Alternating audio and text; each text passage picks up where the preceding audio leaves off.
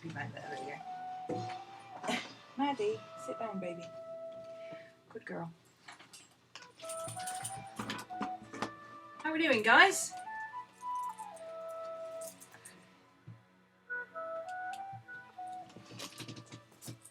Oh, just getting comfy.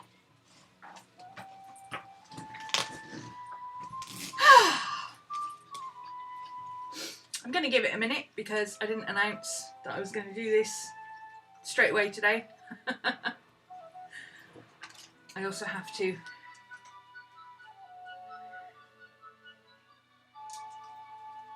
text a couple of people.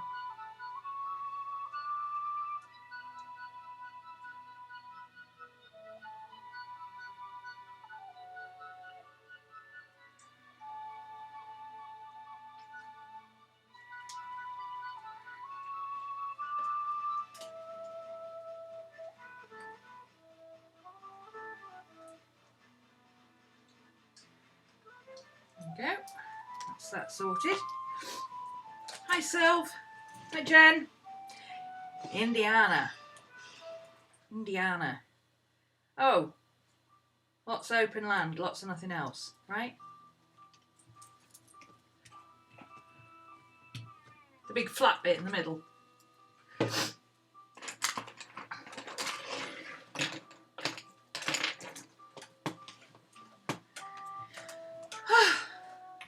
Hey, Lisa. Was fast. Yeah. There's my hand sanitizer. I was looking for that earlier. Let's put it there next to my speaker because I'll move my speaker later. How are we doing? How's everybody hanging in there?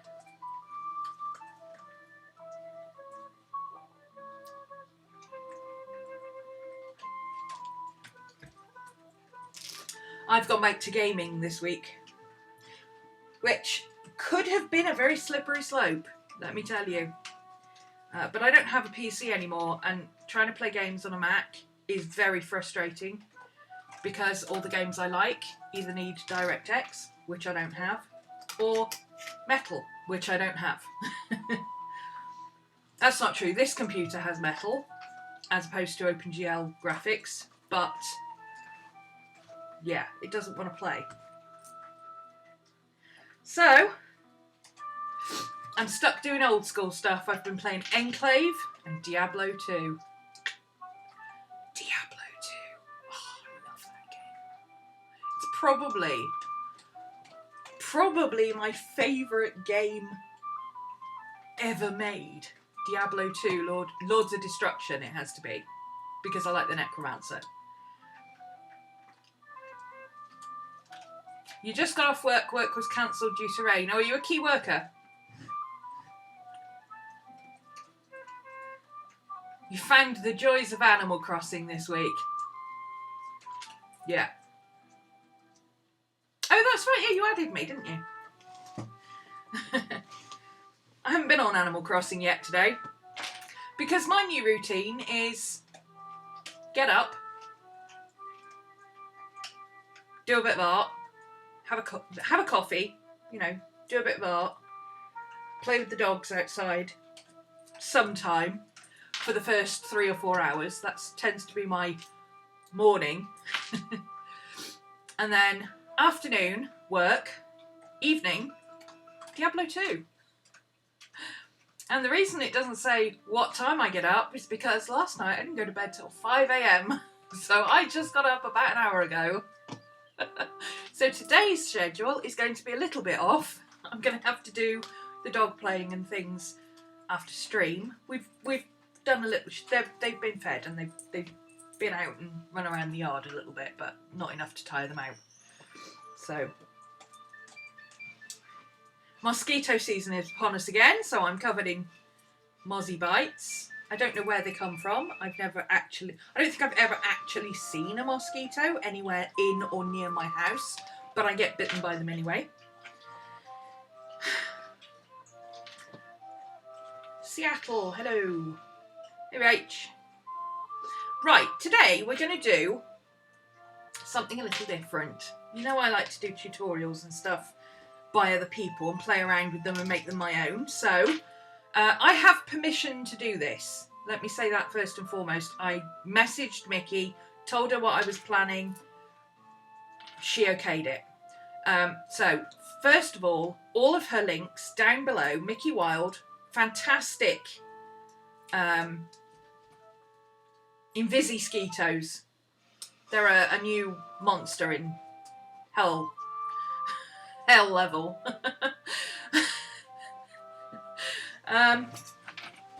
Go on then. You want to sit in there? Go on. Go sit in there then. Good girl. Well, what was I up to now? Oh my god. Brain, come on. There we go. All of Micki's links down below. She's got an Etsy shop full of absolutely beautiful paintings. She's a UK artist who I've known for many, many years. Started out on willowing with me, and now she's a very successful animal artist. She does kind of spirit animal art type stuff. You'll probably recognise it when you see it, because it's very... Actually, for those of you who can't go off and look at a link, let me just pull up her page on Instagram.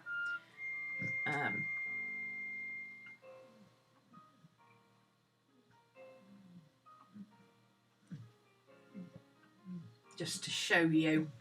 So there you go. You've probably seen her art. It's very distinctive. Even if you don't know her name, you've probably seen what she does. It's really beautiful. Very intricate. It's all acrylic. Well, most of it's acrylic. She does do a little bit of mixed media, but not mixed media like I do. She uses like coloured pencils and stuff that are traditionally used with acrylic as mixed media. But she doesn't do a throw everything and see what sticks. Now, yesterday she posted this. This is a tutorial. If you go to this post on her Instagram, I've put the link down below. Sorry, I keep going off camera. I've mirrored my camera. Now I can't work out which way's which. Down below, I've put a link directly to this post, which has the password for the video. It's a 40-minute long tutorial with subtitles for those of you. One of the reasons my mug is regularly on my videos is because I've got a lot of deaf followers who lip read. I wish I had enough hands to be able to sign as well at the same time, but I don't. Sorry. So I watched this video yesterday. I was really inspired by it. I really liked it. I like the fuzzy little bumblebees. Somebody asked for me to paint a fuzzy bumblebee the other week, and I thought, oh, I could do that by kind of using Micki's tutorial as inspiration. So I'm not going to do it the same way she does it. We're going to end up with something fairly similar, obviously, because it's a big fuzzy bumblebee. But I'm not going to follow along the tutorial. I watched it over 24 hours ago, so you know what my memory's like. I have a vague idea of what she did, but I couldn't reproduce this exactly. So I'm going to take a couple of canvases, play around with them, using similar but not the same techniques. Now, her tutorial is good for beginners. So I almost put the heating on this morning. I was that cold. I just ended up putting an extra blanket on the bed. Her tutorial is really good for beginners, but let me note, she does say at the beginning what she's using. But because it's a free tutorial, it's not a paid class or anything like that, she didn't really go into details about what you could use as alternatives or anything. She just tells you what she's using. The primary thing you need for her tutorial is 3 different colours of yellow, brown, gold, orangey, reddish kind of colours acrylic paint suitable for bumblebees, black and white acrylic paint, and you know the other bits and pieces you can mix and match. But that's if you've got those 5 things and the end of a paintbrush, you can do her tutorial. So don't get hung up. I know it is a beginner's tutorial, even though she uses gold and fluid acrylics because she's a professional artist. Don't get hung up on, oh, I don't have that exact colour. It doesn't matter. So I've pulled out some colours. What I plan to do is because you have to wait for layers to dry, and we all know I don't have the patience for that. So I've pulled out 2 canvases. I've got a white one, which I thought I would do the Micki, the more Micki style version, the B. We call it the B. I'm going to do a B on here in, I can't get this open, in Micki style, or more Micki style, not completely Micki style. I'm not recreating her tutorial. I'm just doing my own thing, inspired by her tutorial. But we're going to do a B because I love fuzzy bumblebees. And I've got a black canvas here, which I thought would be fun to use. And guess what this one's going to be? Have a guess. You got warm fluffy pants, a hoodie, and a t-shirt, a thermal t-shirt. Crikey, it must be chilly where you are.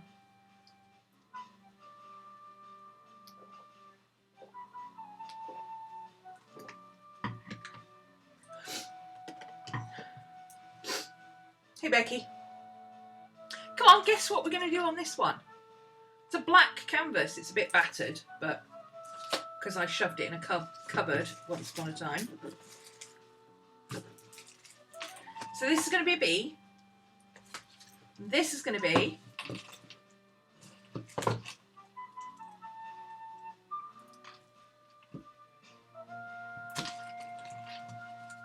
well, you lot suck today.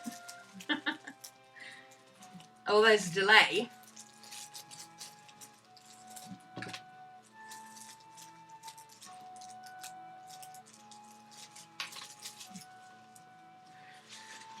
Okay, I bet I don't know where my tippy tappy thing is. So we'll have to use the scissors. A wolf! Thank you, Marie. A ghost! Ooh, a ghost wolf. Ooh! A ghost wolf. I like that idea. I'm going to put the stretchers in this before we begin.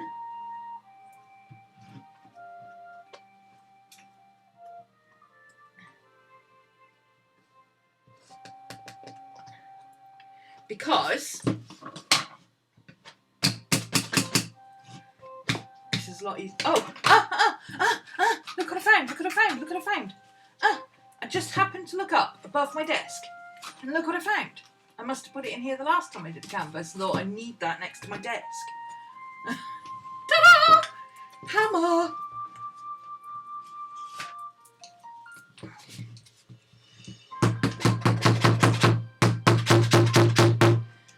I put these into my canvases. Sorry about the banging. Because it's there to stretch the canvas frame.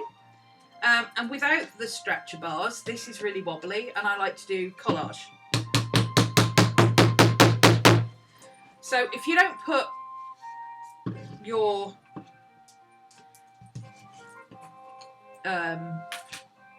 stretchers in before you do the collage, every time you try and press down to stick your collage, it will just bend in the middle, and then it's like trying to stick something to a trampoline. Okay, for those who don't know how to use these, because I didn't know what to do with these for a very long time, you put them long ways down in the corner here. You've got 2 slots, one at the back, one at the front. Okay, so you do the back one first. You put the long end along the side of the wood, and you push it into the slot at the back, and you hammer it down. Not too much, just until it kind of won't go any further unless you start really hammering it. It doesn't need to be so tight that it's stretching the frame apart.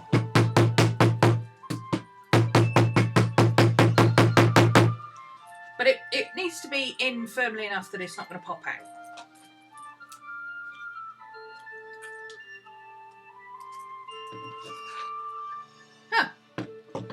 6. Why have I only got 6? Well, that's not cricket. Why is there only 6? This is why canvases tend to be cheap. They don't have enough stretcher bars. Okay, did I drop them somewhere? Did I leave them in the bag? No, I put the bag down there. No, we've only got 3 stretcher bars. Okay, well I'll put that up the top left because that's the corner I'm less likely to lean on because I work this way. So I'm less likely to press on that and cause it to go loose. It's fine. It's better to have your stretchers in all 4 corners, but you don't have to. It's not essential. You never knew what they were for? Oh, they're for stretching your canvas. Now, if you're priming your canvas, this is pre-painted, obviously. It was a white canvas and I pre-painted it with black. Because nobody has time to wait for that to dry.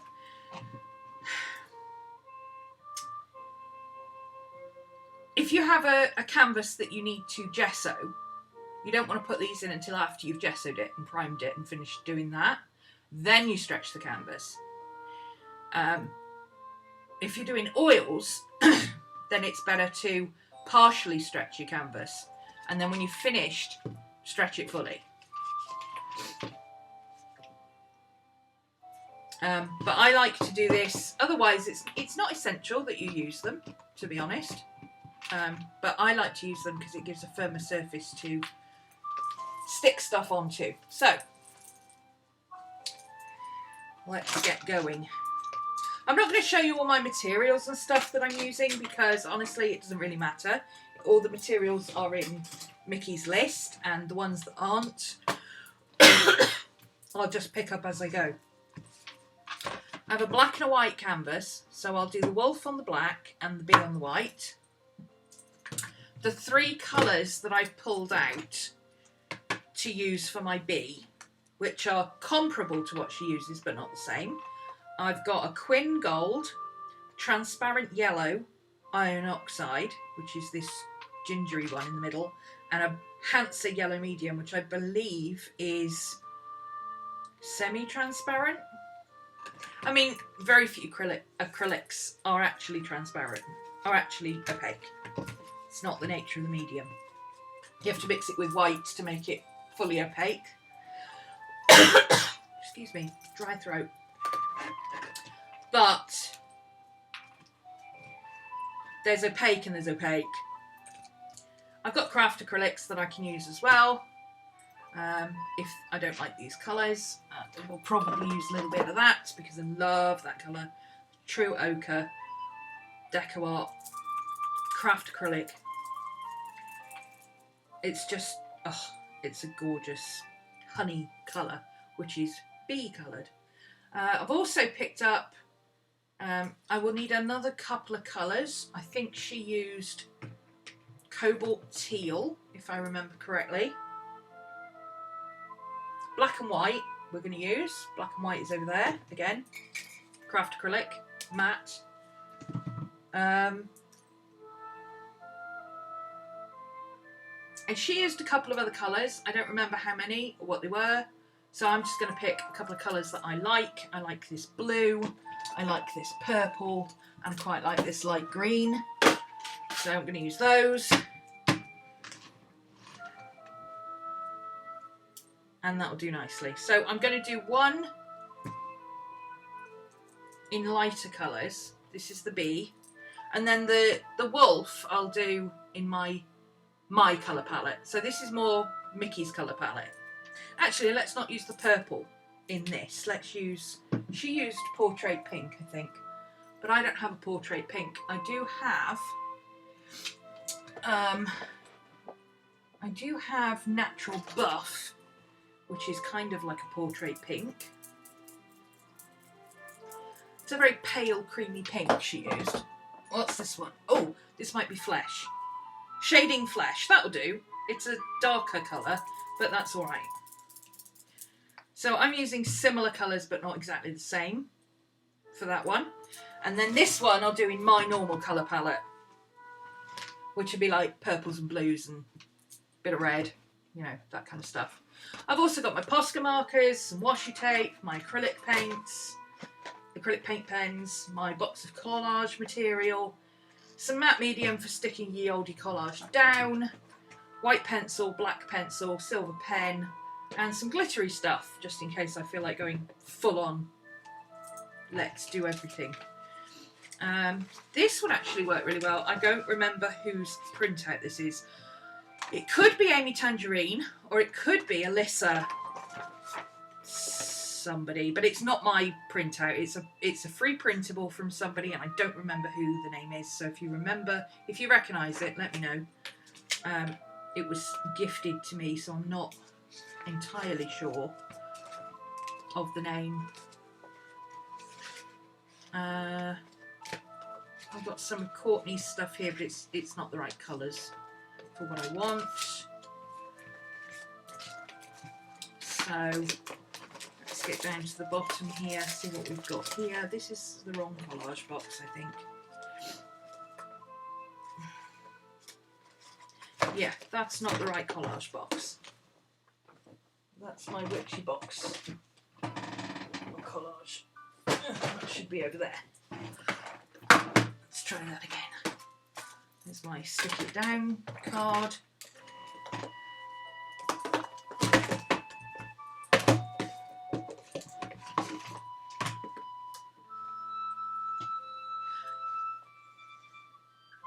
You have your Switch and your Animal Crossing game. You've crafted more in game than you did the entire lockdown.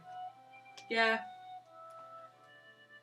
It's the escapism, isn't it? That's what I'm enjoying. The escape of just going and whacking murlocs about. I mean, I don't think... I had a big clear out of all my collage, if you can't tell. Ooh, stripes. So I'm a little bit thin on the ground. I need to go through some magazines and stuff again, I think. I don't have any magazines. I purged all my magazines. Literally went through them and took everything out that I would want about 2 years ago. I haven't bought any since, so... I've still got this one. This has got interesting patterns in it and stuff. I really like this one because it's... look at all this. This is all embroidery. But to me it looks like ballpoint pen. But it's actually embroidery. This has got... No, that's just other stuff that shouldn't be part of that.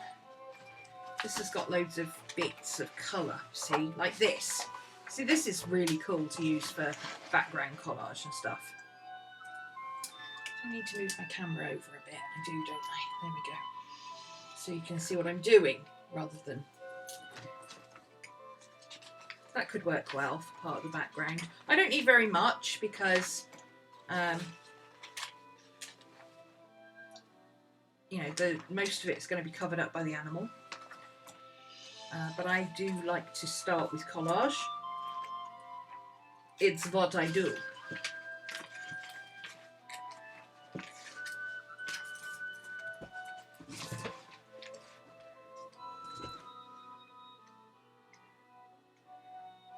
I'm just looking for textures and shapes and colours that will work for what I want or what I have in mind. That'll work for my wolf.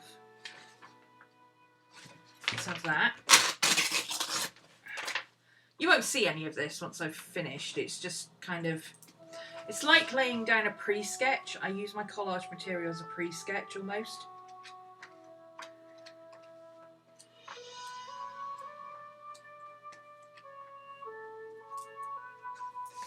That's nice.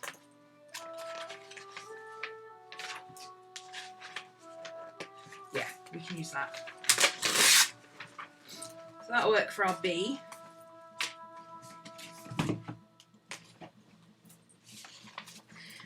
So Micki does her background first and then sketches. I'm going to rough out where I want my bee to be and where I want my bee initially. black pencil. Oh, that's an ink tense. I don't want to use that one. This'll do. So I'm thinking my bee is going to be sort of here-ish. I'm going to do it in the same style that Micki did.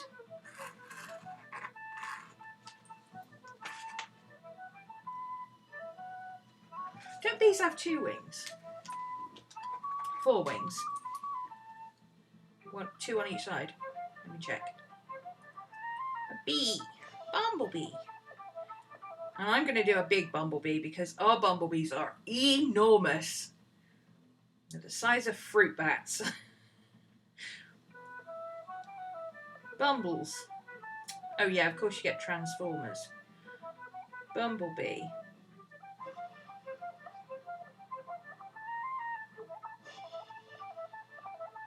There we go.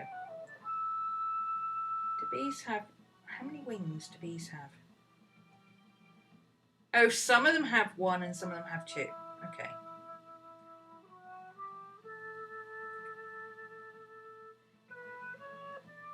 There's a big old bumblebee.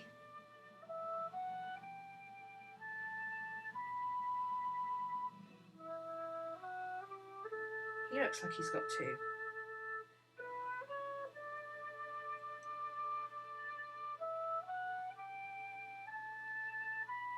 That looks like it's got 1. Bumblebee. How many wings do you have?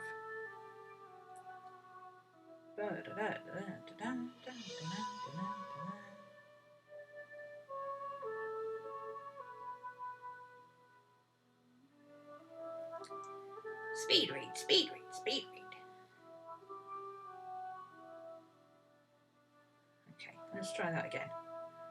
Bumblebee, how many wings? 4. Does have 4 wings. 2 rear wings are small and attached to the front wings by a row of hooks, similar to Velcro. Oh, that's interesting. I didn't know that. There we go. We've learned something new today. It's our new thing for class today, boys and girls.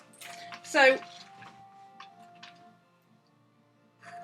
let's do 1 big wing here and 1 little wing underneath.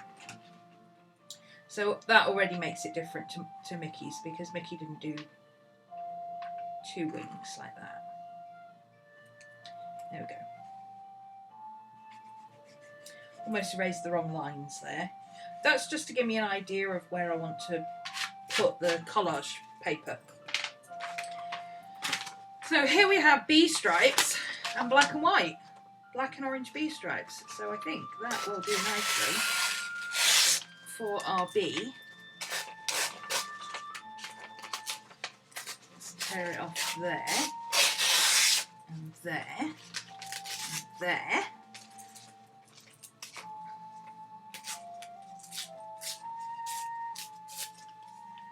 So, that could actually be 2 stripes, that's quite big. So if we do a stripe there, use that for his head, and that's the top of his body.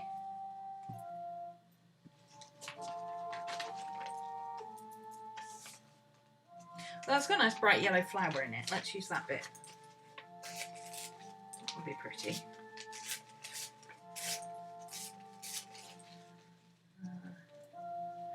A little bit wider for his little bumble body, like that. Make sure we've got his little flower in the middle. I might actually keep that flower's quite cute. Oh, we're going to need a bit more. Let's use this darker bit down here with a bigger black stripe.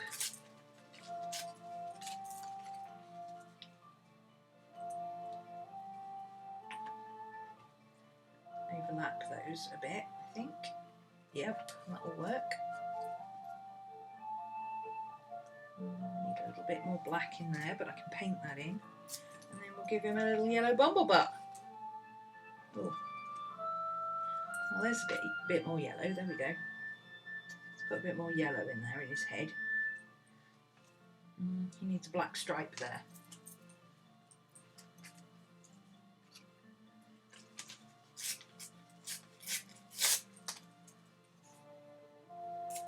There we go.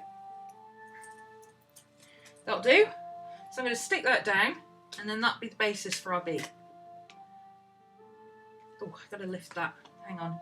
I've got my my camera's too... My chat box is too low. I can't see what you're doing. Okay.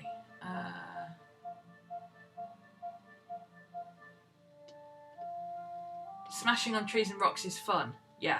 I do a similar thing, but I send skeletons to chase monsters about. It's fun. I don't know why anybody would play anything other than a necromancer. Unless you're a tank. I mean, I do, because I normally play a rogue. But in Diablo 2, like, I have two rogues. One's a Shadow Knight, so she's spec'd as a tank, but she also casts spells and debuffs on her enemies. And she's okay. She's not bad. She dies occasionally because she's not very fast, but you know, she does okay.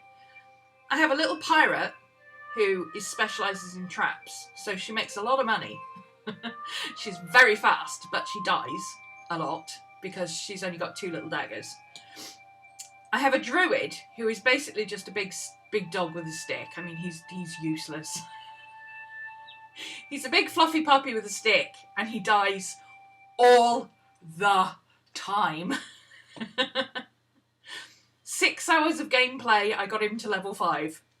As opposed to my Shadow Knight, who in 3 hours I got to level 11.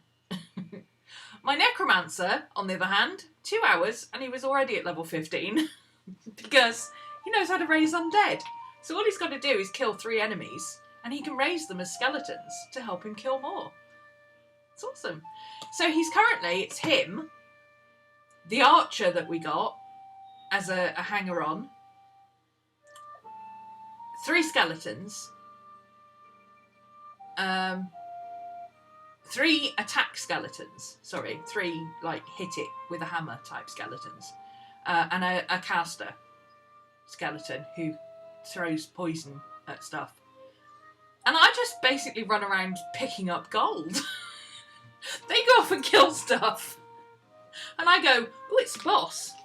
Debuff, extra damage, pick up the gold, pick up the gold. I don't do anything, basically. I just let them go and do what they want. They just go and kill everything for me and I clean up.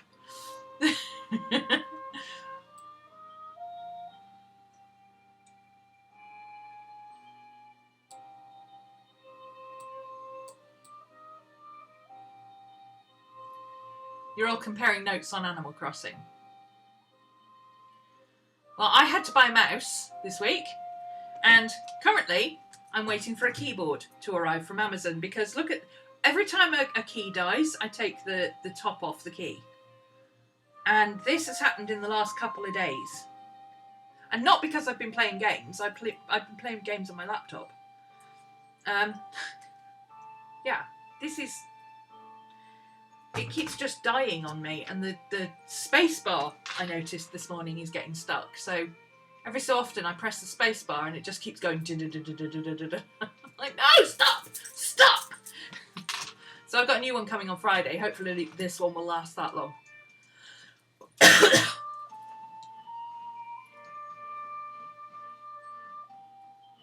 Hey, Mara.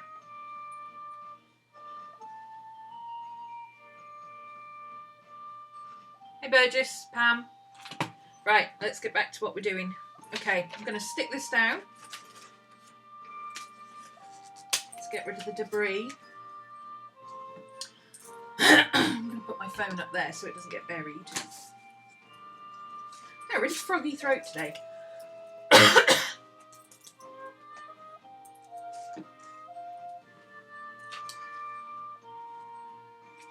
See, I could also have used this and just done stripes. That's another idea. You could just do stripes and then paint the white stripes yellow, but that would be too easy, wouldn't it? I'm going to do this bit. Where's my the matte medium and my janky brush that I use? Here he is. I don't know if I've got a cloth over here. Oh, I have. There we go.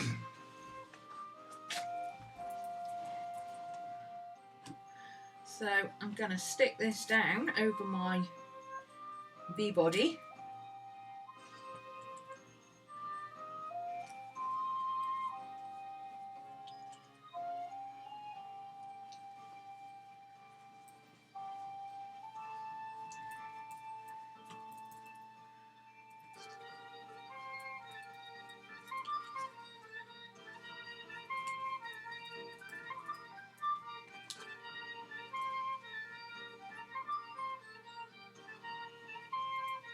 So if you've just joined us, we're inspired by Micki Wilde's tutorial today that she put up. There's a link in the description down below. She doesn't do this stuff. She's much more just a paint type artist, but it's good for beginners. You've got to start somewhere. It's good for just acrylic painters as well, because not everybody wants to do mixed media. But I like to mess about with stuff, so here we are. So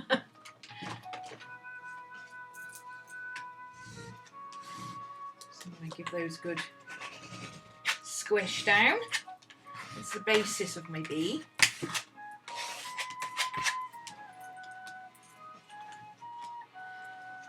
And that's pretty, I'll keep that for something else. Next, I want to let that dry a minute, so I'm going to work on my wolf. And I like this bit here. This is awesome. This is all textiles, can you believe that? It's like 3D printing almost. So interesting.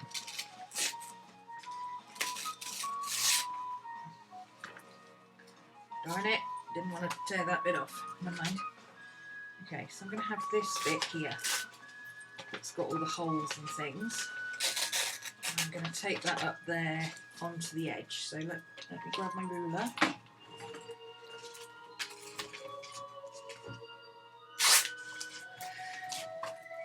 So this one I'm going to put along this corner here. Now this time I'm not drawing my animal first, because I'm going to draw my animal over the top, because the collage is part of the background, it's not part of the animal itself. So two different ways of doing it, you see. This will be inspiration for whatever I paint in the background.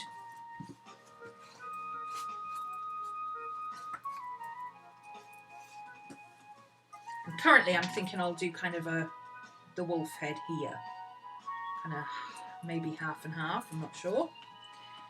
I also really like this dark bit here. It's kind of honeycomb piece. So I like the green. I like the green and purple.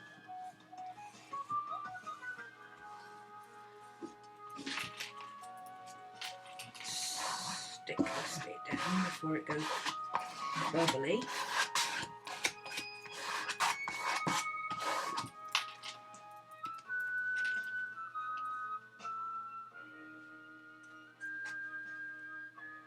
These pieces are actually a little bit too big for this canvas. So I think what I'm going to do, that honeycomb would have been good for the bee actually. Let's use a bit of that on that page, because it looks like honeycomb. Let's use this bit on this one.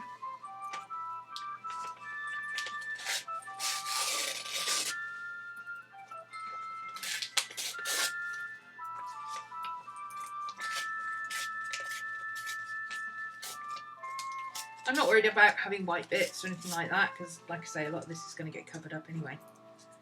Yeah, let's put that bit there.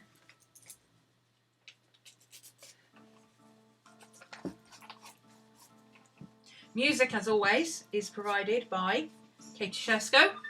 There's her stuff. There. And you can find her links also down below. I do have permission to use her music, despite what YouTube says.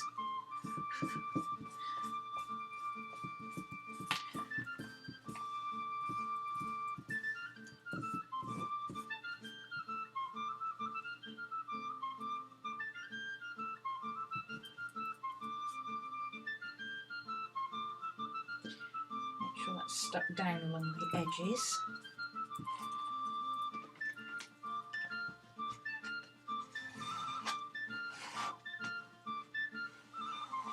See how this bit is lifting up because there's no support under that corner?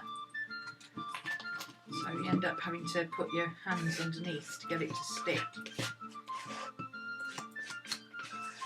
Because every time you bend it slightly, it comes unstuck.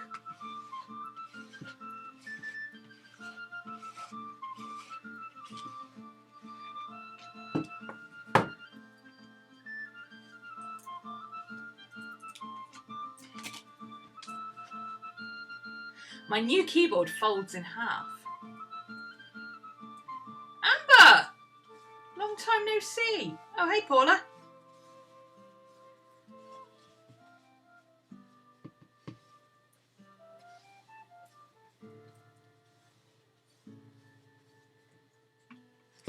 See how this one just stuck?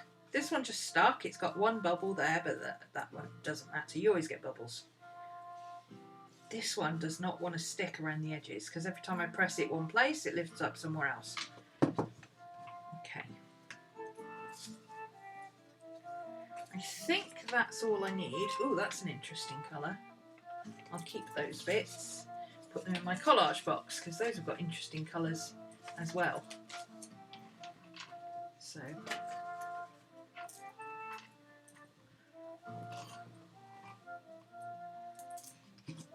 Let that one dry and put these on here. Yeah, it looks just like honeycomb. I like it.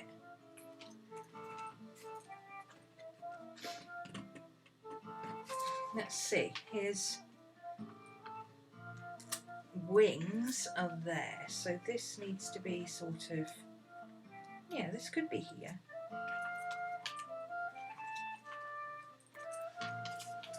Should be better up there where we'll see a bit more of it. Maybe. Yeah, that'll do.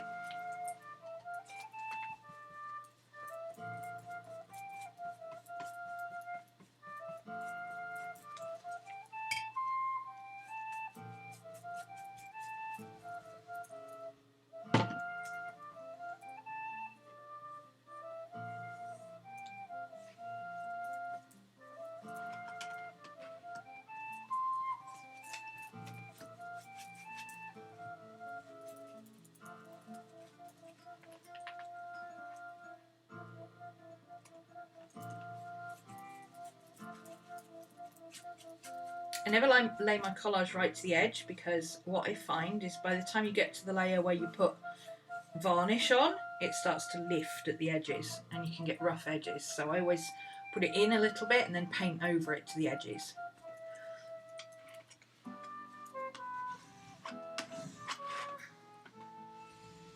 Even in a book, I never put my collage all the way to the edges if I can avoid it.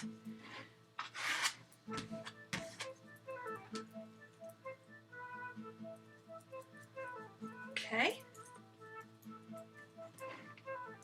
so that one needs to dry now.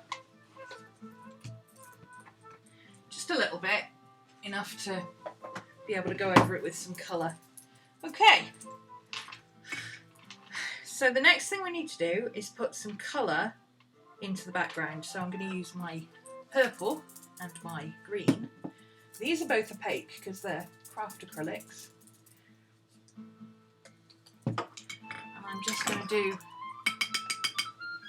random splodgy bits, basically, and other such stuff.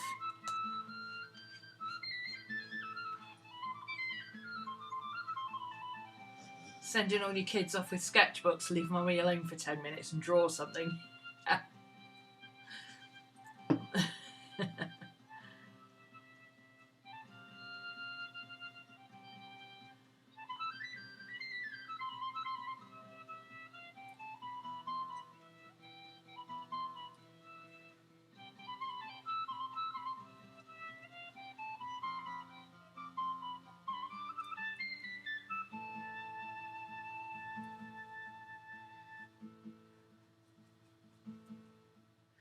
So I'm kind of doing a similar kind of open work pattern kind of thing. Like I say, a lot of this is going to get covered up anyway, but this is purple here, so we can use that. Cover up that white, so that gives us another colour of purple.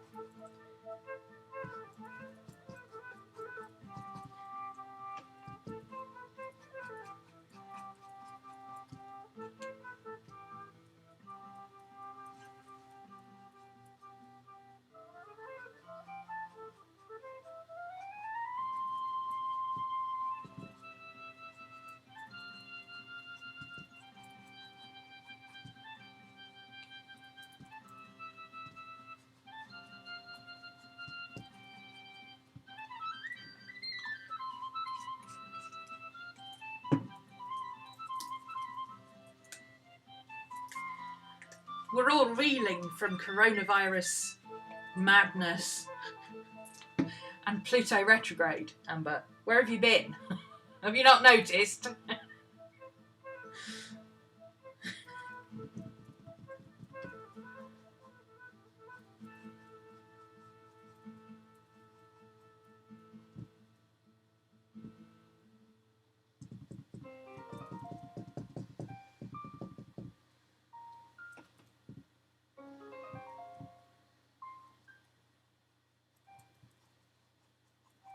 I like those purple circles. I think they will make a return later.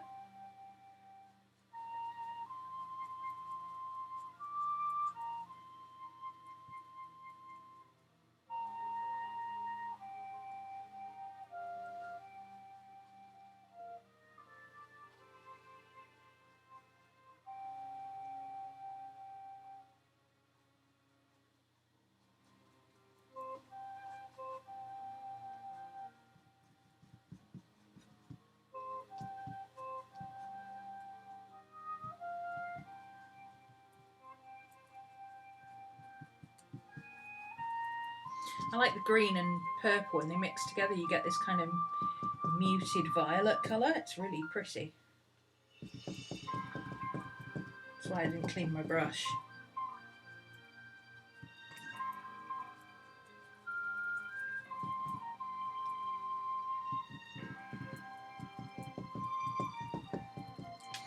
Okay, let's let that layer dry.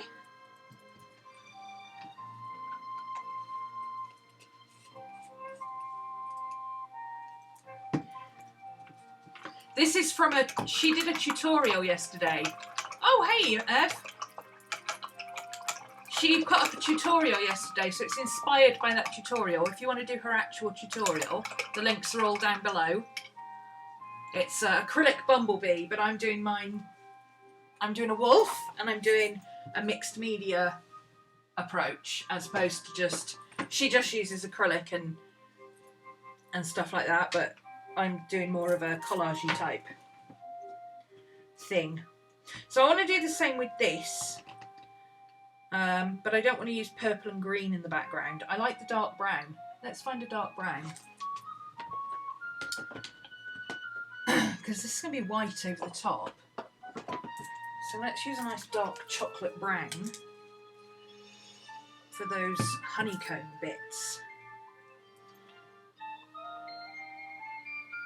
Yes. Oh, it's semi-transparent. It's semi-opaque. Because of course it is.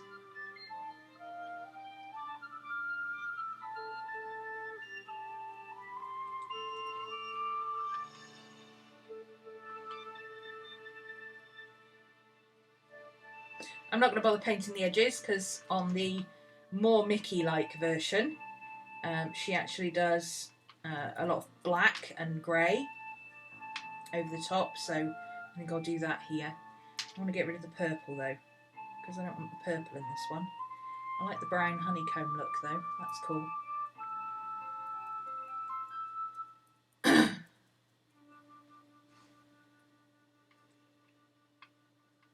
Yeah, it's unusual to see you at a live one. You usually watch just after I've finished.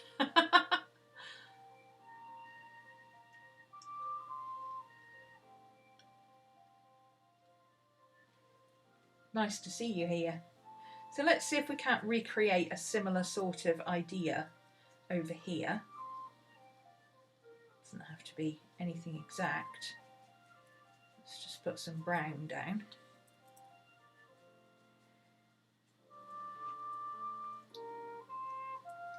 I want to leave space for the floral motif bit that she does, so I'm going to leave a little bit of space.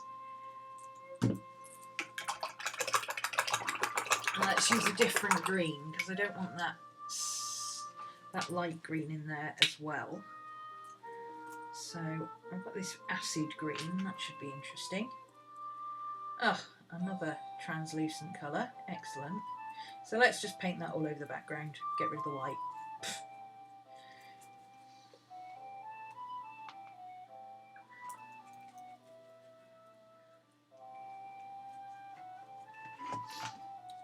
Not being precise about this in any way, shape or form.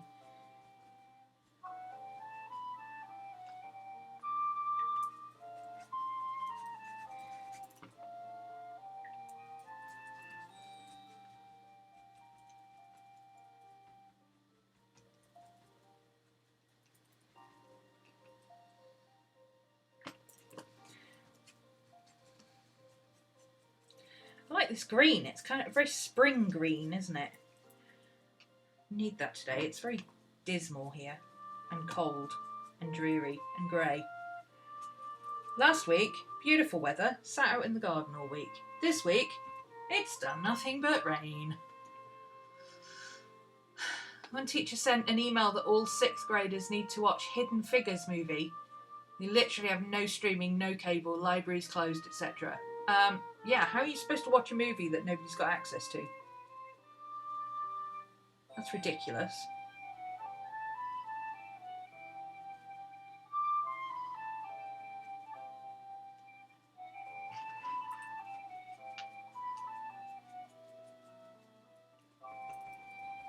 You'd think teachers would be easing off a little bit for non-exam years and just saying, let's do something a bit more, you know, project-based or something like that, you know.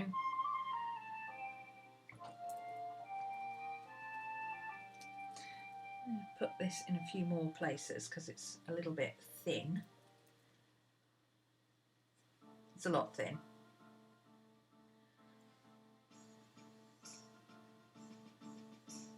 Oh, I wanted to do that yellow. Never mind. Doesn't matter. We can go back in when it dries. Okay. So there's our bee. He's coming together, you see. He's coming together. Let's see what we've got here. I'm liking the different colours in the background here.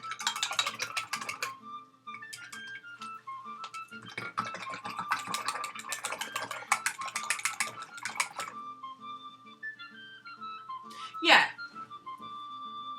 Or at least give a couple of different options, like you can read this short story, you can watch this film, you can watch a specific episode of a TV show, or you can pick something else to do as long as you follow the criteria, you know. Or watch any film and do a film review of it and look for themes and stuff like that. I mean, isn't that what they normally do in English and drama?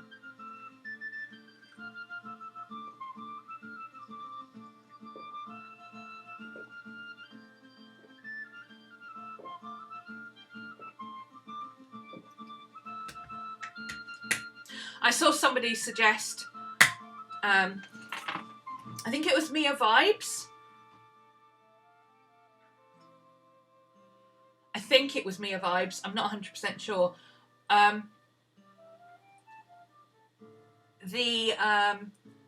She's done stickers with like movie reviews, and what they do is every day they watch a movie, and then afterwards they sit with the kids, and the kids tell them, you know, what they thought of the movie, pick out the themes, you know, pick the favourite characters and what, you know, follow the character development, and she's got them summarising the character development and all sorts of stuff. Really good way of teaching kids to understand the basic stuff that we do in English without them having to read a book. I mean, obviously they need to read books. I'm not saying you shouldn't read books. But for those kids who simply don't have the time or the ability or whatever, you know, watching a movie every day and discussing what it's about, you know, what a good way of doing it. I mean, you could watch something like The Lion King is based on one of the Shakespeare plays, isn't it? So you could watch the two, like one serious one, and now we get to watch The Lion King. And what did you notice about the story? You know, what was similar? What was the same? How do you know it's the same story? You know, that kind of stuff. That's basically what you do in English Lit. It's just you have to read books to do it. You sent a mildly prissy email about it.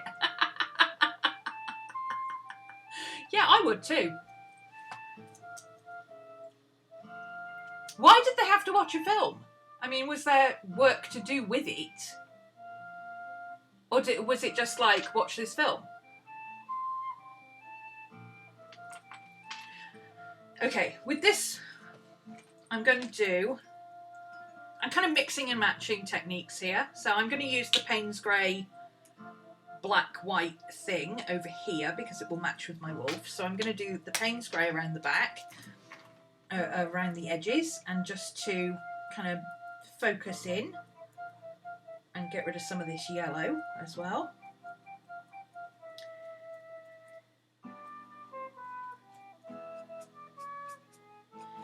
Darken it all up a bit. When you go watch Micki's tutorial, this will all make a lot more sense. And you'll go, oh, I see what she meant when she said she was doing this a bit different, you know. But, you know, it wouldn't be fair to explain what Micki does and then do my own thing over the top. I'm just doing my own thing. You want to know what Micki does, you go watch her video. That's the whole point.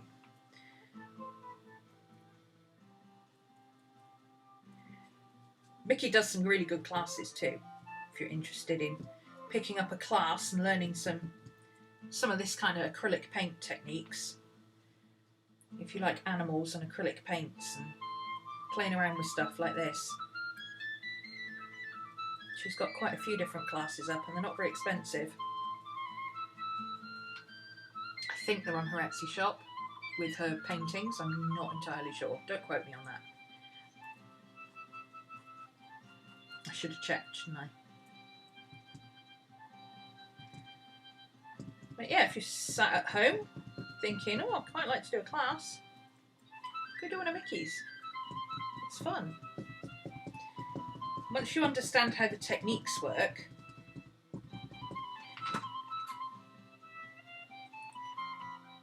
you can do your own thing like I do. So if you're a bit more advanced, you can play around with it. And if you're a beginner, you can just follow along. Just to adapt it to what you've got at hand.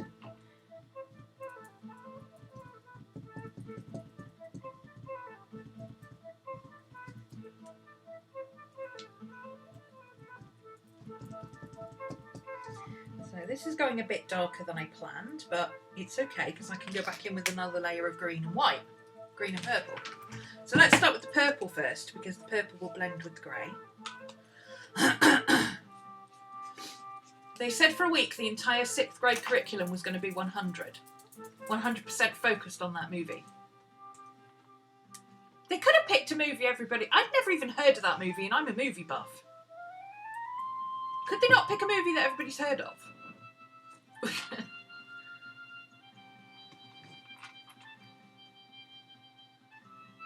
Or at least everybody's got access to. You know, something that's an older movie that's free on YouTube or something would have been more sensible, would it not?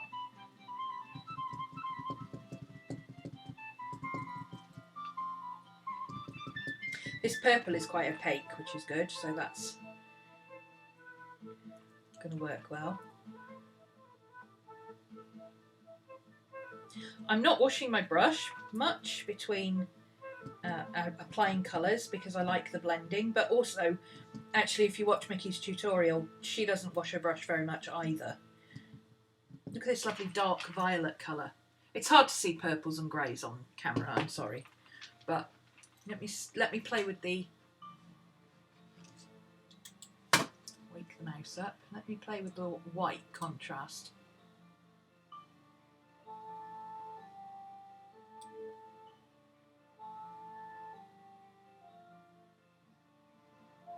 The one about African American women in NASA in the 60s. Oh, right, okay, I just didn't recognise the title. It's a good film. But surely there's plenty of documentaries about that kind of stuff as well, which would be free. What if you can't get hold of that film? That just assumes that everybody can afford to go to iTunes and download it, or Amazon and download it, or something like that. You don't even have internet most of the time. How are you supposed to do that? Okay, advanced settings. Let's see if I can tweak the colours a little bit so you can see a bit. Oh, there we go. White balance. Let's change the... There we go. That's a bit better. A little bit more contrast. A bit more colour. There we go. So the rest of the screen is completely blown out, but now you can see the different purples. So it's not just one flat colour. There's like a pinky purple where it mixed with the white, with the green. There's a dark mauvey purple where it mixed with the grey. And then there's a mid-tone purple where it mixed with both of them together. Which you'll see in a minute, because I'll put some green over this as well. We need to put some lighter tones in there again now.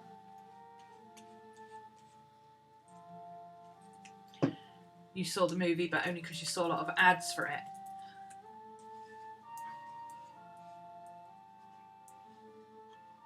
Why not? Yeah, there's got to be a documentary about African American women in NASA in the 60s. There has to be. Even if it's a crap documentary.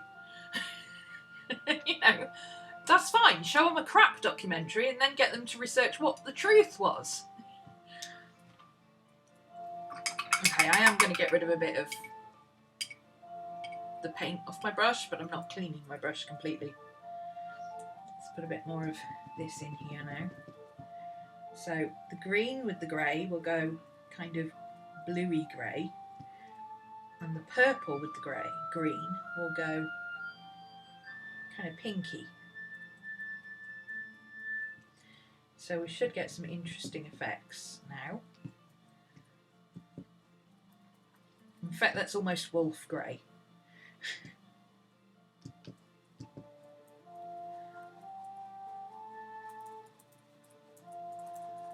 I'm going to do some rougher strokes to get it a bit more, a bit less neat looking. I'm a very neat painter. I don't know how I managed to become a neat painter, but... Okay. So there's that one.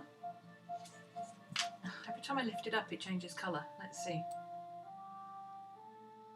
There we go. That's a bit closer to what I'm seeing. A bit more contrast. Maybe not quite as bright. There you go. You can really see all the colours now. Purple is a pain in the arse on camera, honestly. Okay, let's reset it back to 0. Reset to defaults. There we go. The green looks perfect on camera. This is exactly the colour you see. Exactly the colour. I probably should use a different brush actually, because that one's got a lot of gunk in it that's dark, and I don't want to use the dark on here. I want to use these lovely bright colours. Okay, so now we're going in with one of the yellowy bee colours. I've got a feeling most of these are transparent, so I'm going to whack them on the background just to see what they do first. Yeah, that's completely transparent. So let's use that one on that flower. Let's use that over that flower, because then I can keep that flower. I like the idea of having a little orange flower on the back of the bee. I just think that's cute. Let's throw some over this just to get rid of the white.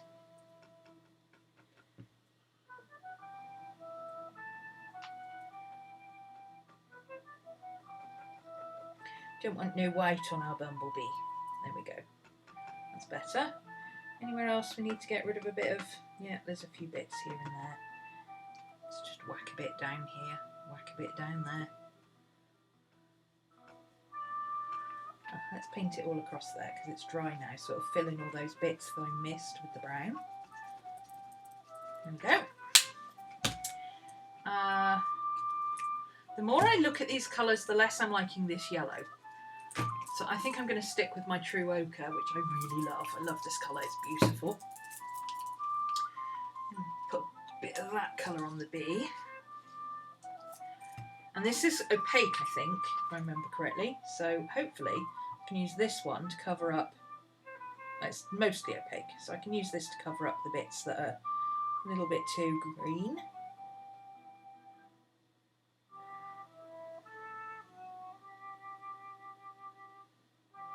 We've got to find the shape of our bee again, of course, so not being too precise, I'm just getting rid of bits here and there. Oops.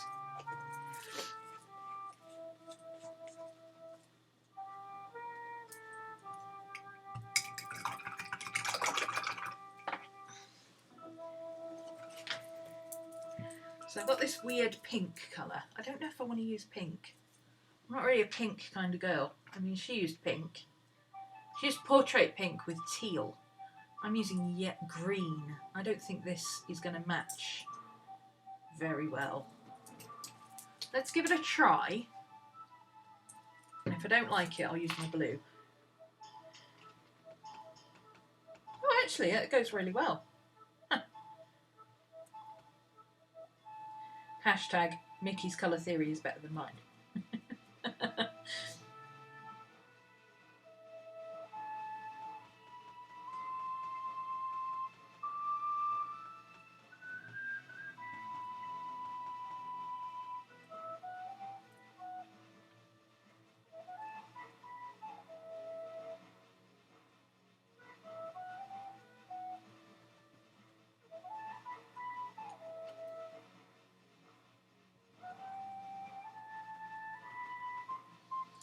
I'm taking advantage of the fact that this paint is quite opaque to kind of cover over some of the canvas a bit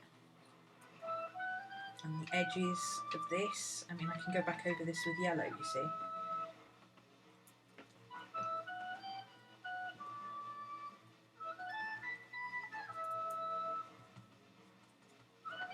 That'll do.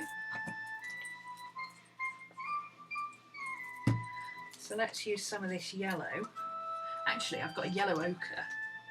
I've got another ochre colour. Apologies if I smack the microphone. I'm about to try and reach behind it. Ooh, there's that grey I'm going to need for my wolf.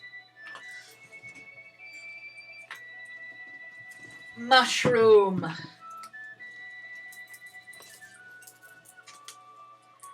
That'll work nicely.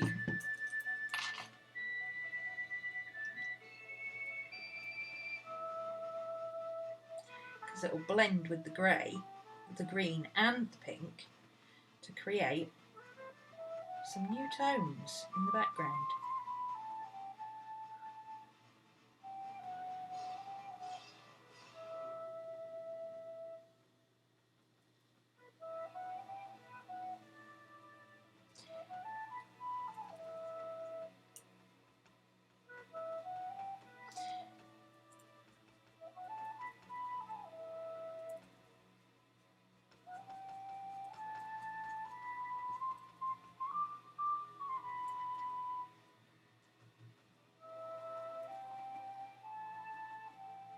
I don't want to go too light because we're going to do white over the top, so I'm trying to mix it with other colours as opposed to just leaving it white on its own.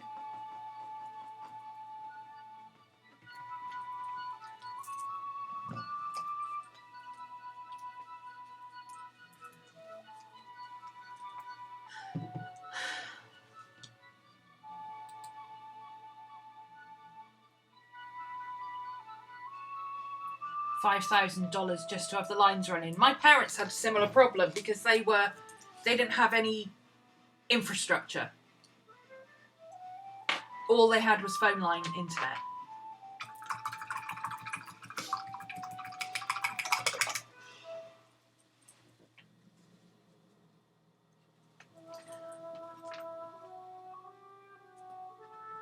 This is looking very spring-like. I like this. Let's add some blue. Actually, let's keep that blue for my wolf. Let's use this nice bright blue over here. I've got lovely bright cerulean blue. Stick with bright colours for this one, shall we? It's my mum's birthday next week. She may be getting a bee painting for it. If I can get to the post office.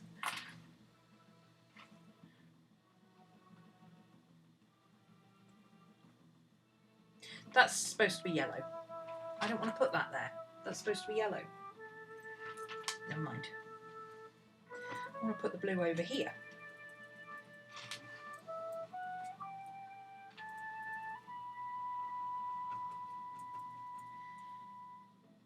And a bit of the wings, because the wings are going to be kind of transparentish. So it'll look like sky poking through the wings, right? That's the basic idea anyway.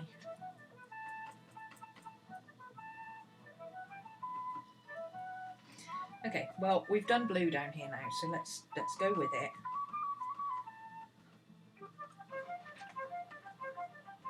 It's more opaque anyway, so it's covering up that edge, which is what we need. Oh, I'm getting in a mess. Getting in a mess. You're in Germany.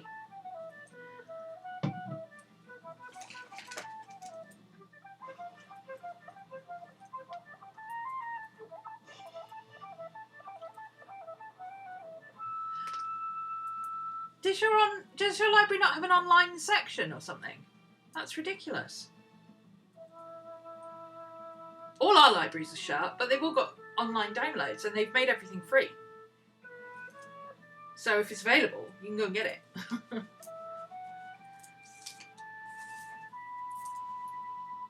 So there's hundreds of like audiobooks and documentaries and all sorts of stuff. It's all a bit naff. I mean, there's nothing up to date, but you know. I need some pretty mauve. I need a pretty purple. I'm sorry, but I need some purple. I'm trying to use similar but not the same colourways.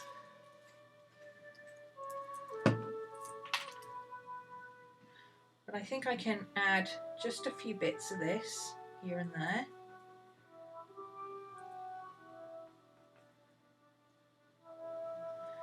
Just to kind of give the impression of spring flowers, no?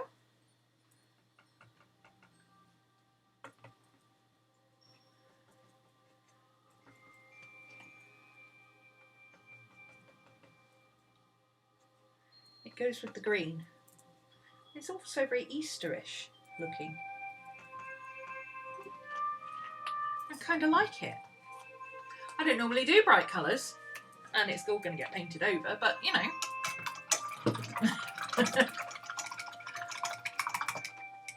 Okay, so that's the bee. Let's put him over to dry.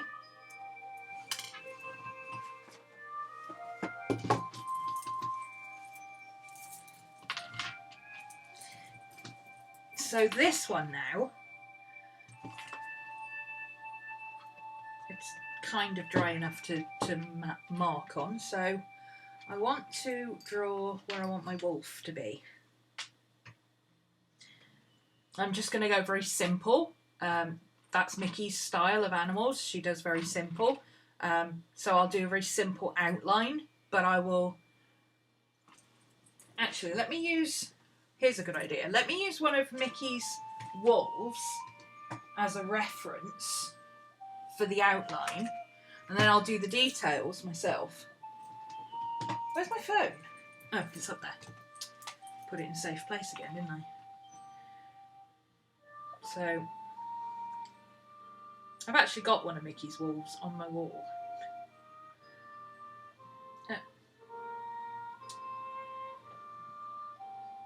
Micki. There we go. So let's go back in time a little bit to her earlier works. She's got a really nice wolf back here that I really, there we go. He's beautiful. I like his third eye as well, that's kind of a cool thing. So he's a very, very simple shape. That blue is not going to stand out. We're going to need a white pencil. Where's my white pencil? I had it here just now. Where did it go? There he is. So he's going to be, this is his head, and an ear, and an ear. Let's mark out those diamonds around his eyes.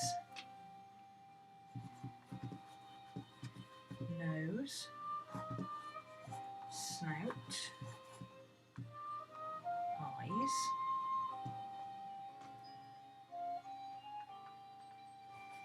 I think his ears just a touch bigger. They're a bit too small and dainty and fox-like.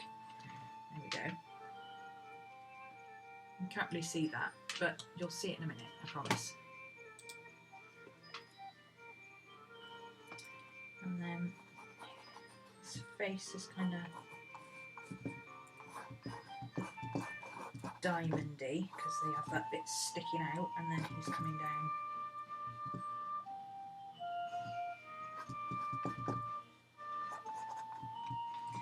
There, like that. Okay. So now we've got the rough outline, Micki style.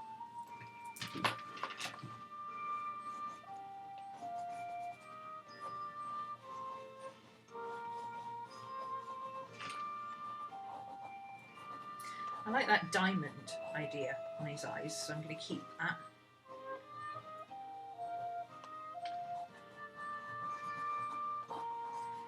Snout. I think his head needs to be a bit more sort of hexagonal.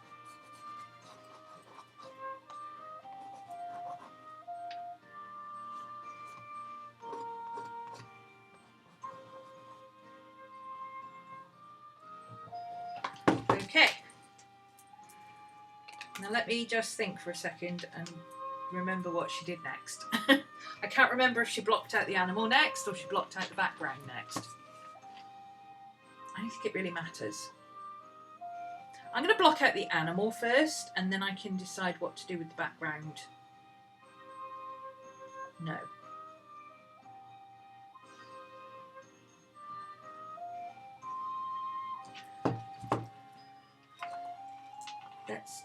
Let's wash in the shape of the animal first.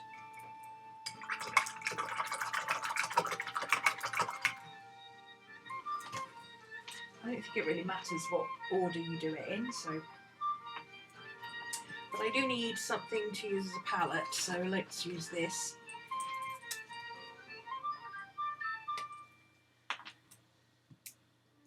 So I'm going to put a bit of this grey in, and I'm going to water it down substantially.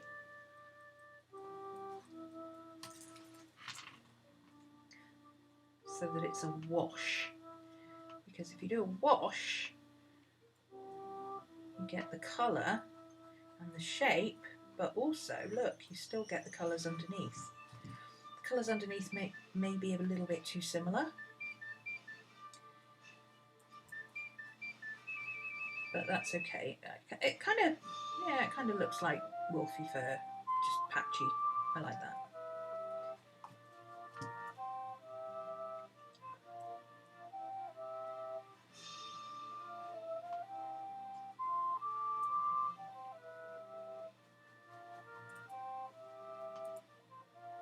Bit more water.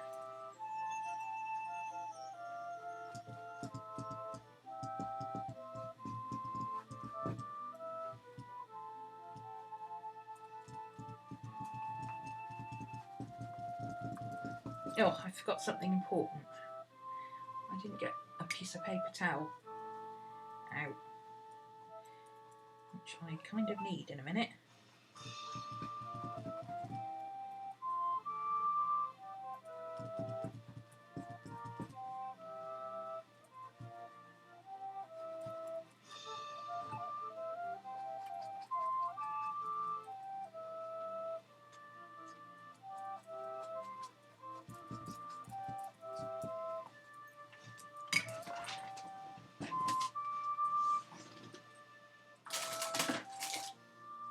Where's my paper towels at?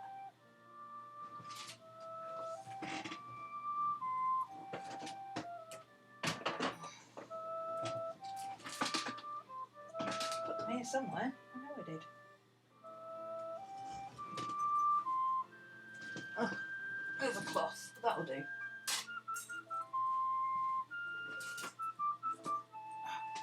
This is one that's got to go in the wash anyway, so this will do. There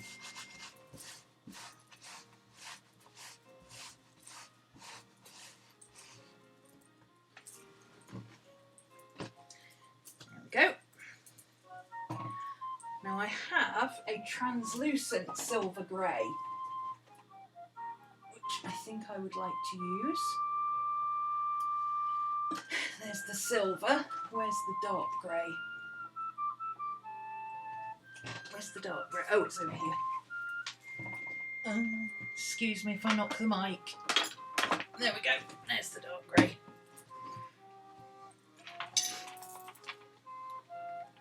So I'm just going to go around his edges a little bit with the dark grey, give him some shape, and then use the silver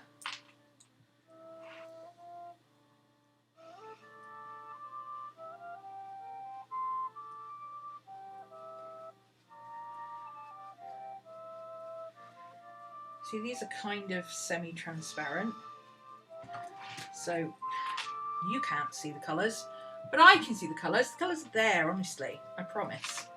Let's wipe that up a bit, actually. Where's my cloth gone? Block that off, just a little. There we go, that's better. Should have been a bit more watered down, that one.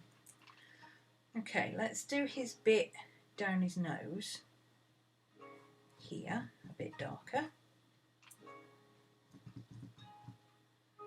I'm trying to keep him quite light because we did say ghost wolf.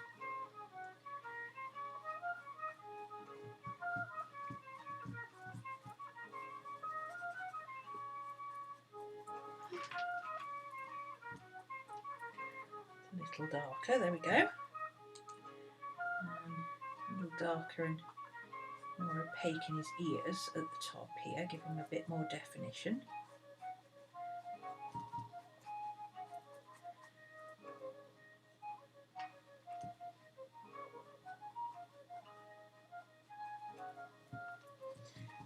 Mix this bit in with the silver. Ooh, I missed a bit.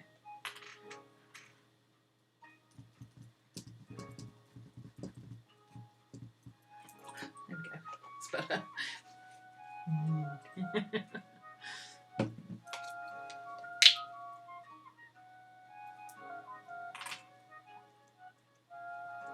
The silver is already transparent, so I shouldn't need to water it down too much.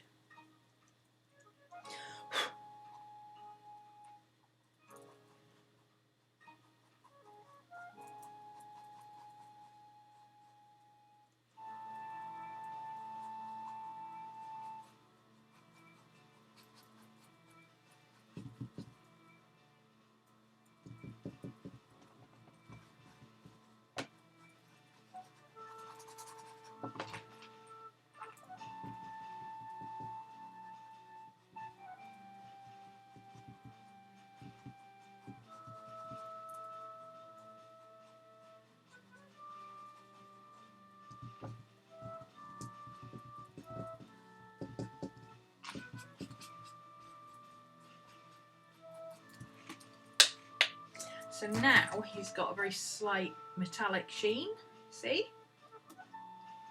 I think I like his eyes like this. I think what I might do is give him a...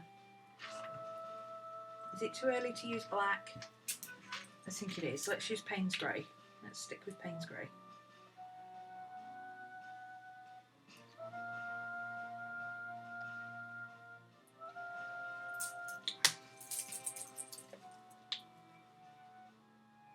Me too. Back in the 70s, my mum was what they used to call a remedial teacher. So I'm going to put the dark grey around where his ears will be, because wolves do tend to have dark grey around their ears, and then it'll be easier to do like light colours over the top. And come down around his snoot, so he starts to look a little bit more wolf-like.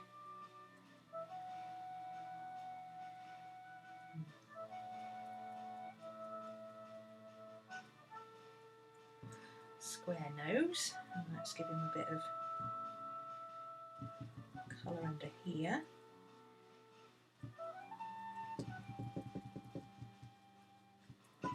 Mix that in with the silver so it goes shiny.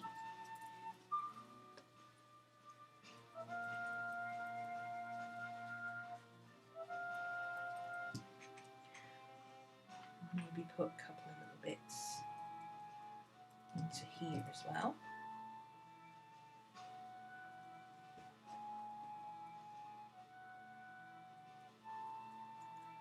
Make him a bit more fluffy.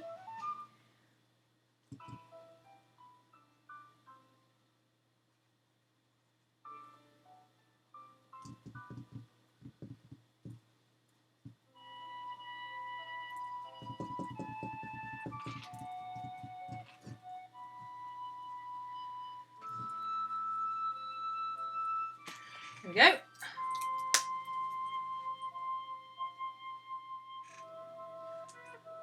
Lost a bit of his width there, so I'm just going to put a bit more white, light grey back in there.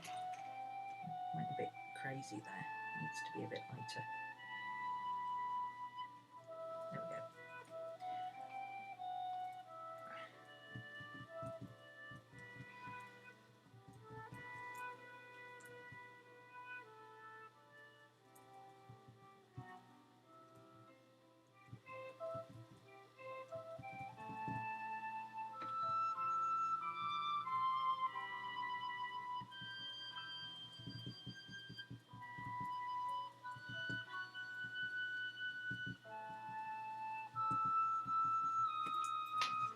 There we go, I like that.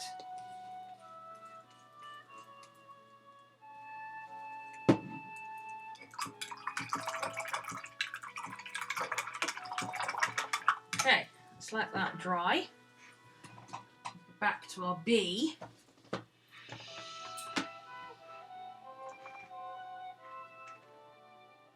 It's near enough to dry to be able to do what we need to do. I'm just going to blot it because it'll take all those globs of paint off that are not going to dry in time. I don't have patience for that. Not today. Not today, Satan. Not today. Okay. So, let's redefine our bee.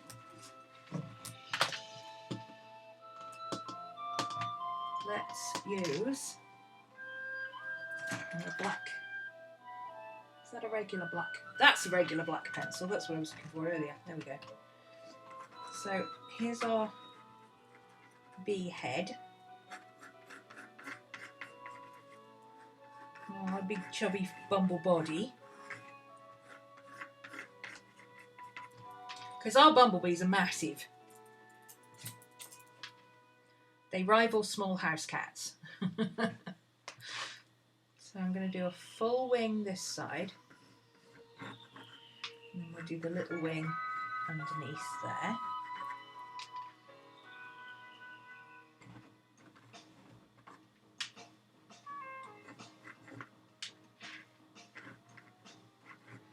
Like that. There we go. Now,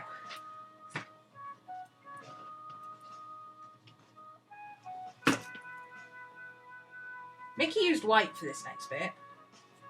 I'm thinking I might use what's left of this very pale grey, because if I do that,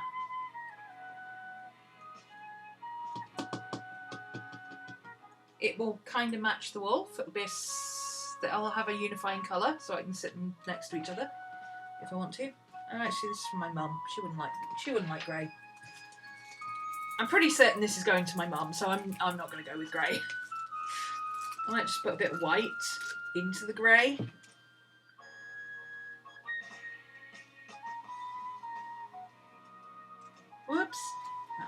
be a little bit too much.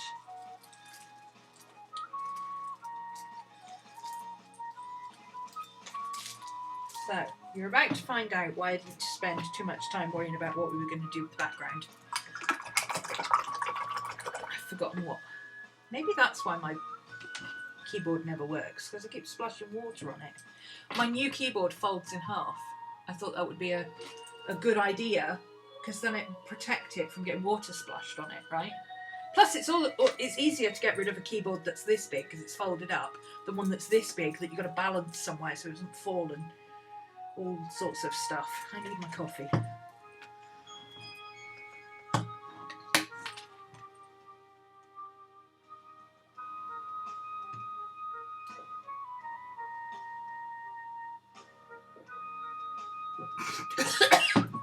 Excuse me.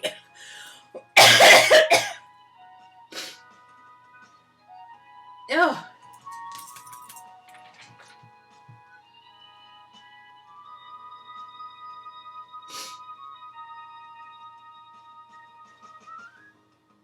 We learn hardly any languages here. It's basically mandatory French for 3 years. Mandatory either German or Spanish for 1 year. And then if you never want to do a language again, you're fine. And if you do, then you can pretty much do anything. I did Russian and Latin. Because why not? I love languages. I find it fascinating. Yeah, my coffee went down the wrong way. Hey, Ash! Okay. Now, I'm not sure if she waters her white down or not, but I'm going to. Because I know that my mum will enjoy seeing the colours through the back. So, the next thing we're going to do is paint this over. Oh, no. In white.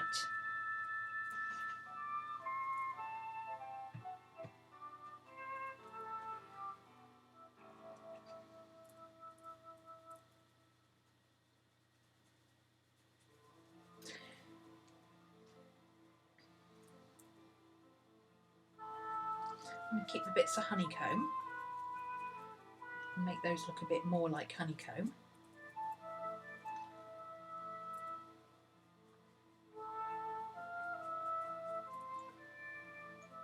And instead of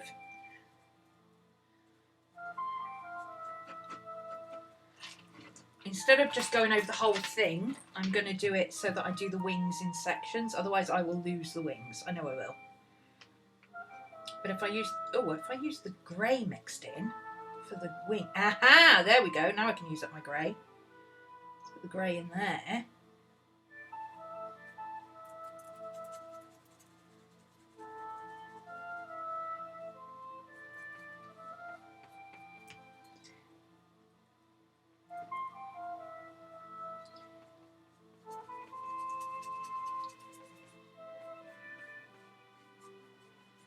Okay, so there, let's wipe some of that off.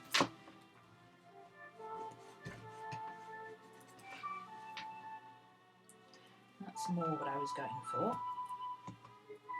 Oh, I missed a bit of wing. Hang on. Okay, now that's better.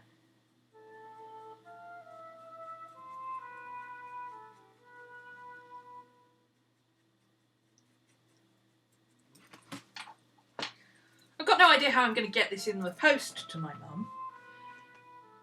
Technically, our lockdown is set to finish around the 7th of May, but we all know that's not going to happen, don't we? So, and her birthday's on the 10th, so hopefully I'm sure I can get Paul upstairs to drop it off to the post office for me if I give him the money.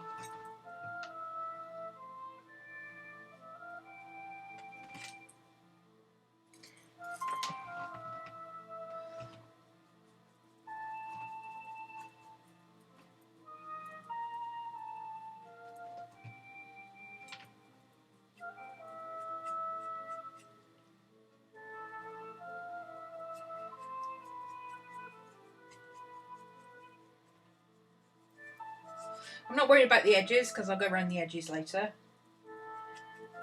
I never worry about painting the canvas edges unless I'm doing oil. If I'm doing oil, I will go through the back. I will do along the edges with a basic colours, basic blocking colours.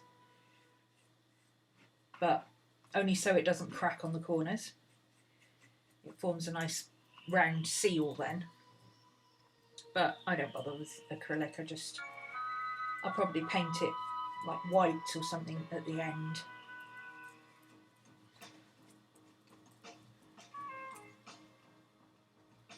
A bit more water.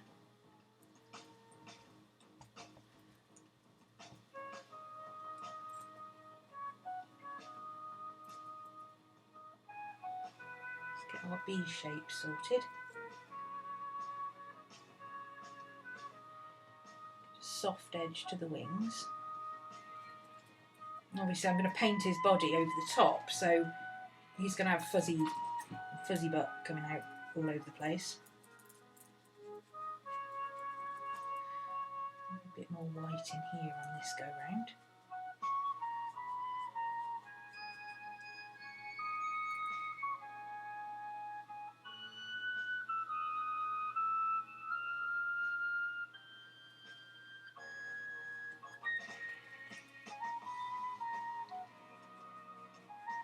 The only problem with Katie's music in the background is I try to paint as fast as her music's going.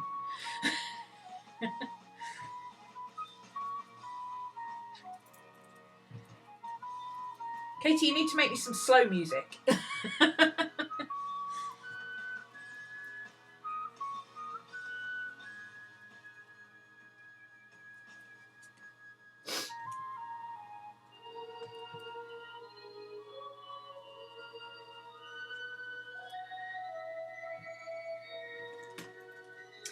Okay.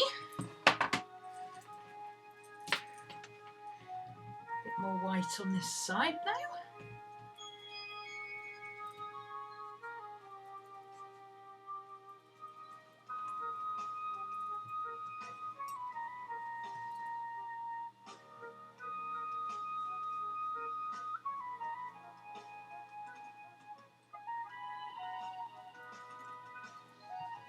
I don't very often work wet into wet with acrylic. I usually let everything dry and kind of work in small areas. I don't normally work this fast in acrylic either. So it's quite nice to try a different type of technique. Because let's face it, if I finish 2 paintings in one session, that's a world record for me, right?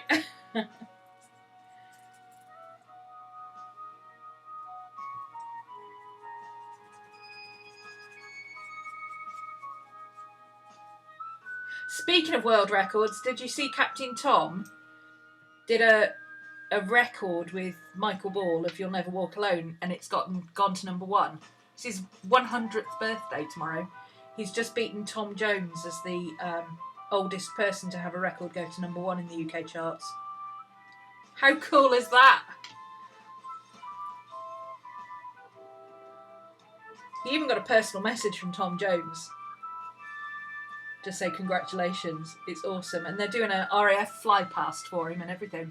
I think it's amazing. He's up to like £30,000, which is $40,000. Is it thousand or million? It's a ridiculous amount of money anyway. He started off trying to raise £1,000 and it's just gone completely crazy.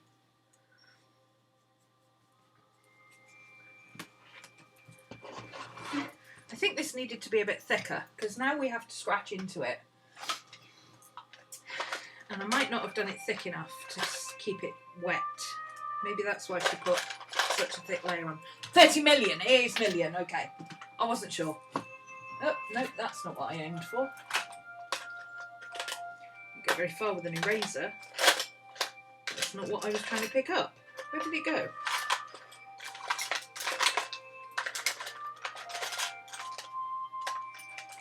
Cocktail stick, that'll do. We haven't got time to mess about. Need to do this before the paint dries. Oh, come on. Get out here. Now.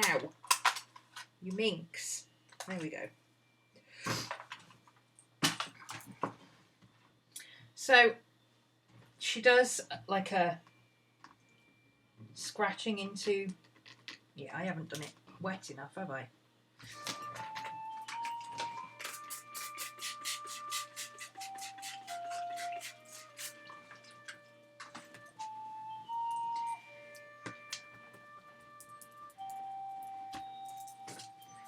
I don't think the paint's wet enough or thick enough.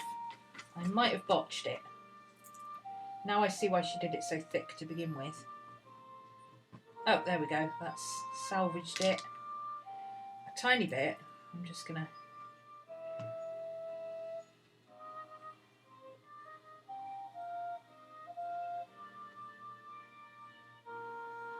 Put a kind of leafy design. She didn't use a leaf design in her Bumblebee. Oh no, there's dog hairs all over it. How did they get dog hairs all over it?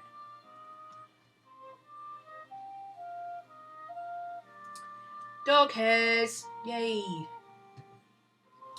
It's not a painting if you don't have dog hair in it, is it?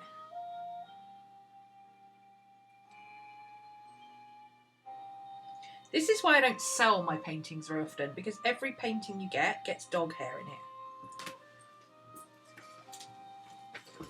Let's use this slightly cleaner, less dog-haired towel. I always make sure that people understand that they could have random dog hairs in their paintings, because that happens. I call it mixed media.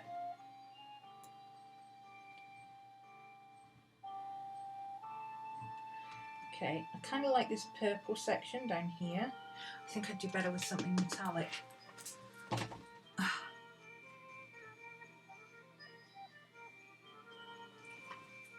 I know what I need to use, but I can't find the damn thing.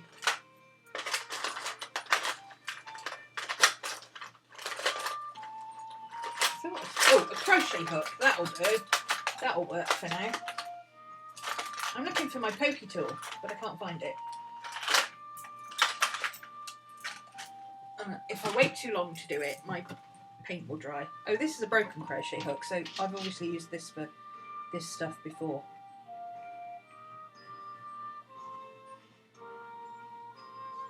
That's better.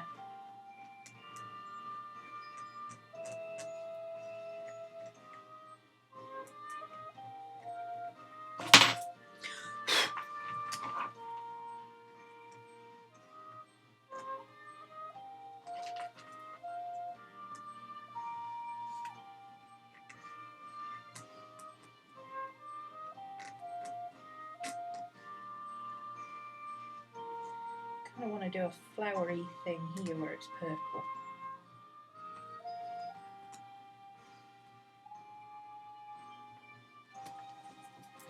Can't see the purple, but...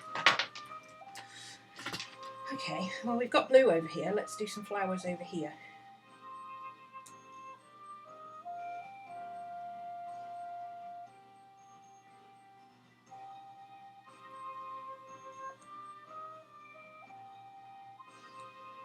Guys, do not let your paint dry when you do this bit.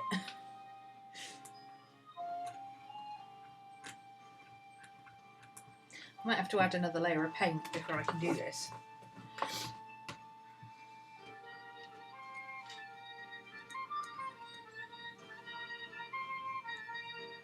See, where it's still wet, it's working okay, but...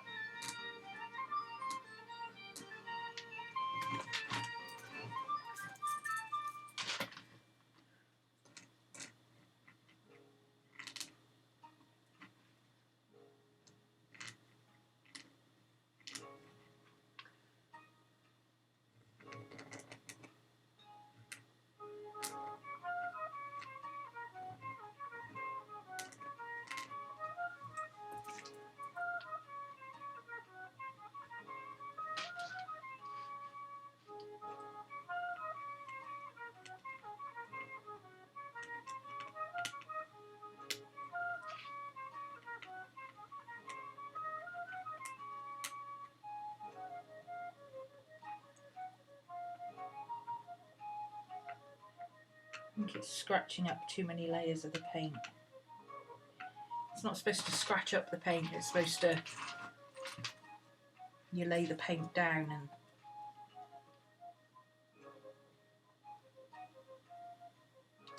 see it's picking up the blue as well. Never mind, looks alright. It's fun. It's different to Micki's, that's fine, that'll do.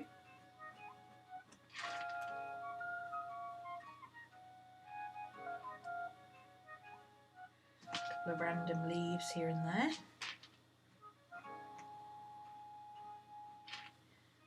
Probably get a few of those painted over later, but that's okay.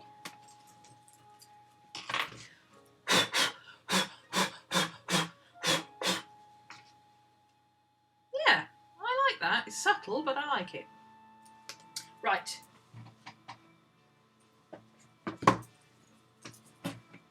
This time, we'll do things differently. Oops. Yeah, put it in our white paint. This time we'll do the white paint thicker.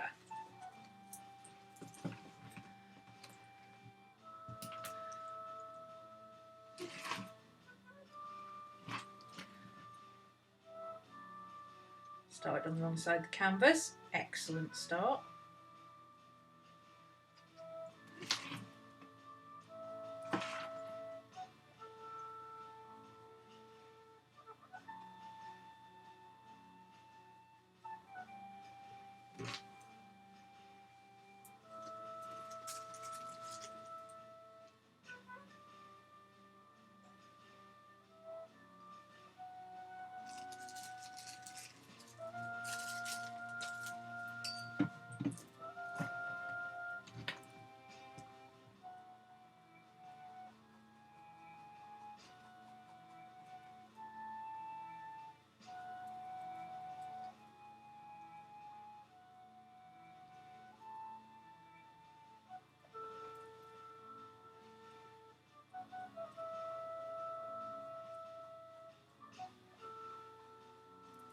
Again, I'm not worrying about the edges, I'll deal with those later.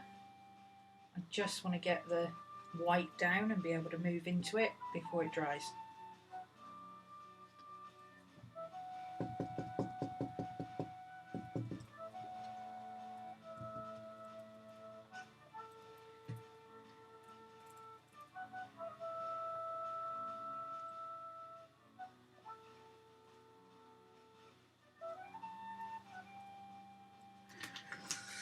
Okay, I think I want to recreate the diamond pattern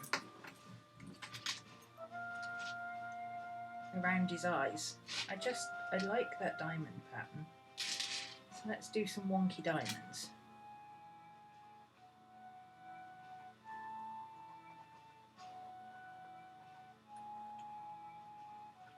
See, that's working much better.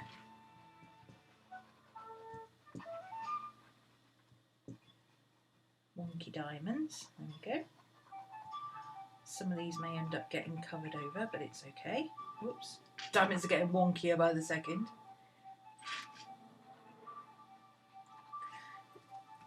And I like stars, so let's put some stars in here as well.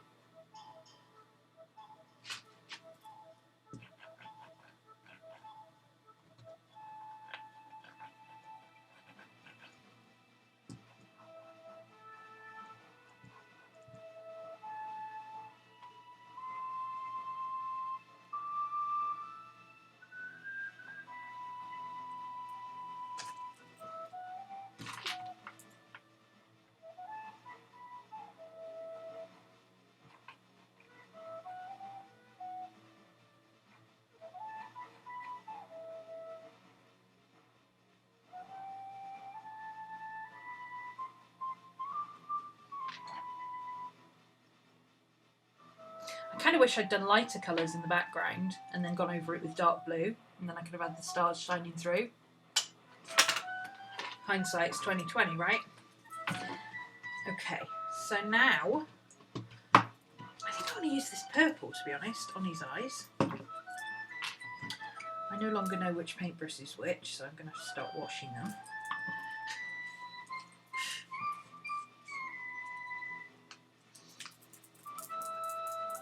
Like the flies that look like bees. There's quite a few of those around. All of your spiders are called Boris. Most of my spiders I call Boris, but I've got one in my bathroom that's called Lucky 7. The reason he's called Lucky 7 is because he's been around for about 4 years and he's only got 7 legs.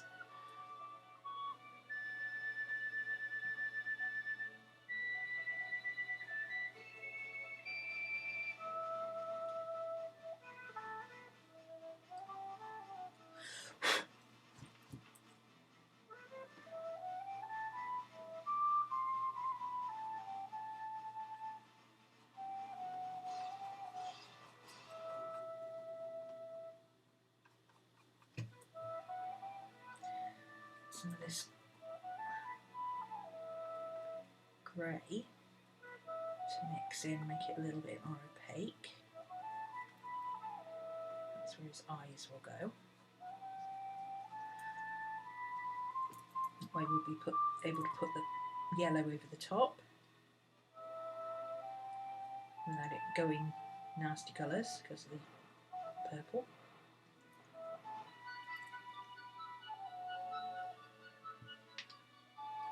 He's looking cool. I like this.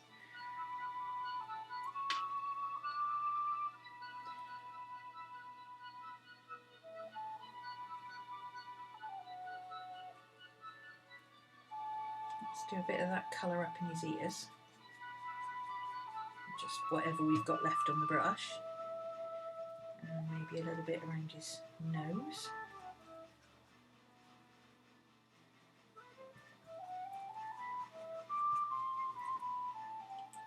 He's cute. I like him, he's cute. Okay. This is going much better than the other one. But we can salvage it. We can salvage it. It's okay. It's okay. Actually, I quite like this one now I've come back to it. I think it could stand another layer of white paint and redo the scratches, to be honest. Because they look really good on that one. But they don't look quite so good on this one. But then again, I don't know if my mum would actually be that into very hard colours. This is dry, so I'm just going to brush the bits off where it lifted, where I scratched the colour up. It's lifted some of the paint, so it's got blobs, but they're dry blobs, so we can wipe them off.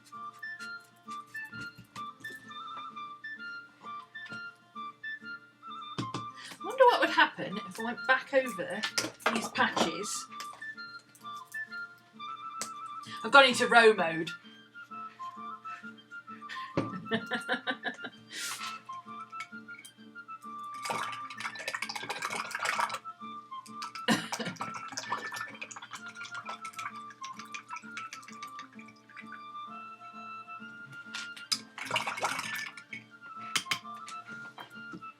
Graffito. Oh, that's what it's called, isn't it, when you dig into the paint? Yeah. I'm going to go over some of these areas with a bit of coloured paint.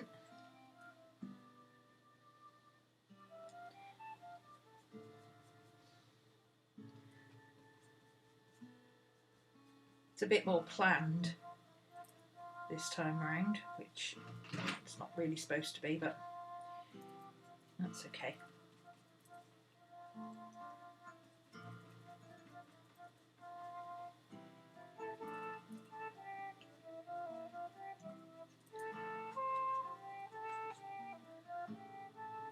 Just more layers. More layers, more fun, right? Okay. A couple of little green bits there. I like the way the wings are looking. I like the dappled effect of the wings. That's really cool. I've missed that wing again, haven't I? Mother of bloody chickens! How do I manage this every time? Oh, I swore. Whoops. Sorry, YouTube. But come on, if Ron Weasley can say it in a Harry Potter film, I think we're okay for YouTube. Especially since my videos not aimed at children. Oh, I've got the grey here. I've got to try and avoid getting any purple in it, even though I've already mixed it all up.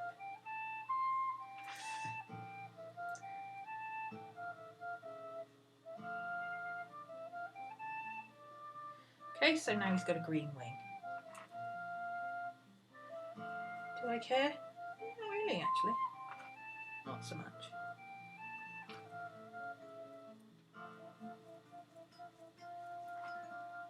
Tone down some of this blue.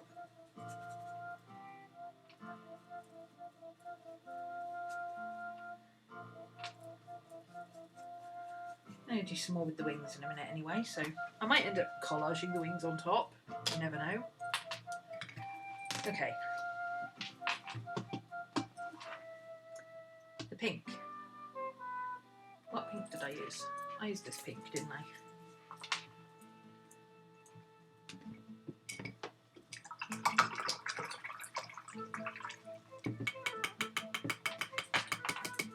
Don't drink on a school night. What school night? There's no such thing as a school night anymore.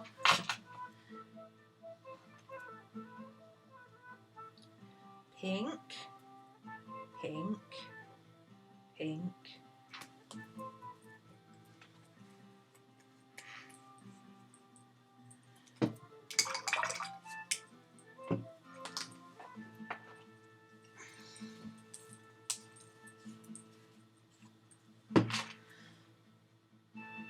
Purple, purple,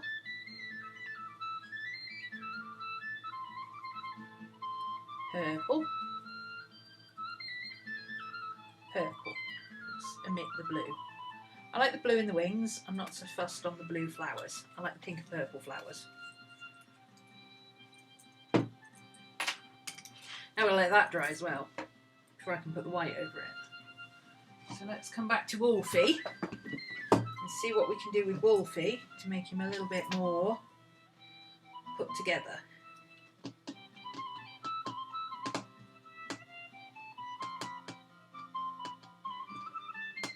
We need to give him some more shape. So go with a little bit of Payne's Grey.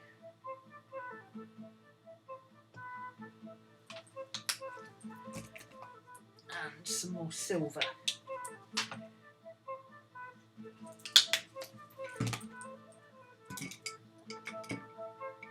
And my fluffy brush.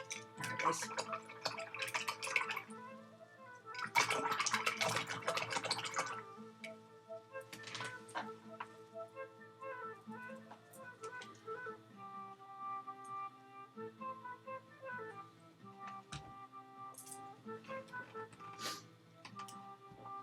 Okay.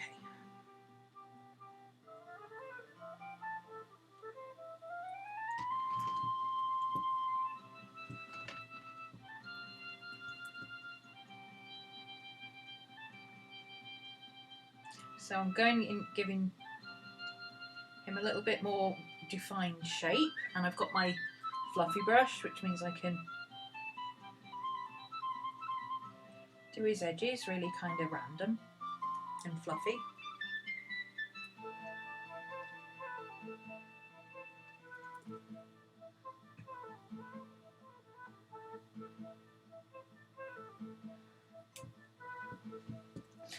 I'm trying to keep him fairly light because he is supposed to be a ghost wolf, but you know, ghost wolf, white background, we're gonna have to do a little bit of jiggery pokery, right?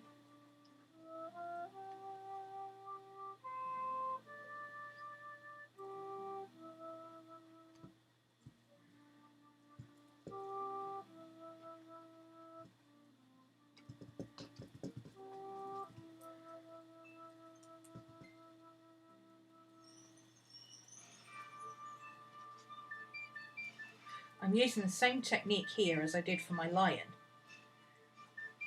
in Copic markers, which is to put in the dark, well, with acrylics you have to work the other way around, you have to know which ones are opaque, but you put the opaque, the translucent ones underneath and then you go over them with opaque ones so his chin's got a little bit too high now, so I'll come back in with the dark grey, with the light grey that is more opaque, and bring his fluffy bits back down over his dark bits. That way you get depth.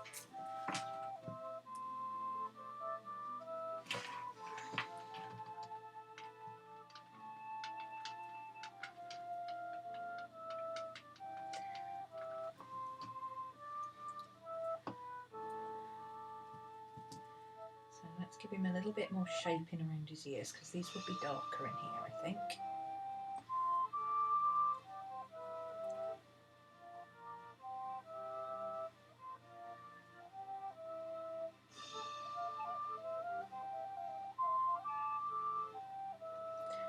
Do a bit more there, I think. I'm trying to get his face balanced.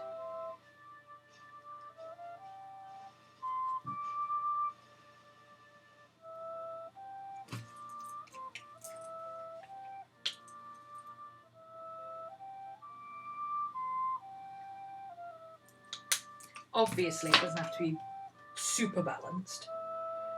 We're going very sketchy here, but let's take that bit off the corner there. I like that. That's better. Gives him a little bit more shape. Add some silver into there, like it's his fur. Get some more dark in under his chin here to paint over.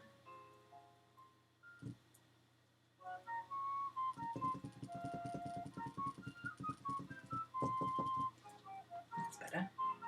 Get some more dark in around his eyes here.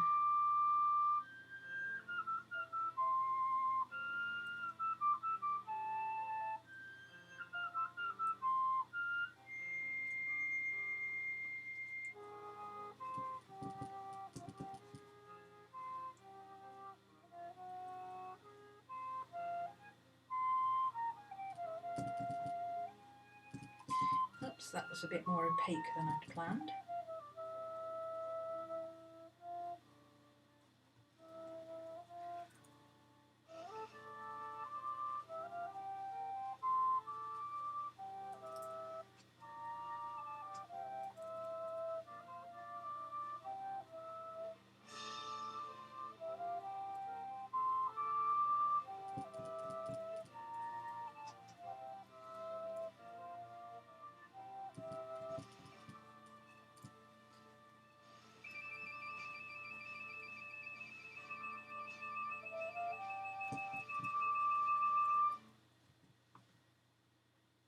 Yeah.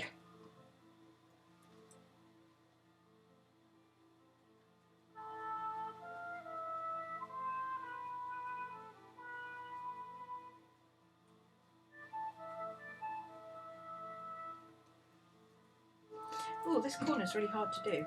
This corner's really easy.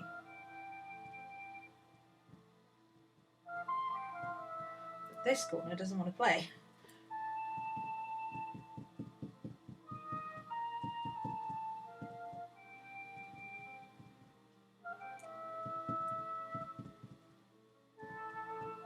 Okay, there you go.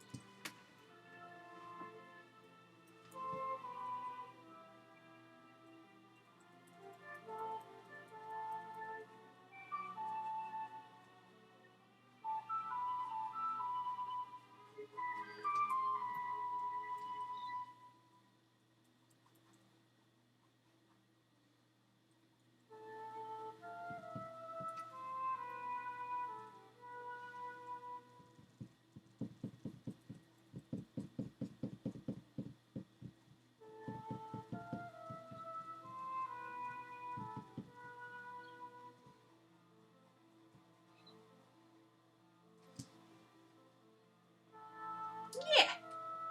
Oh, big fluffy puppy.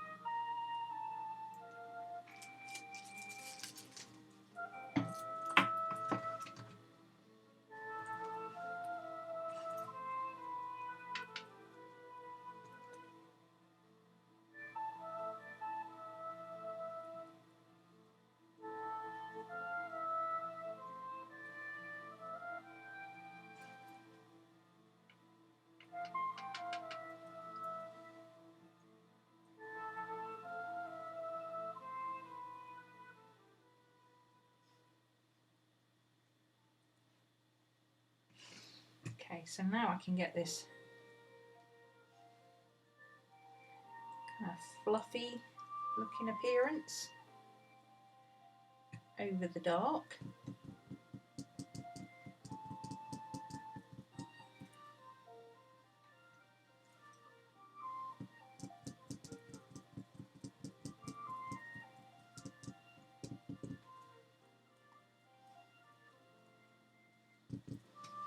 See, it makes his head bigger.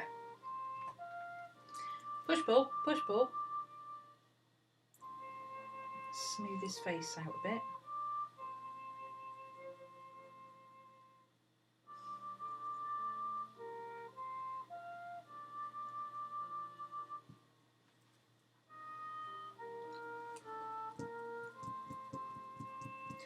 I'm trying not to use just one colour, I'm trying to let the paints mix on the canvas and in my brush, so I don't get that hard kind of, ooh, let's just paint this bit, this colour. Okay, let's lighten his ears up a little bit, put some silver and white in there.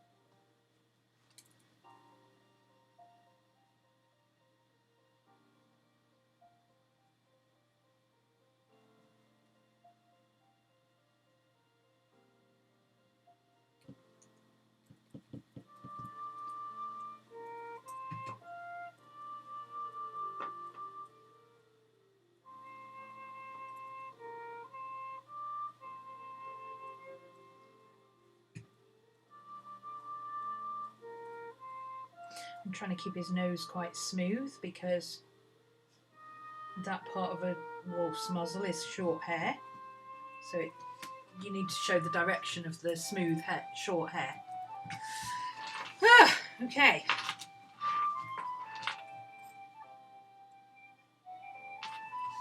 He needs to be left to dry before we do his top layer. Now this one I need to do some more white on.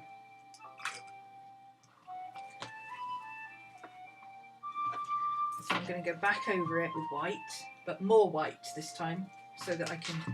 Oh, I've got white out. I just need to not get grey in it.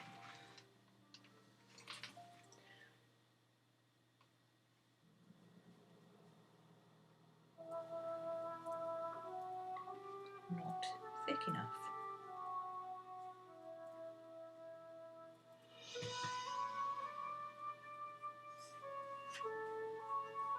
Don't paint the wing.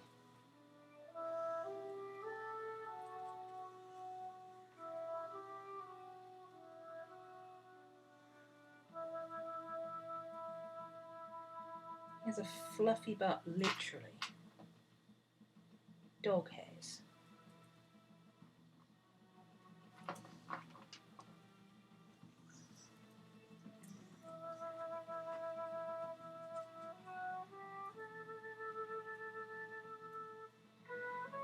Is that going to be thick enough this time, do you think?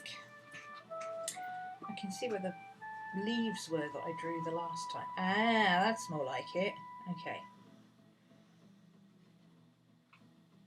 See, I've learned something today. I've learned why she put the white paint on so thick. Where did I put the pink? Down here. Yeah.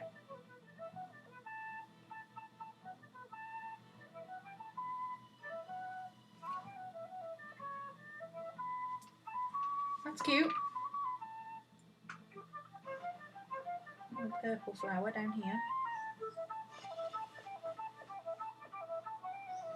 It's easier to do when you've got more time as well. This is why, even if you're already a professional artist and doing teaching yourself, it's still important to do classes by other artists. Because I've learned something today.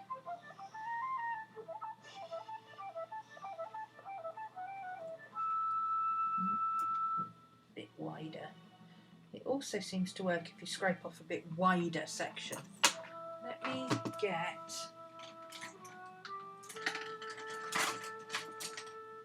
see. What have I got? That's got a kind of a pointy end to it. Let's see if that works better.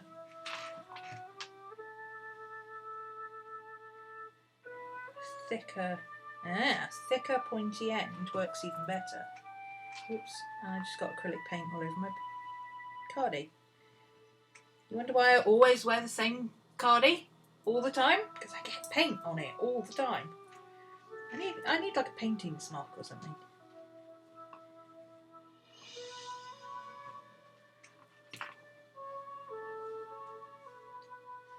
Oh yeah, this is working like gangbusters. Yeah. Nice. I like it. Okay, let's redo these before they dry too much.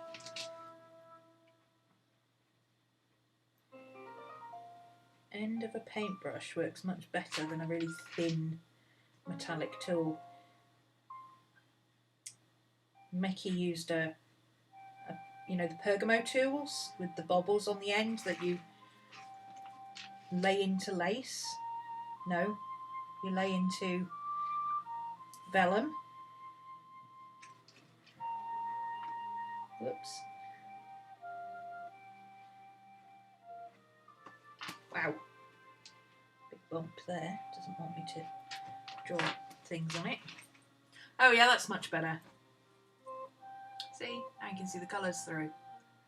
I like it. Let's put one here. A couple of random ones, because I don't know how many are going to get covered up by the Bumblebee. Let's do the top bit now. That went straight in the paint.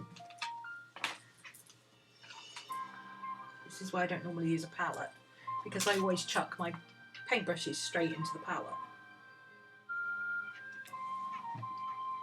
Okay.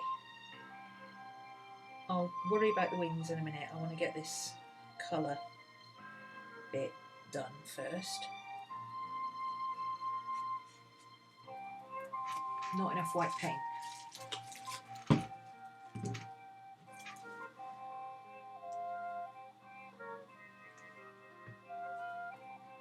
there's our pink bit. Purple bit. Let's define those first before the paint dries too much.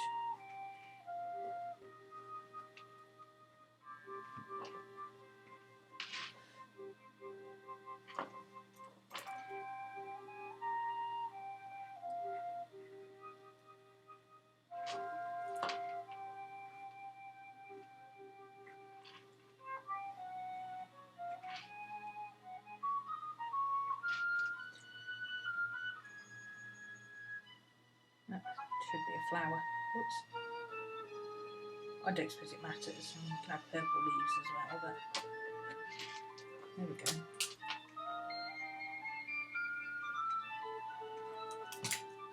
I've done it again, look.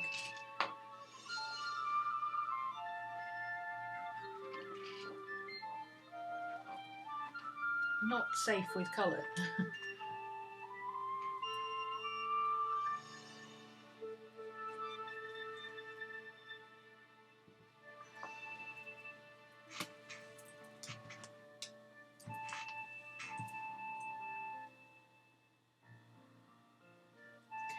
This is probably the goopiest and messiest I've worked in a long time. But it is giving me some ideas for what to do with my big wolf painting that I need to work on. Oh, why is that not dry? That should be dry by now. Never mind. Just pretend. Doesn't matter.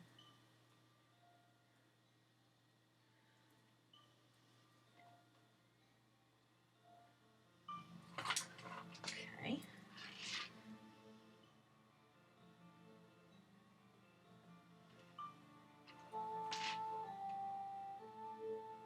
It works better if you let the white dry just enough, I think. You don't want to let it dry too much because it goes a bit crazy.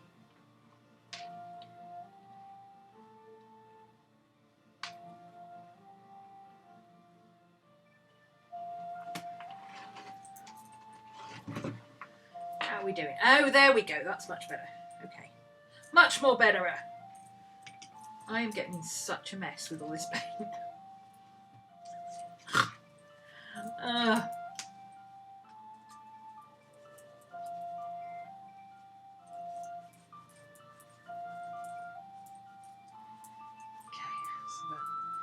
Little bit of a tidy up. There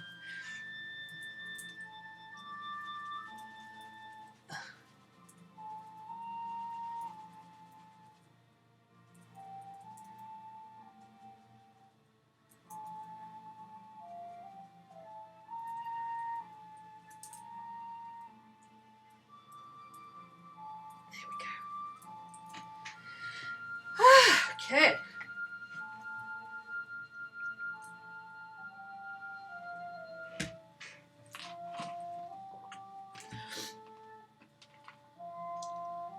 Let's get some of this honeycomb painted in.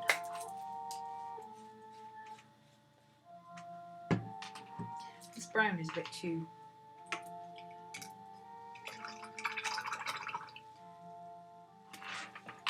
transparent, but I don't have another dark brown, I don't think. I do, but that's transparent as well. Ooh!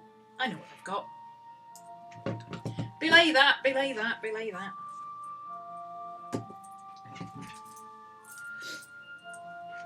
Oh, I've got dog hairs up my nose as well now.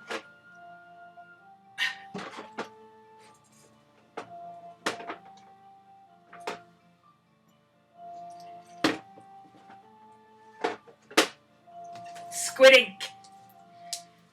This will work. Possibly one of my favourite paints ever. It's kind of a purpley brown. It is opaque. So what I'm thinking is I'll put the honeycombs in the corners here, just kind of random.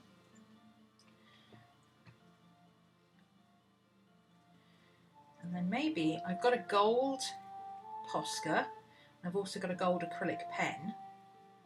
Could maybe do the honeycombs over the top. Oh, that's what was there. Okay. Let's do a little bit there.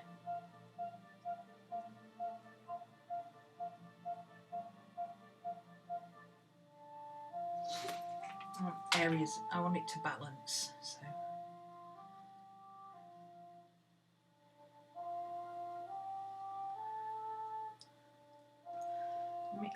Mixing it with the white gives it a little bit of something. Not quite sure exactly what it gives it, but it gives it a little kind of variation in tone, I guess.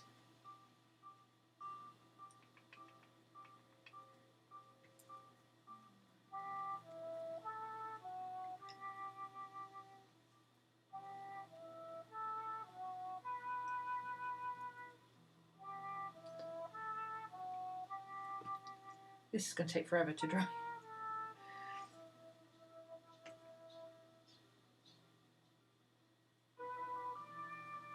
I'm liking the textured look of these bits.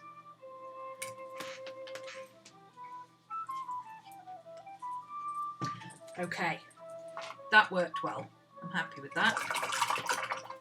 I'm going to switch to a slightly smaller brush. I'm going back in with some white. I'm going to redefine the edges of my bee before I go in and paint him.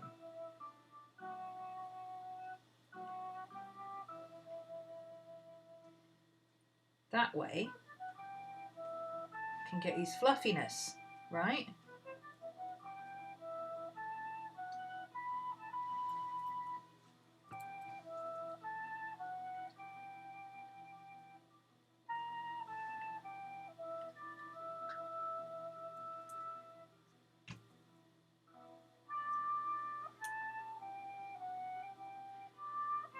Considering doing the wings the same way, I can't remember if that's what Micki did. I remember the first bit of the tutorial really, really well, but then the end of it kind of fades.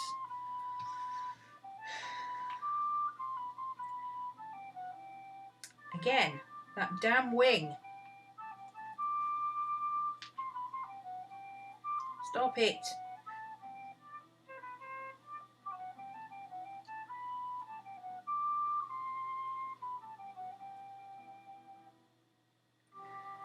A bit more white into these areas around the leaves, and then that'll make them pop a little bit more.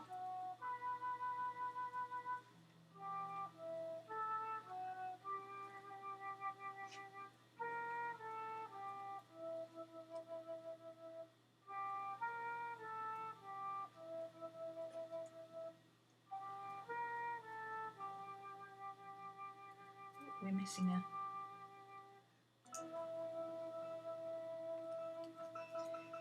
thingy. There we go.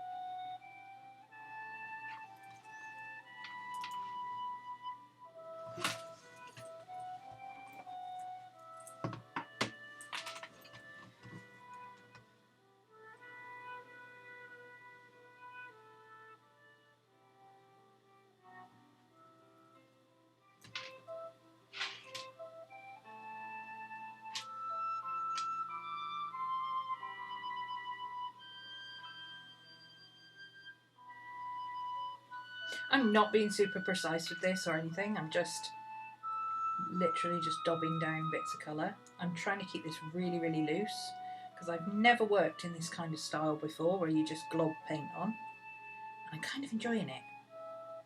It's very fast, I've got to say. It's a quick way to work. Get the edge of that wing in there.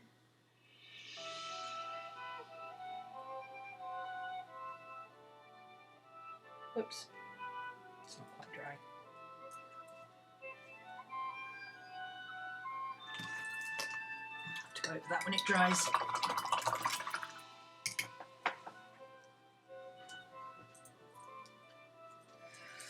Okay. Now what I'm thinking is put silver on the wings, let it dry, and then put white over it.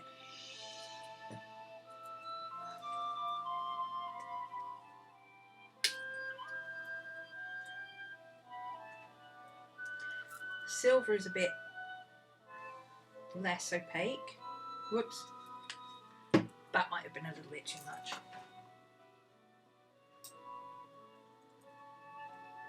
Okay, let's put this in here like this.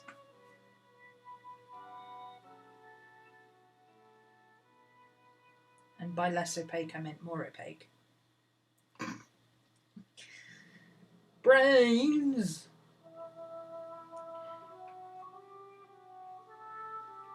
I'm just not digging the blue. I like the transparent look on the wings, but I'm not digging the blue. So I'm thinking, put silver on it. We can do this thing again with the white. And we'll get some of the blue, but not huge splotches of it.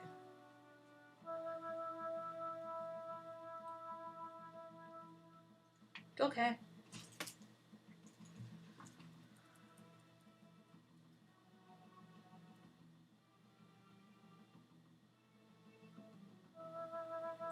Paint the wing.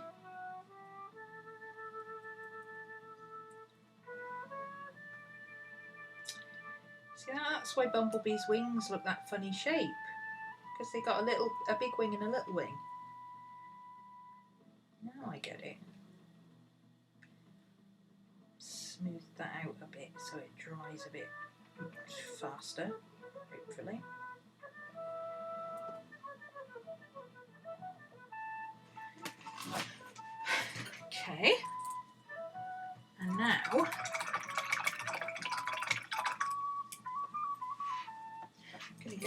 my Payne's Grey again. I'm going to use that for my bee colour, like I did with my wolf.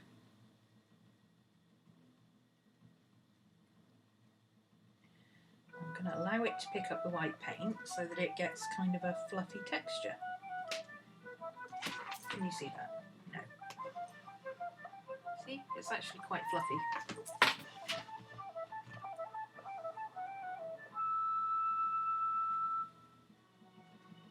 Little fluffy bumble neck.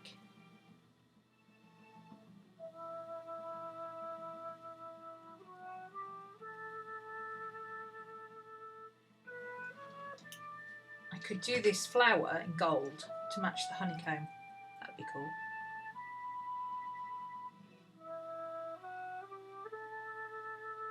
And grey will work the same as the black here. The same as the white here, sorry. Got a little bit of silver in that as well, but that's okay. I'm good with that. This is why I go through so much Payne's Grey, okay? Because I love it.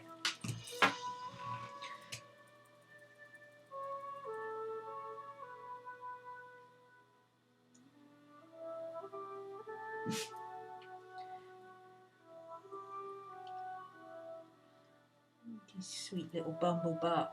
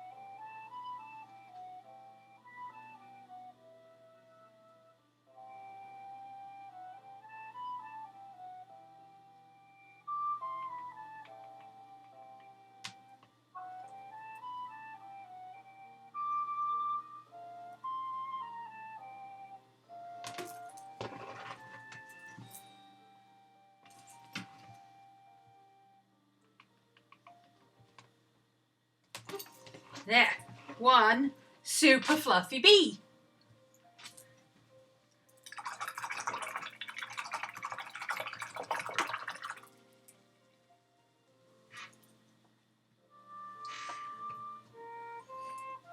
Now I want some of this golden colour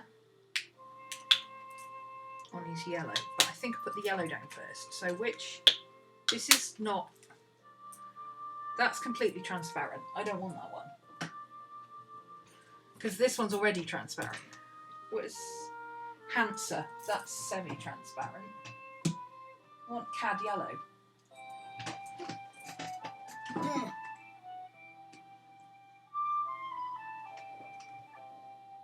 Oxide, sienna, cad yellow. There we go. Whoops. Oh.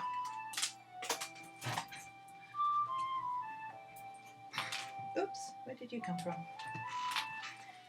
Cad yellow is usually the most, or cadmium anything is usually the most non-transparent, but it's still going to be transparent because acrylics just tend to be mostly transparent. But that's a nice bright yellow, I like that.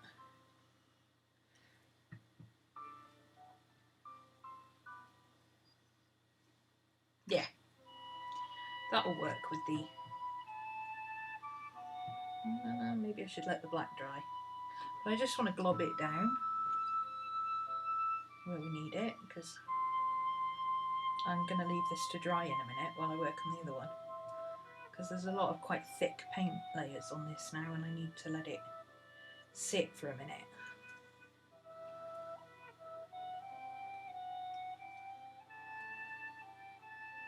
And the colours underneath give it an interesting kind of look.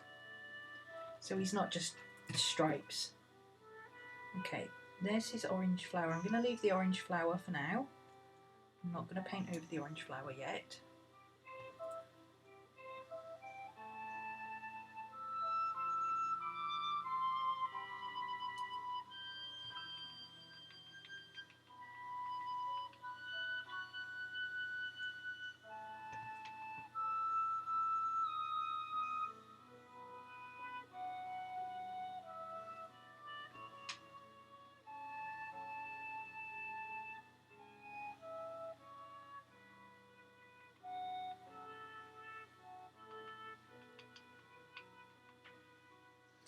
This stripe a little bit wider by blending it up into the black.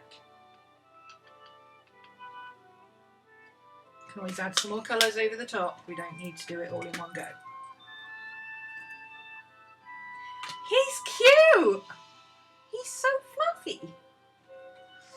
Okay. Before I work on the next bit, hey Vicky! Before I work on the next bit, I'm just going to take a quick potty break and grab another coffee. So if you want to take 5 minutes for a little bio break, you're welcome to.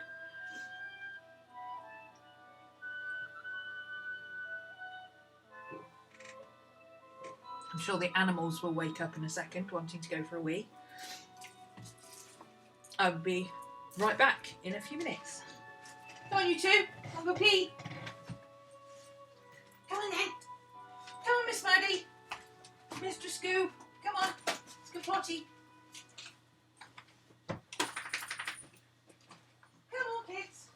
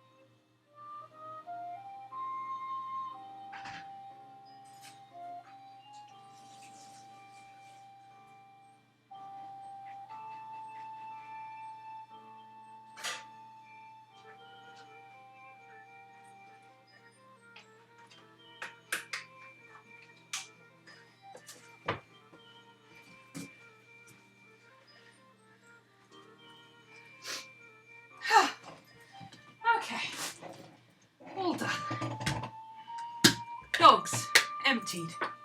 Oh, we're doing One Book July. Do you know, it's funny, I was just thinking about One Book July because Vicky turned up. We are doing One Book July. We don't know what we're doing yet. We've been brainstorming some ideas. But honestly, I can see us doing the basic one. Kicking it old school. Back to basics. One Book July. The OG. Because it's 2 months away. We could still be in lockdown. Or just coming out of lockdown. So we might have to do One Book July, WTF is a planner again. Because I don't know about you, I haven't used mine in a while.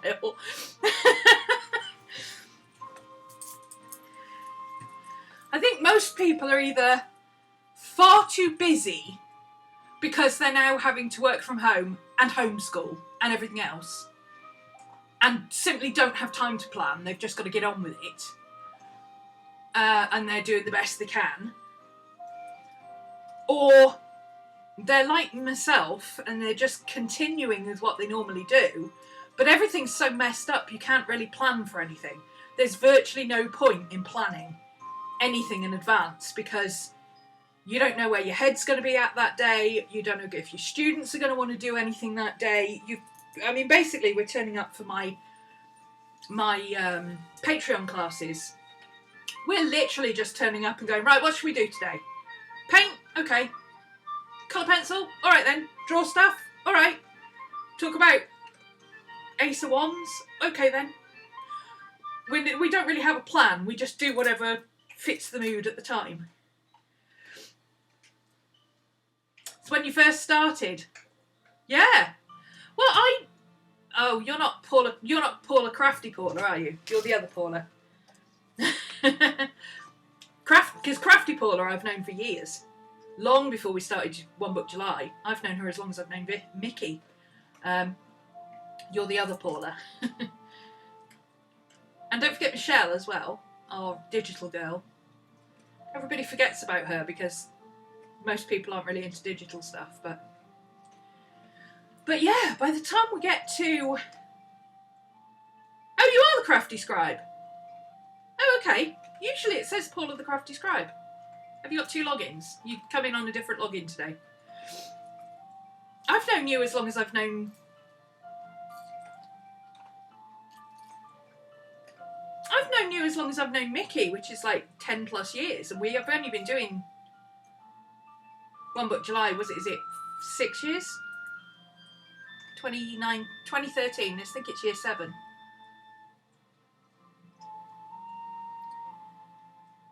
Maybe a planner as a journal. Yes!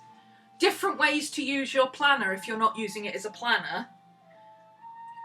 Or, because there's an awful lot of people, there's so many people in the planning community who are a bit miffed that they spent an absolute fortune on the ultimate planner to get them through 2020 and they haven't used it yet.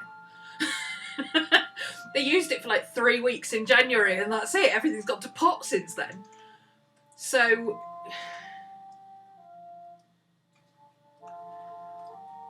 The ones in the hospitals are really busy, yeah. I think you're either so busy you don't have time to think, or you're so kind of floaty and trying to get as normal as possible that you can't really plan for it. The most I do at the moment is write a list of ideas that we could do today. This is potential what we could do today. Because I was trying to plan for it, and my students told me off and said, you can't do that. This is not normal. You can't try and pretend that everything's normal when it's not normal.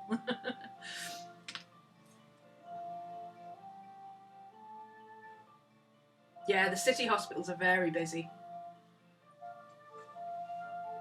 My friend works at one in, I don't know exactly where it is, but I know she lives around the Wilkes-Barre area in Pennsylvania. So it's somewhere around there. It's one of the big hospitals around there. There's quite a few. So, and she's radiology team, so they're basically dealing with the whole hospital at once. 2013. That was the first year we did One Book July. But you were on Tam's site before that, weren't you?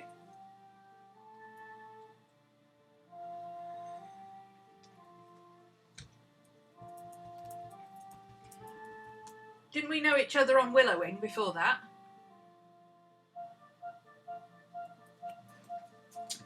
Right, I like this purple. I want to put some more of this purple in.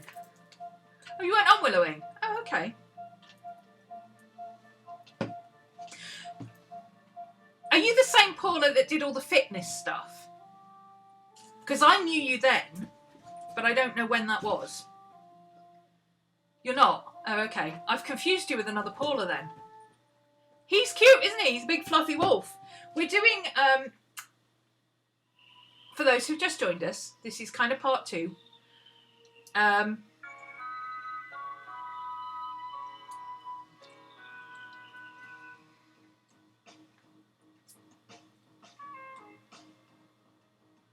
Yeah, they love One Book July. It's round about this time that everybody's normally going, are we doing One Book July yet? Are we doing One Book July this year? What are we doing for One Book July? What are we doing for One Book July? But everybody's all over the place. But yeah, there's a lot of people who had a really, really nice planner this year, especially the Hobonichi girls, and they're all like, well, I haven't used it yet. That was a waste of money. I'm really liking this. I've got a B as well, which is closer to Micki's tutorial. The big grey patches are going away in a minute. Don't worry about that. It's kind of silvery grey. But I just had a really good idea for his wings. So, but this guy, I want to contrast the purple with... Oh, I should have changed my water while I was out. Yeah, I still pretty much do bullet journaling. I'm back in my little book again because I'm using different sketchbooks now, so I've settled on that now. I like my little book for planning, but I just do what I feel like on the day. So if I feel like doing proper bullet journaling, then I do proper bullet journaling. If I just feel like writing a list of stuff that I need to do sometime this week, then that's what I do. I'm not really... Summer doesn't start till One Book July starts. Right.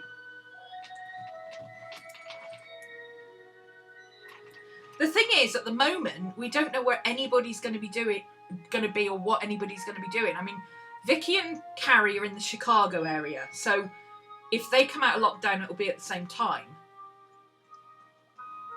But a lot of American states are talking about lifting their lockdowns in the next couple of weeks.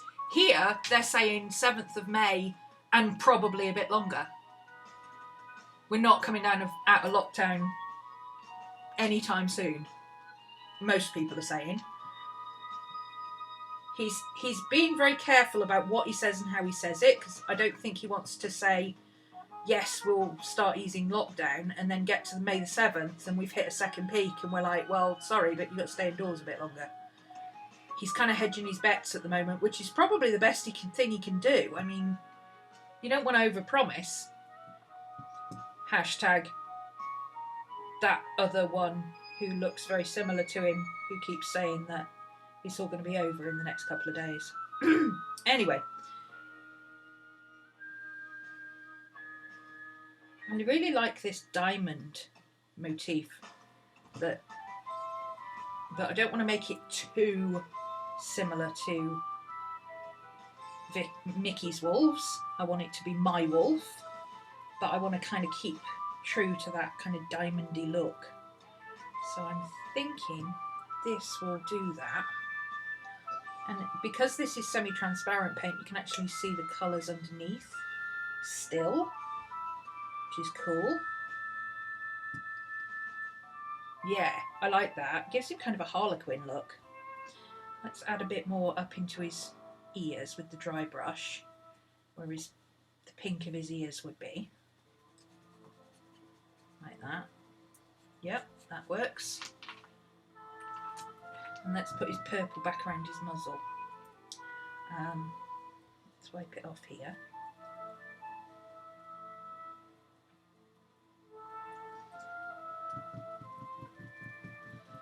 Kind of dry brushing it on over the silver, so it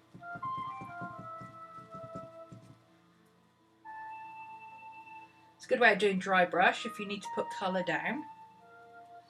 Put it down in a spot and then pick it up and put it somewhere else. Sometimes you have to go back in and put it back over the spot. But then you've got some more for your dry brushing. So.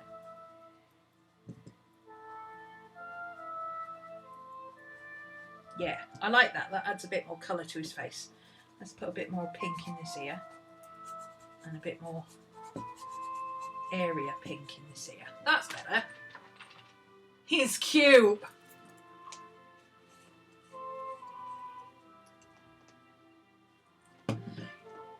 Because of being in lockdown, thinking of going back to basics, one book, one pen. Yeah, well, that's what we're pretty much thinking. It's either going to be what on earth is a planner again, and how do you use one, as we all come out of lockdown and try to get back to some semblance of normal, or it's going to be some kind of watered down mishmash of what we've got now, and it's going to be, well, okay, what are you going to do with those planners that are now half empty?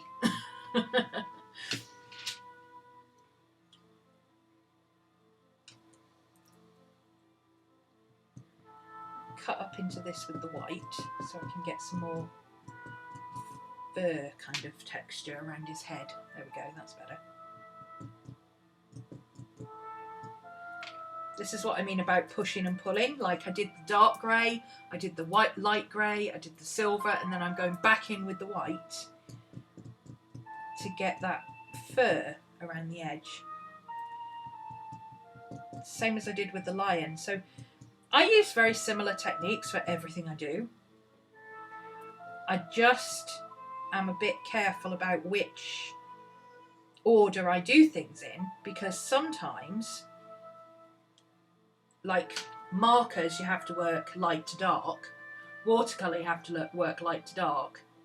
Opaque stuff like gouache and acrylic, you have to work dark to light. Okay, let's get this pulled in a little bit here. That's better. Yeah. Gives a little bit of shape to that ear. I'm not even really painting over it, I'm just kind of pulling it in a bit. You can still see where the shape was underneath. But the more you eke out these edges,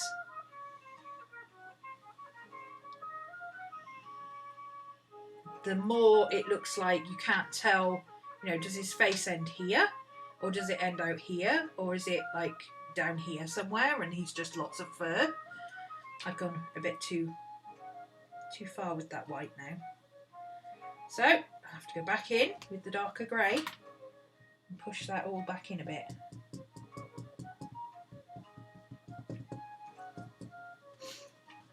Oh well. Let's use the dark grey because that will mix with the white. Got to get his shape back.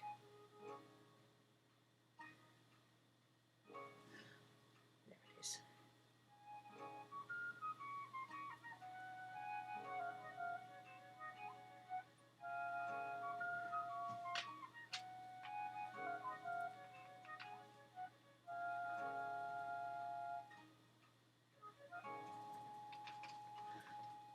Doing a bit of dark over here as well.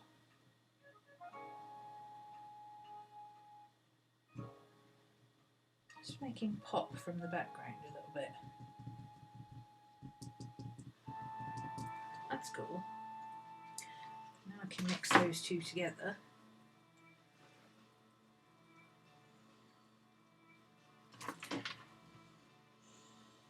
And go back in with the lighter grey to get his face shape again.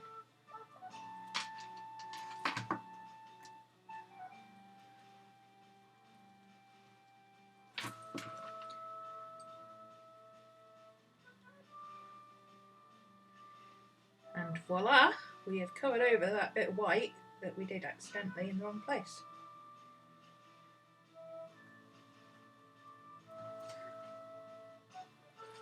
That's cool, I like that. Same on this side. Balance him out.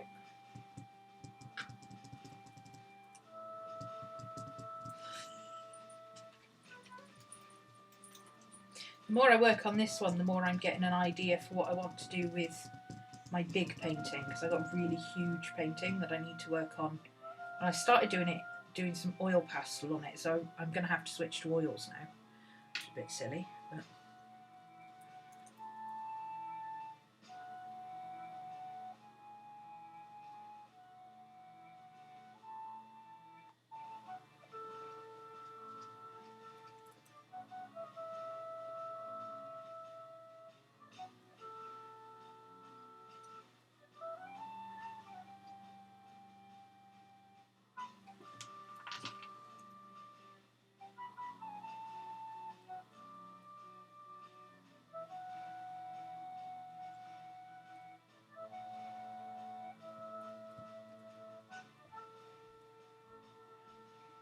These are kind of all blending together now as I go down, so that's why I'm not cleaning my brush.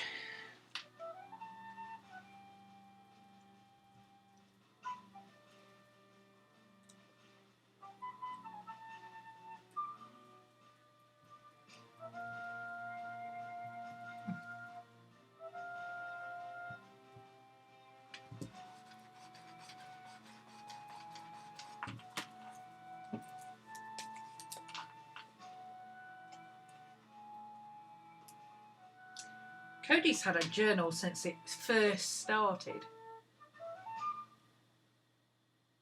19 Ravens or Corvids at the Tower of London, right? I kept doing the same thing.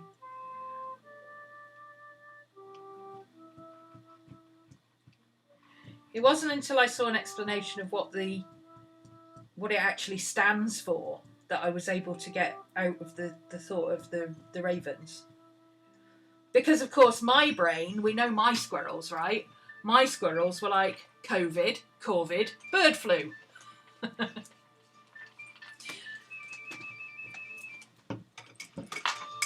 I'm loving this guy. He's cool. Right. What I need to do...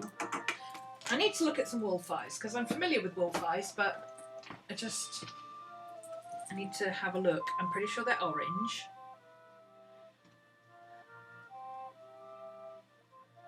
Wolf eyes.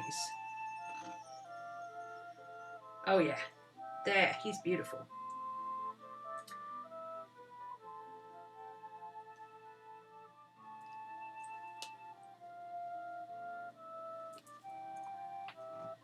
Perfect, exactly what I need. So orangey, greeny, yellowy colours. Excellent, I can use my green.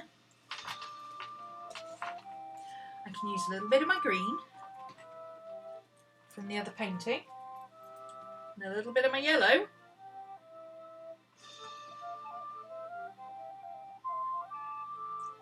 A little bit of the green.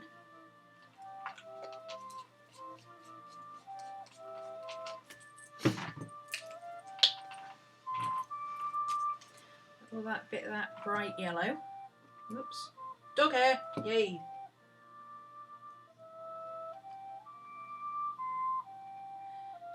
Bright yellow.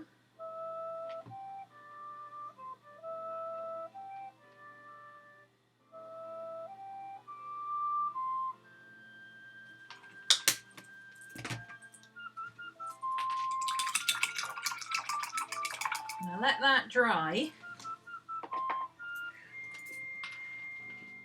Maybe add just a touch of white into it because it's a tiny bit garish. That green is just a tiny bit too much.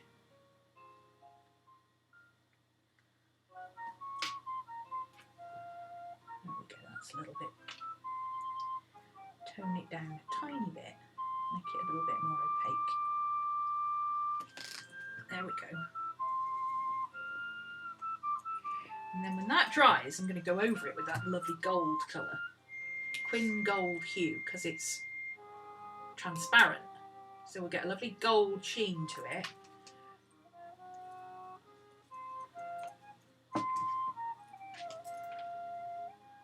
Okay, let's just drop his nose in there again. Where's my square brush? There it is. So while I've got this dark here, reshape his nose, because that's the one bit of him that's actually quite solid shaped.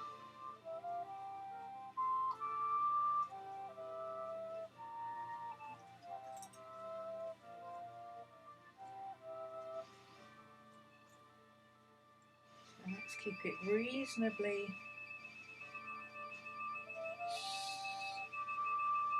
hard edged on this side, with maybe with a little bit of, oops.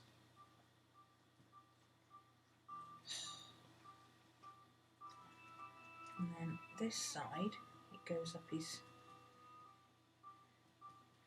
kind of a little triangle that goes up their nose, don't they, of dark fur.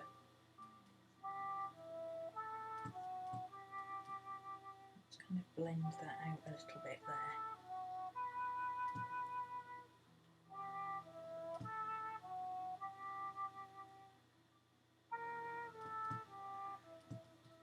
There we go. That I like. It's not too precise. Nice softer edge around here.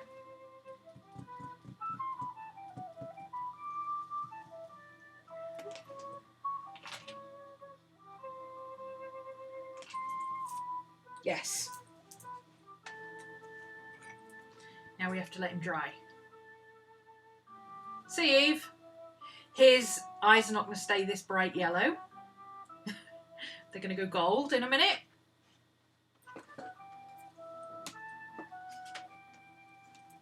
Okay. Hi, B. This is dry now, so I can put white over it. Excellent.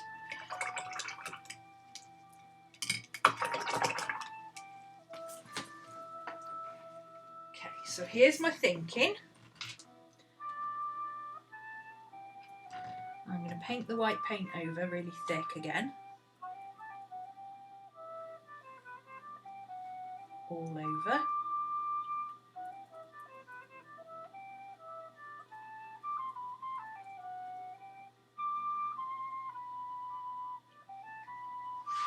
Try and keep his bumbly edge there.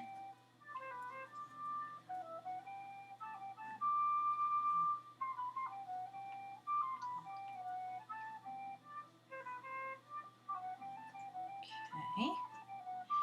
Now, while it's still wet, actually let's get some brush marks going in the same direction there. And while it's still wet, I'm going to go in. Nope, it works better if you leave it to dry a little bit. I learnt this last time, why did I not remember that?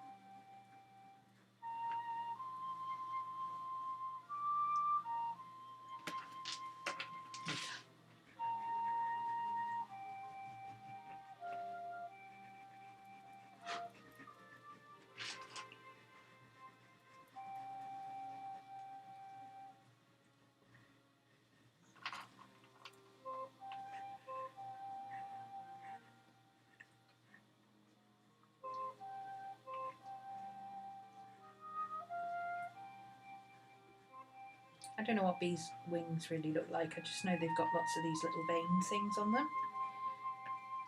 So I'm trying to do some main ones and then some little ones in between. So it kind of looks like crackle, almost. I nearly got my crackle glaze out, but that's going to take about 4 years to dry, so maybe not.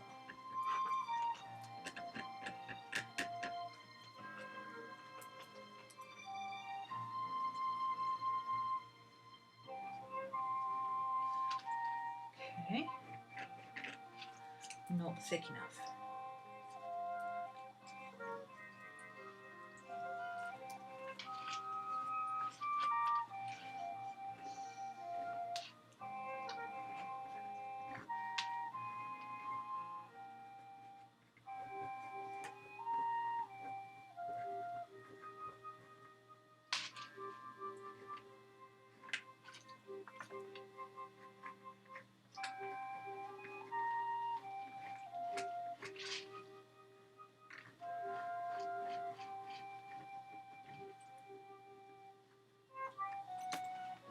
Cute. I like it.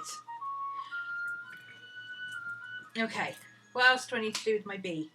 Oh, I know what else I was going to do. I was going to go back in with a wet brush. That brush is so messed up. Let's go back in with a wet brush that's actually got some end on it. There we go. A little bit of green, and I'm just going to do a wash over the white.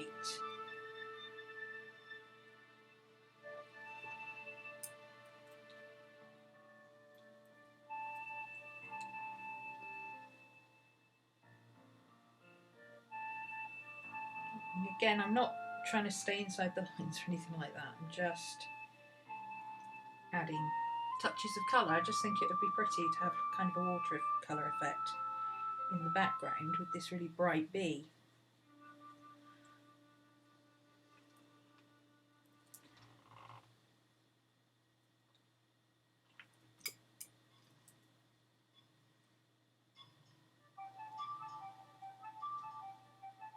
Just makes the leaves just pop a tiny bit at the background as well.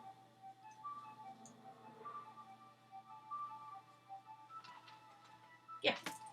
Now I'm going to do the same with the flowers because I just think it'll look really cute. Have just a little pop of colour. My mum likes that kind of stuff, so I think just a little pop of the pink.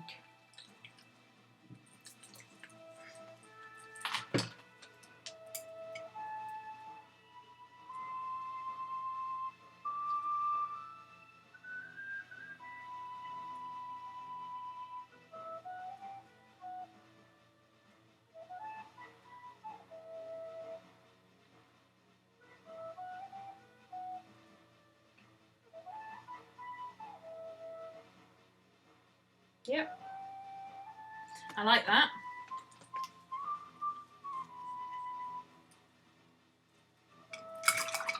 And then a little bit of the purple,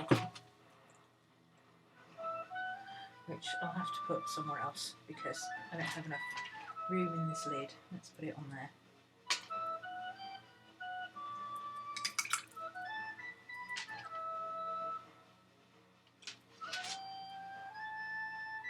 It's literally just like a wash of colour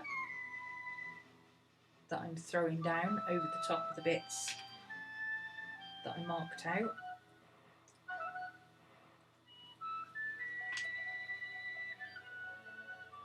That might have been the wrong purple, but I don't think it really matters, to be honest. They're very similar in tone. I think I used a lighter purple, but it's alright. It works. Yeah, I did. I picked up the wrong... But they're two shades of the same colour, so... One's royal purple and one's lavender, so they're both pinky violets.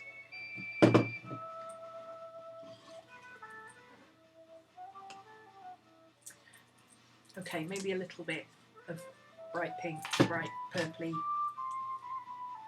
Maybe just a tad. Because I like dark colours, but not everybody likes dark colours.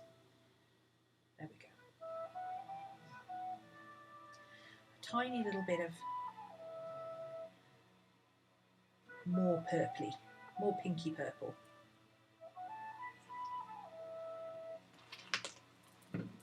I like how this pink is going kind of a corally colour. That's nice. That's a big chubby bumblebee. It's like the ones we get in our back garden that Miss Maddie sees one and she runs away. There's two things she's scared of. Spids and chubby bumblebees.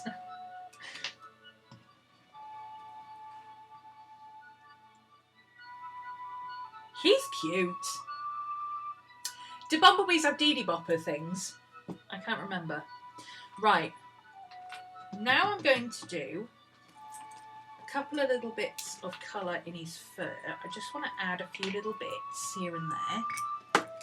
Nothing too much. Just a few darker and lighter tones. So I'm going to use this gold.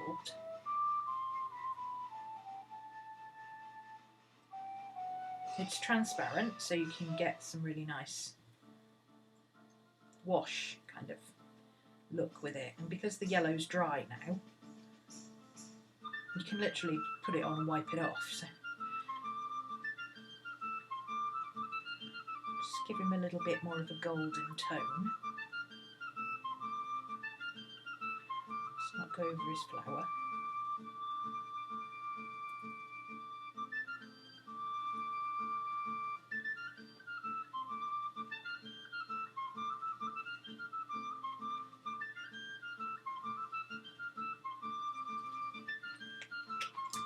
I like that a lot.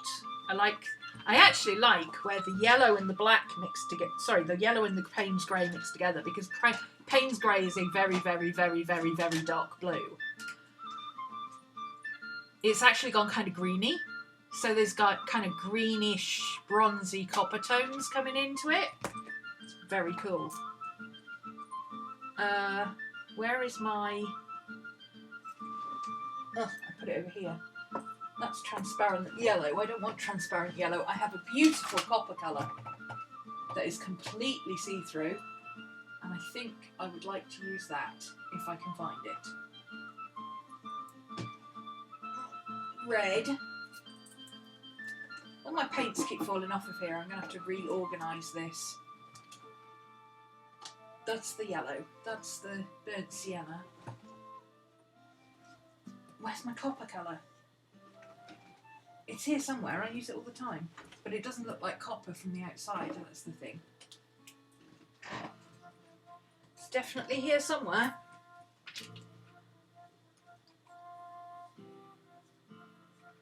Huh. Okay. Well, maybe we'll have to do without that then.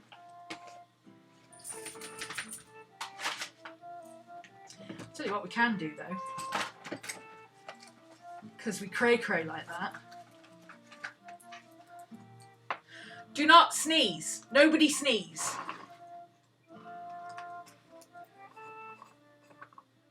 This is yellow mica powder.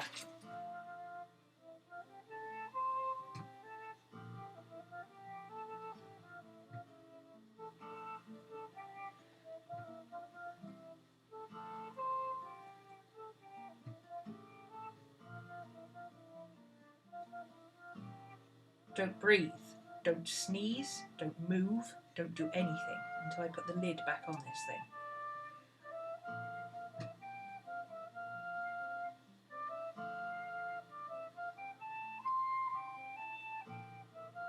I'm literally just dabbing it down into the wet paint. You're supposed to mix it with a binder and da da da da da. I just dab it on top of acrylic paint, it stays. You get a lovely iridescent sheen.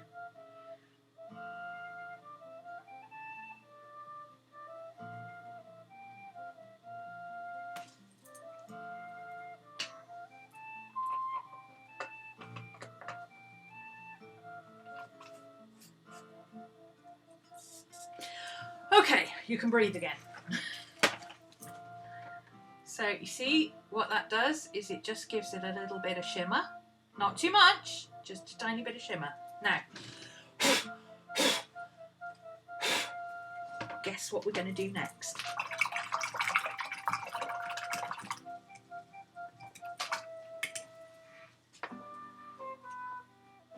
We're going to take some matte medium.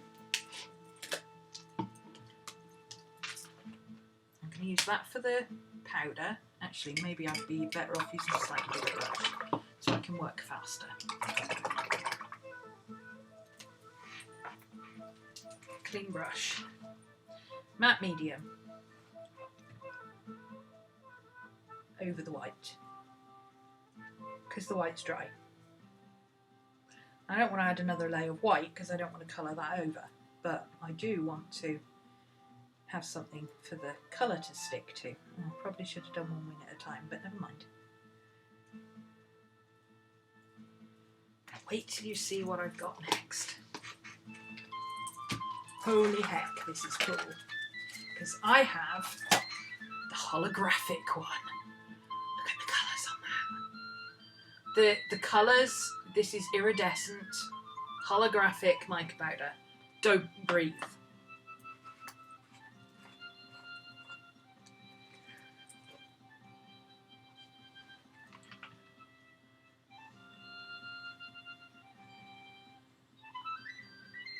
goes a little bit opaque, but not too opaque.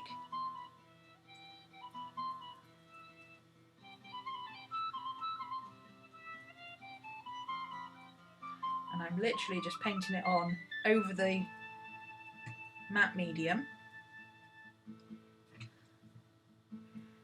which will give the matte medium kind of an iridescent sheen.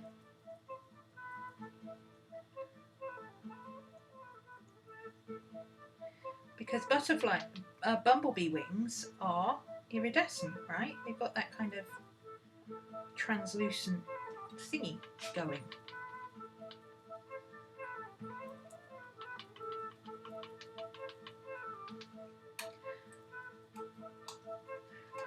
Now, if it was me if I was keeping the bee myself, I'd have just gone over it with glitter paint. You know me.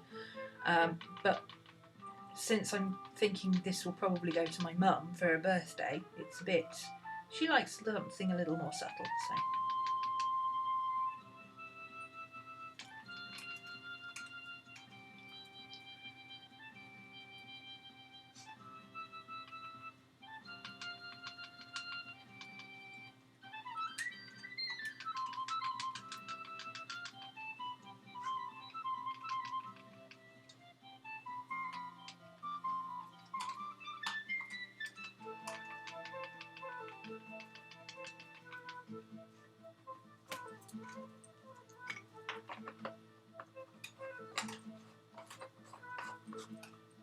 And you can breathe again. Literally gets everywhere, this stuff.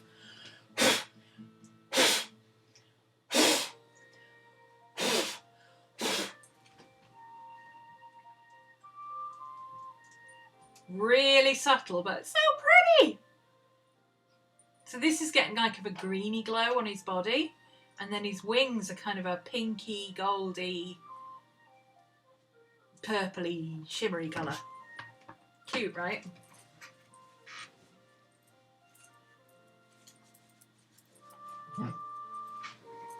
Hi. Now, I want to define the edges of his wings just a tiny bit more, so I'm going to use my Posca pen in silver. I don't know what it is with my Posca pens versus the rest of the world's Posca pens, but mine are very runny and they definitely move with water. But I'm going to spray varnish this, so it doesn't really matter.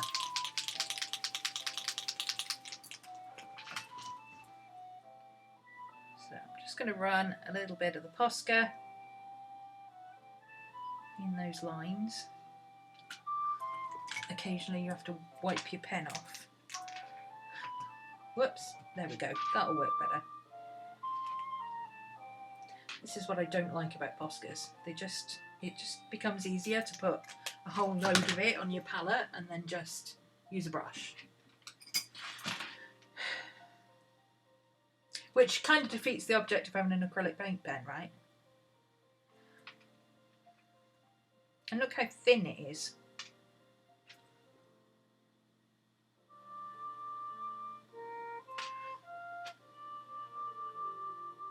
Just gives some definition to his wings. I couldn't have achieved this with silver paint, so Posca's the next best thing to do it with.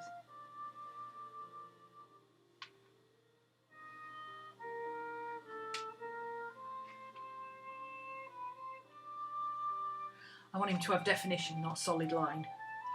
So now his wings look like that. Shimmery! And I think I will also... This is my scuzzy brush. Why do I keep picking this one up? I'm just going to put a little bit of shading. Not too much. Just under that wing there to show that those wings overlap. Tiny bit. That's better. That knocks that back into the... You can't hardly see it on camera because it's transparent, but... So, did we find out if bees have Dee Dee boppers? Cats eating tablets. Yeah, here cat, have a tablet. Fetch tablet, bring it back. Here, cat, have a tablet.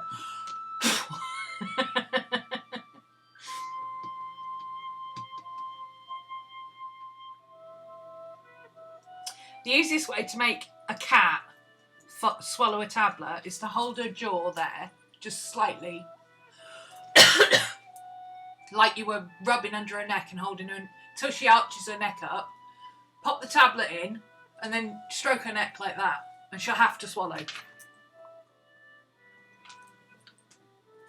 Dogs, you just shove it in a bit of cheese and go, you want a treat? They'll eat anything.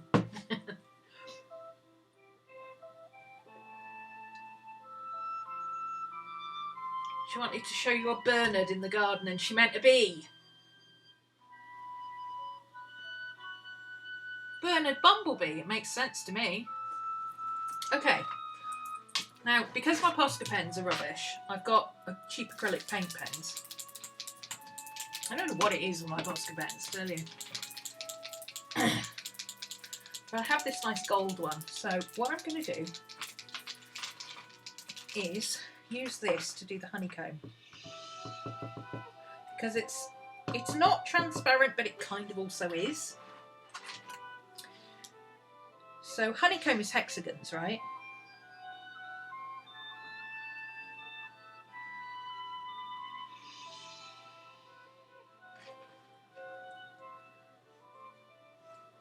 Okay, that's the easiest way to do it then. So we do zigzags there, and then that's straight, and then that's zigzags there, that way. There we go. And this has straight bits, and then that's zigzag. It does dry a little bit more opaque than this, but it's not horrendously opaque. I want it to be kind of shimmery again. I probably could get it a little bit more opaque if I shake the pen a bit more. But I don't want it to be too much.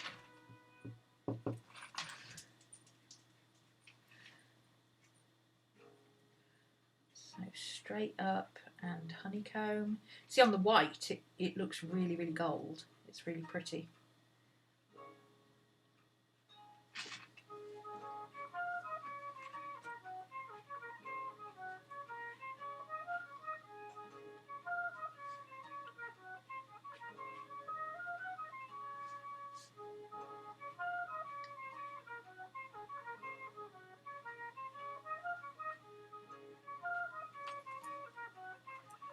Let's do that a little bit further into this area. Get it kind of overlapping with the greenery. Okay, down and across. Down.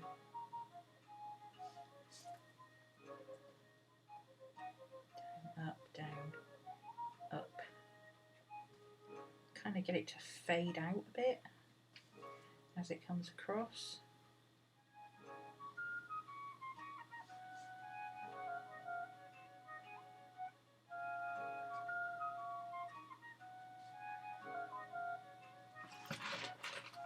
Yeah, I like that.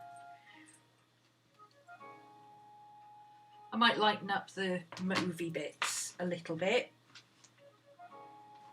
Bumblebees do have antennae. They're called antennae. I always think antennae is the wrong name.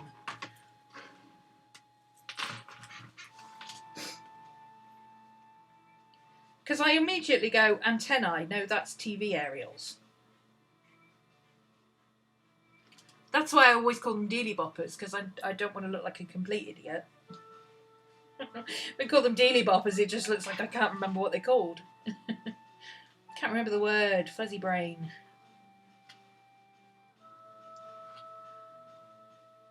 I'm liking this gold effect. It's honey coloured. It's nice.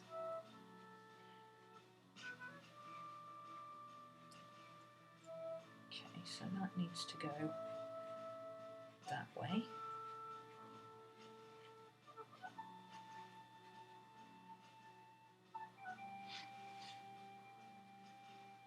Let's fade that bit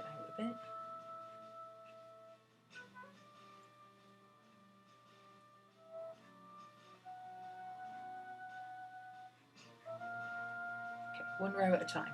Let's treat it like crochet. Let's not up, down, down. Let's not try to do too many lines at once. See, that was too many lines at once.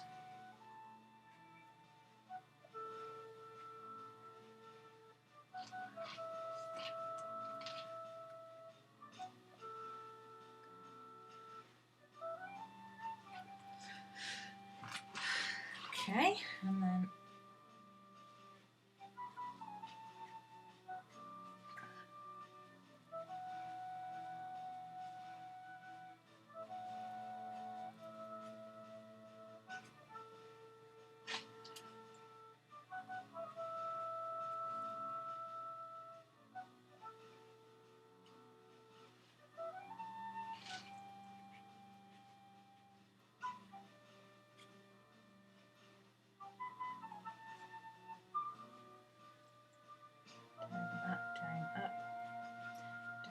down.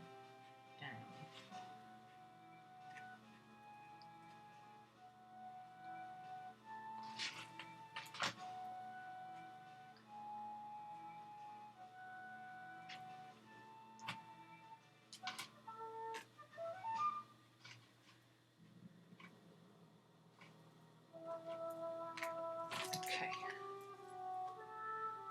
Let's see. This might be a little bit too dark now, I think. I need to put in a bit more lighter colour. So I think I'm going to go with my mushroom, because we used that at the beginning. And I'm going to water it down a bit. I don't know where I'm going to water it down. Is this dry? Yeah, I can put it on there. Doesn't matter if it picks up some white.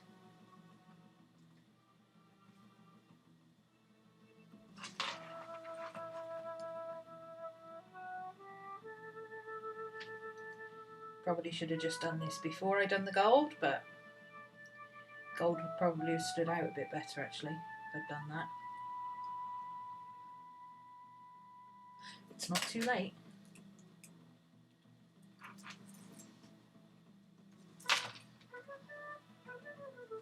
Yes, I've just done all that and I'm going to paint over it, but you know, mixed media, okay.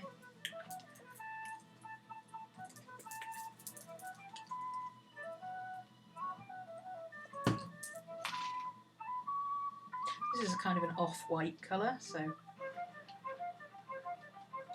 quite good for those times when you want something that's kind of whitish, but not too white.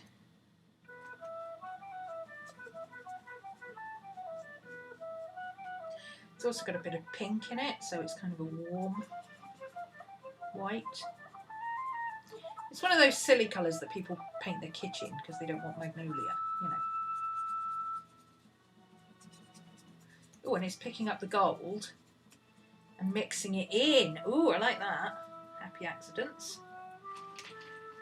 So it's keeping some of the dark bits, but it's mixing the gold in with the mushroom. Aha! Nice. I like it. See, it's a good job I did do that.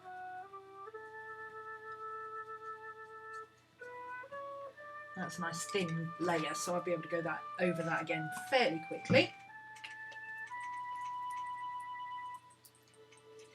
I'll put his dealy boppers in after. Oh, he's cute. That could even go a little bit lighter, you know. Maybe, oh, I know.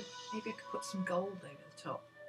That Quin gold that's really light and transparent. Let's throw a bit of that over it. Because why not? We've thrown everything else at it, right?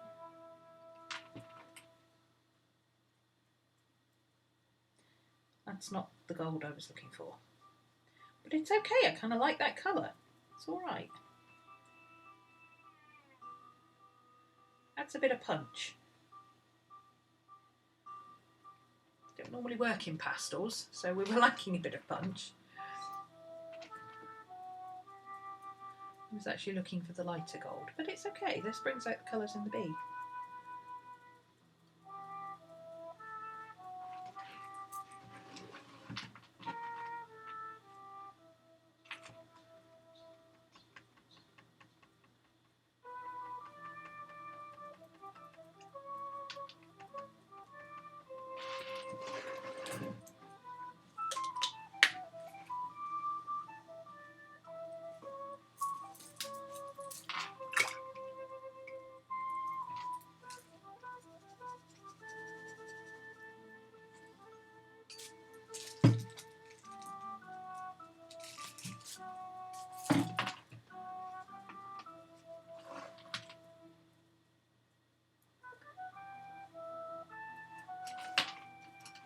Knocking the dark colour back in a few places.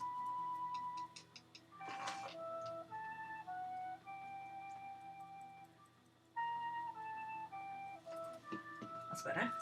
Whoops. More acrylic paint all over my handles of my brush. Okay. B is getting close to being finished.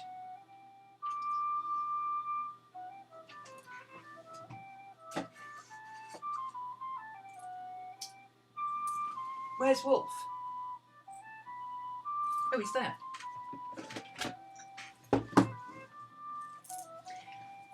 Okay. Now with this guy, his eyes need to be far darker yellow with golden tones. So with this one, ew.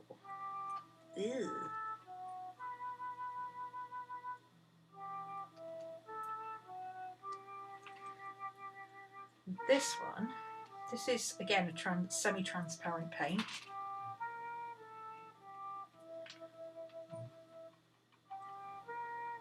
So you see how that tones down all that green? Makes it much more orangey.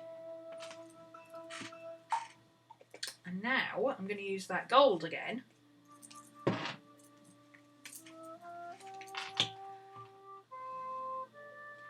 To drop a little bit of a darker tone in.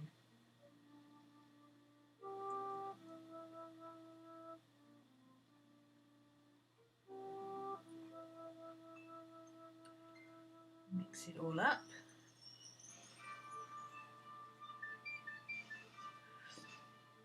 Now see with that one I used an opaque transparent with a matte opaque. So it went pastel.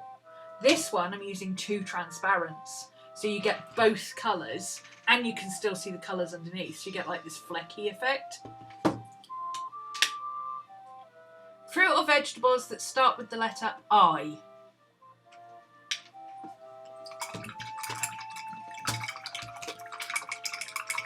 Fruit or vegetables that start with the letter I. Ooh, that's tricky.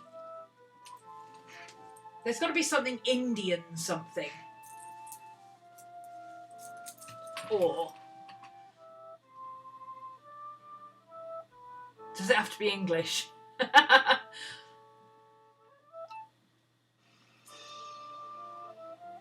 Not if she's got R for rutabaga under R, because that's Swedish.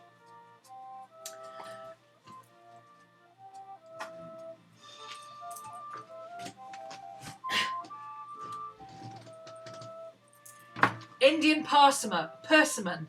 There you go. And there had to be something Indian. Ice cream doesn't count, even if it's got fruit on it. But ice cream's the other food. Oh, you know what I bought?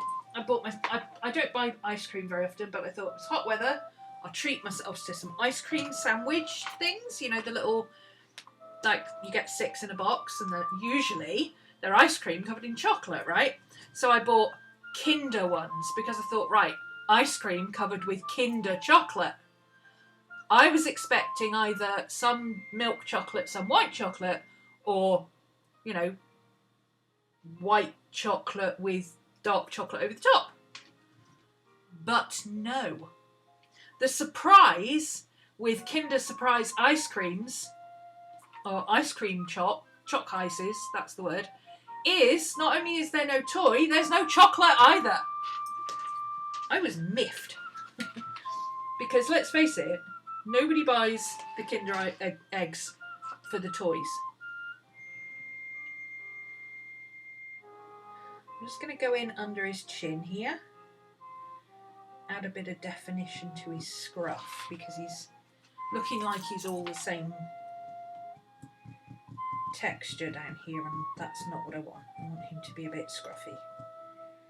Wolves always look cute when they're a bit scruffy.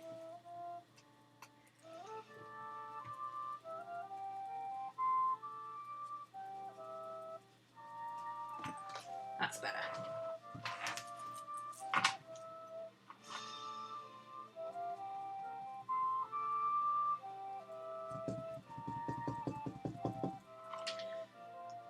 Okay, so I think I'll use my black paint pen to do his eyes because I have just a touch more control with it.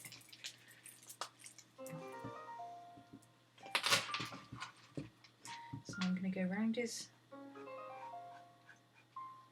because this is black over Payne's grey, so it will actually look a little bit like an outline.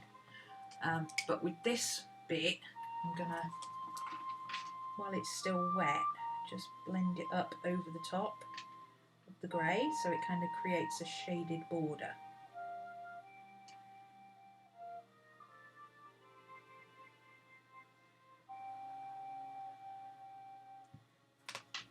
So it's kind of got a bit of shading now, see? Got a bit of depth. It's hard to show on camera. Are these dry? Yep.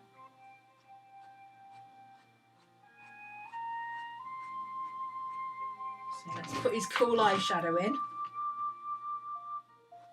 Because wolves always have better eyeliner than any goth I've ever known.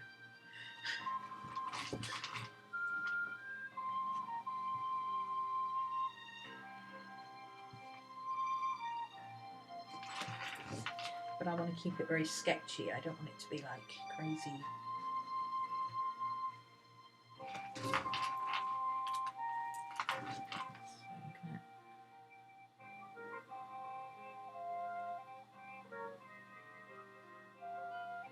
So just going over it lightly with the brush, just to not have a hard outline, because obviously when you use the pen you get a very hard, even outline. That's not really what I want. That's good, I like that. Maybe put just a tad in there just to cover that little white bit there. Oh, more dog hair, there we go.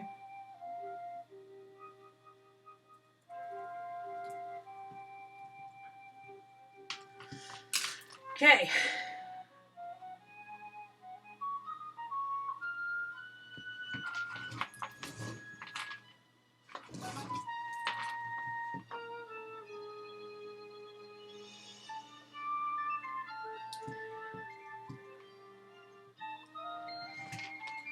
About the same size.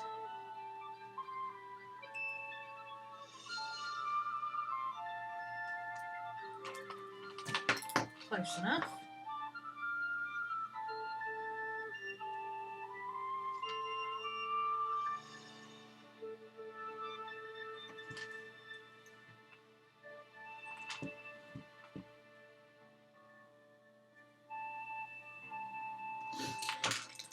Black in these corners here to draw attention.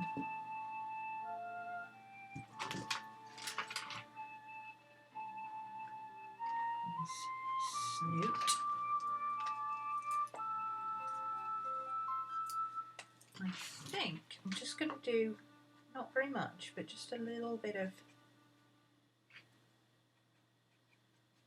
extra black on his ears, just to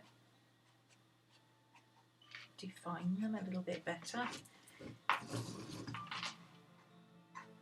Because it's black over Payne's grey, it doesn't really show that much, or it won't once it's dry. But I think it's quite good to put a bit more definition on the bits that you want people to see.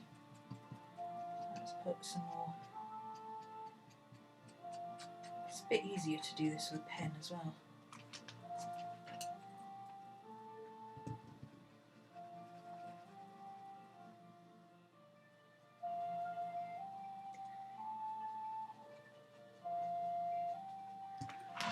There we go, that's better. That's a bit too harsh there now. Let's.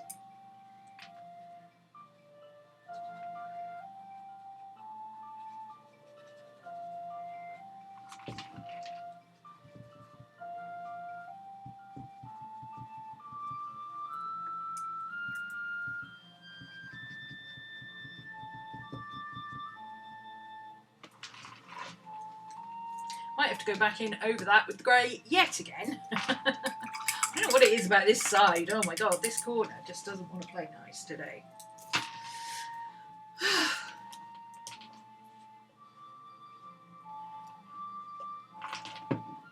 Children in the US can't be trusted not to choke to death on toys in chocolate. You know what? I think maybe that's just natural selection. I love Milka chocolate. Oh my god. I like the Milka chocolate with the dime stuff in it. Oh. Oh, that might be the wrong colour. Never mind. Let's give him a little bit of a...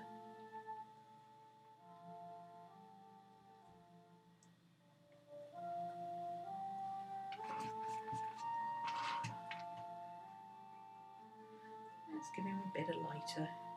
Yeah, this is the wrong colour, but never mind.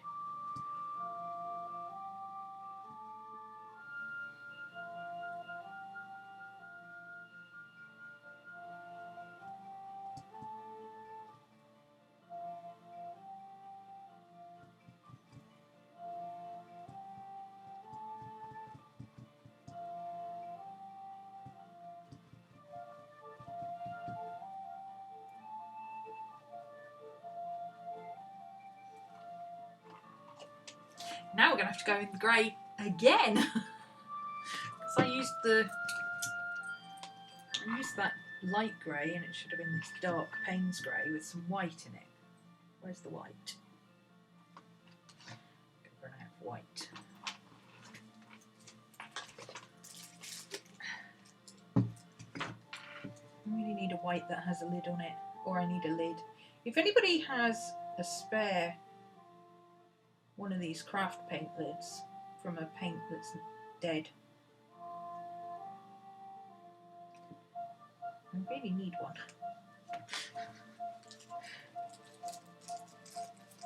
Probably buy one online somewhere. Actually, I've probably got an empty bottle myself somewhere that I could use.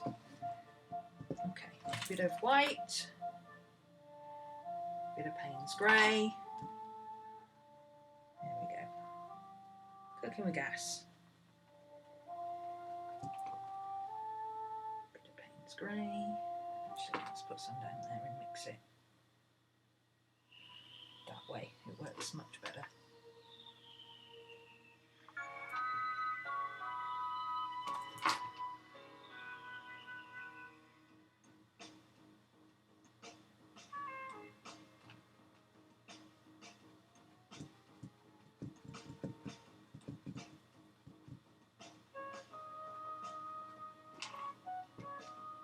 Oh, he looks really kind of shaggy now, that's good.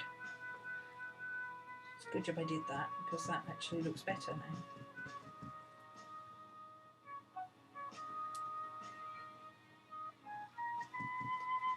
Beauty of acrylics is that if you don't like what you just painted, you can wait for it to dry and paint over it.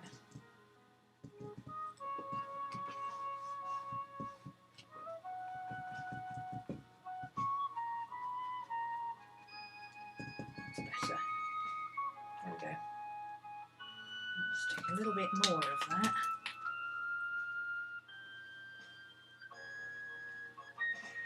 Get kind of a dry brush.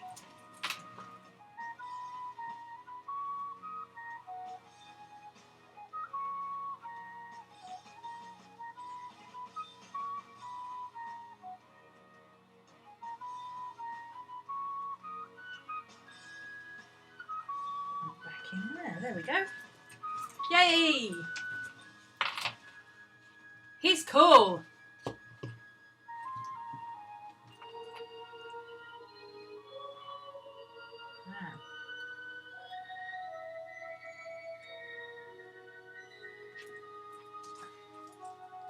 Why am I looking around for my white paint? It's there in front of me. It's so stupid sometimes. Okay.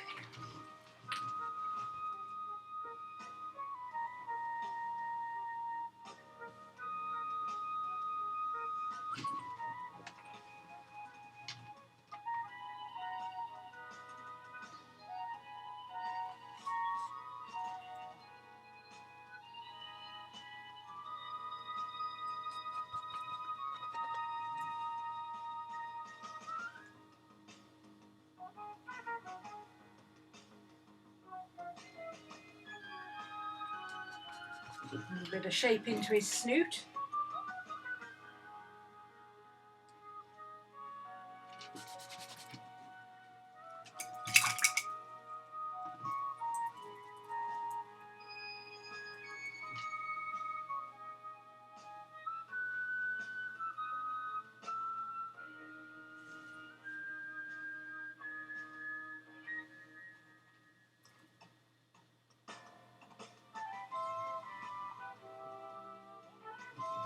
Nope, I liked that bit darker.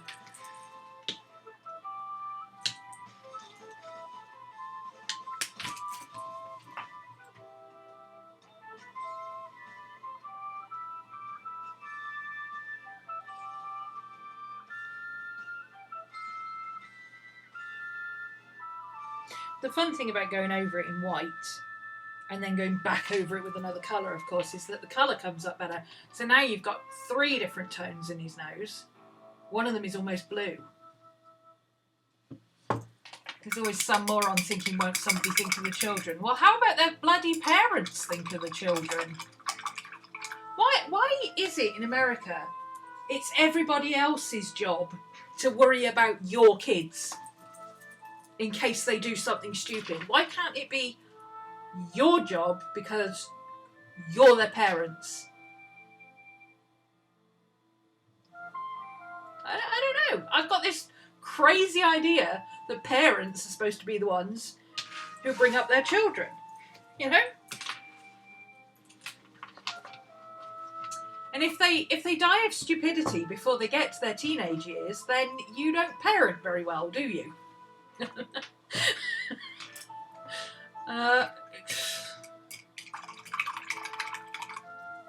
Okay, now this one, because it's me, this one I'm going to do more silvery. So I'm going to use my completely transparent silver. And I'm going to go around the edges onto the white.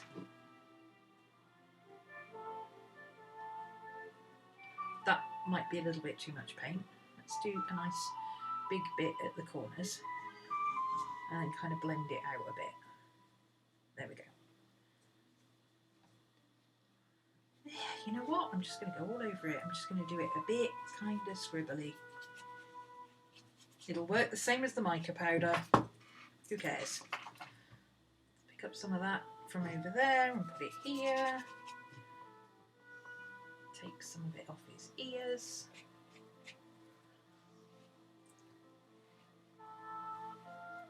Just want to give it a bit of a sheen. There we go. So he's a little bit shiny in the background. Oh, there you go. You can see it a bit better there. It's very rough. I'm not doing anything. Oops, nearly used the wrong colour there. I'm not doing anything. Oh, excuse me. Too particular. I've got the hiccups. Marvellous. I'm not doing anything too particular with it. I'm just throwing it on to get a little bit of something sheeny going on in the background.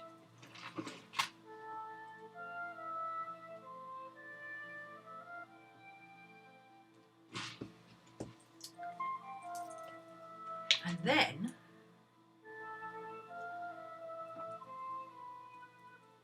Now this is transparent, so I can do this pretty much anywhere, but again it'll give him that iridescent sheen.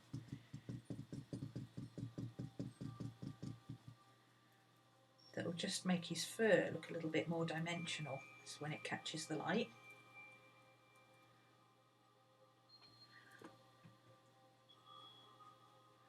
And I do like a bit of silver, I mean, come on.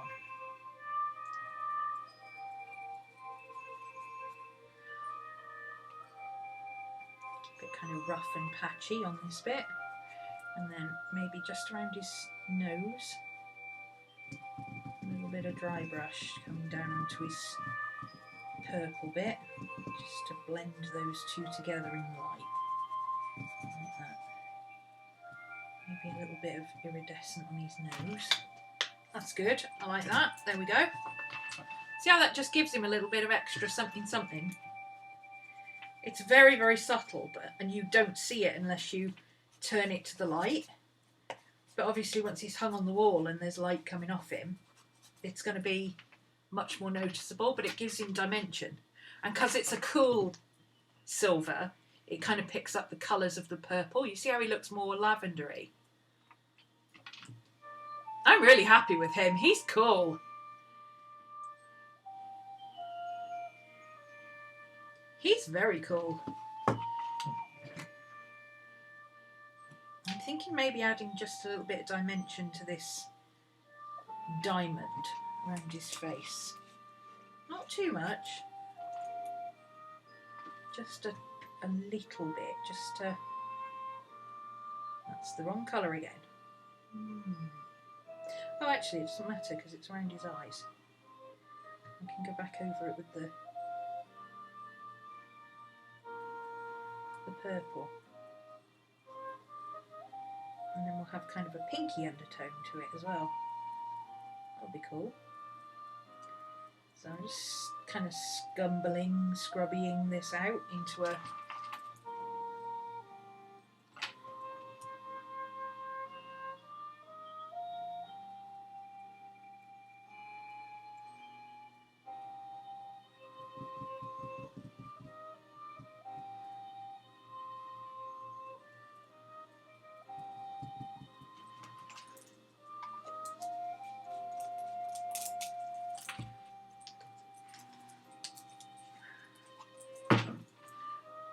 the dark purple.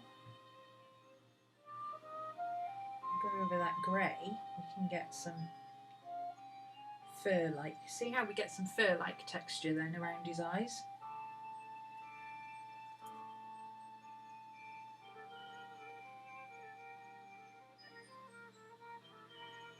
It's literally just creating contrast between light over dark, to be honest, and dark over light, and just keep pushing and pulling and pushing and pulling until you get to where you want to be. Like that.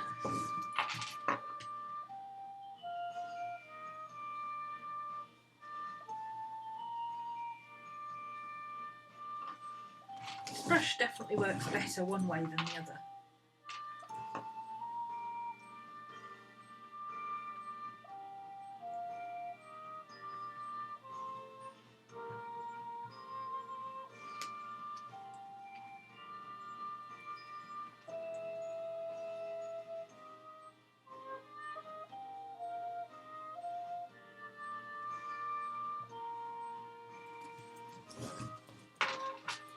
Yes.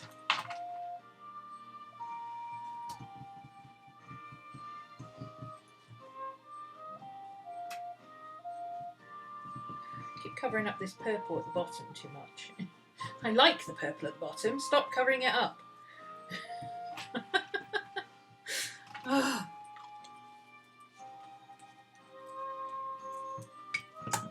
Whoops. Craft lunch.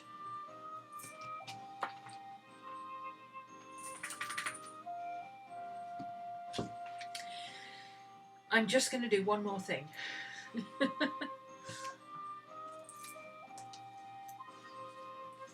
I absolutely love the colour of his eyes. So I'm going to do what I did with the bee. I'm going to water down some of this, even though it's transparent. I'm still going to water it down. I'm going to paint the stars.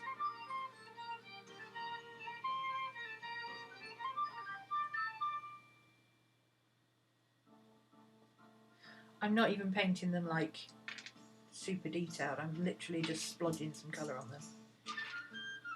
Let's do the diamonds as well, why not?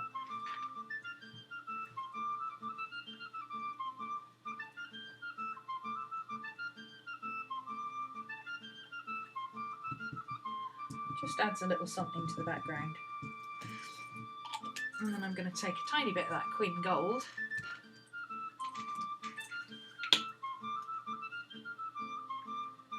Do the same thing, but I'm going to mix it into that yellow because I don't want it to be too overpowering. It'll be a little bit overpoweringly warm if I leave it like that. So lots of watering down, and I'm just going to go very lightly.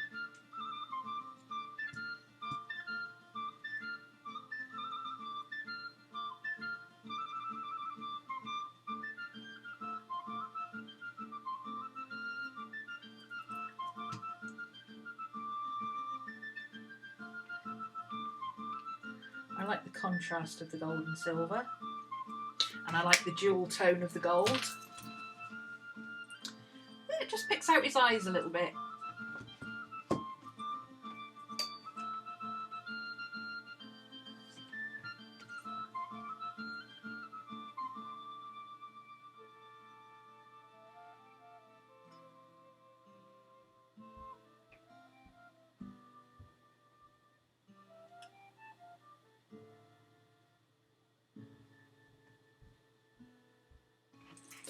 Yeah, I think a lot of the problem is but we made it through the 70s crowd.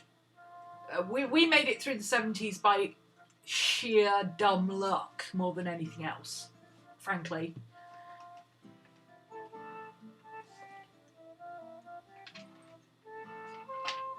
I think I want to go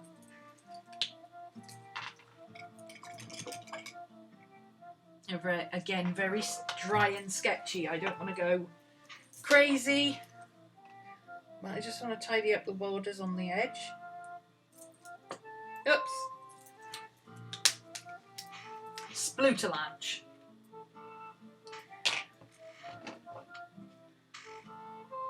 I knew there was an air bubble in there somewhere. I could feel it.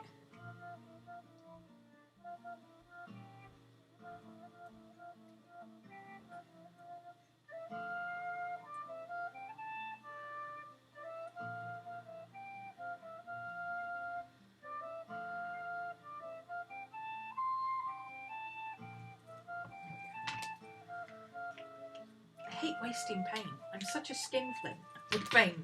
I don't know why. I don't know where I got these tendencies from, but...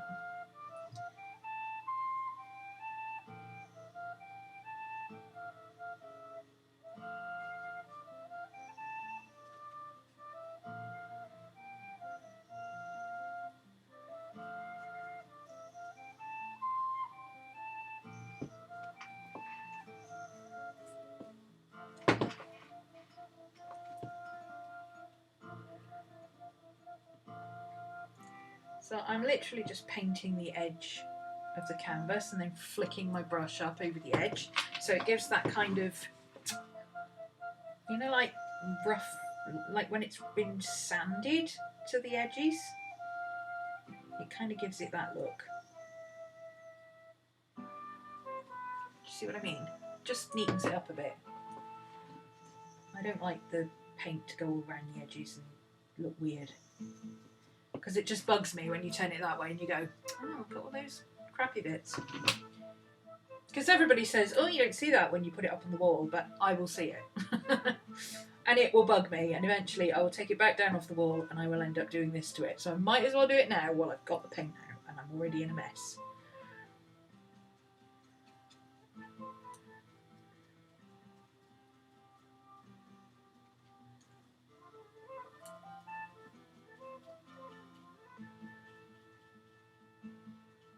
Plus the canvas was painted black originally, so it gives me an opportunity to blend some of the black in with the Payne's grey, you see. See, that I don't mind. That looks like it's meant to be like that. This is messy. Oh dear.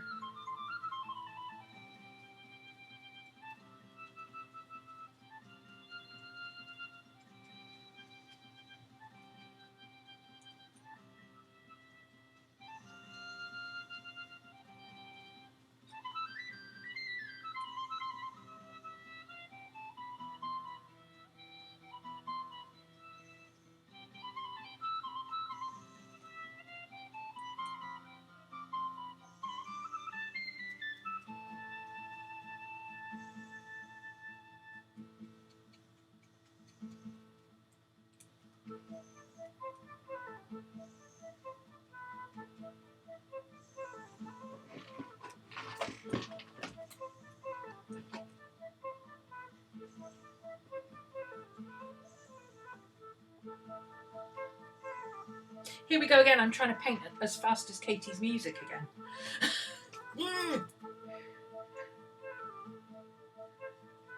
Stop it.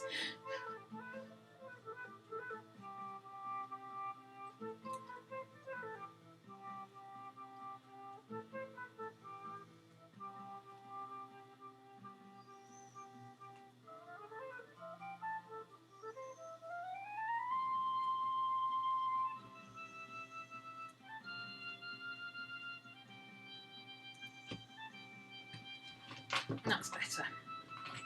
That just looks a little bit more polished.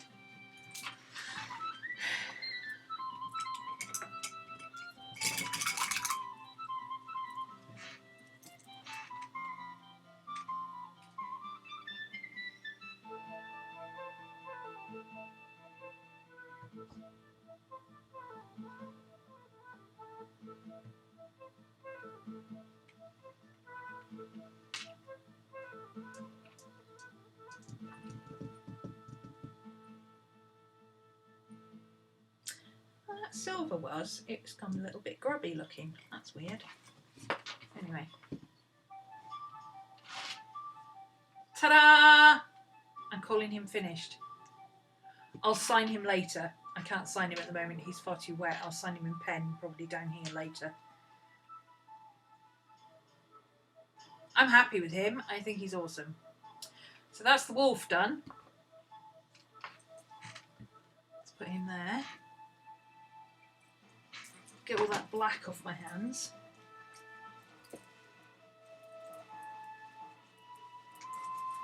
Revisit our bee. See if he needs anything extra. He needs his Dee boppers, doesn't he?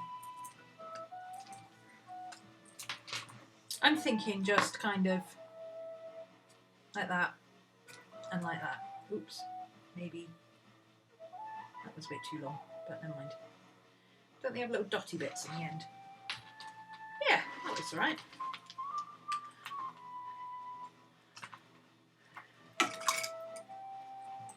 Just blend that out with the black touches the Payne's grey again, so it's not a black stripe. There we go. Done. So we just need to do his gold and we're finito! Yes, I've got to do the gold again because I changed the colour behind it, but it's okay. It'll look better, so I'm alright with that. I've just got to figure out where there's the zigzag.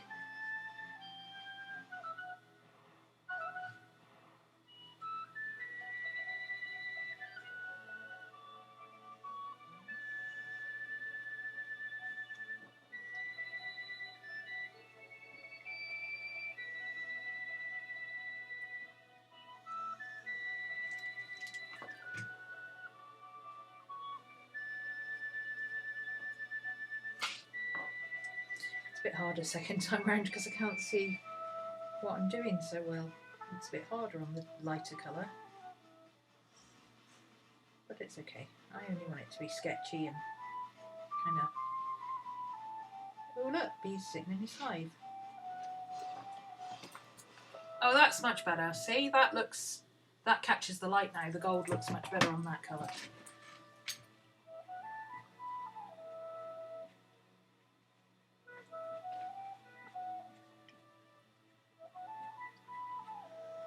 I've got to say, I like these acrylic pens a lot more than the Poscas. Sorry, Posca, but you're a bit naff lately. Mine are, anyway.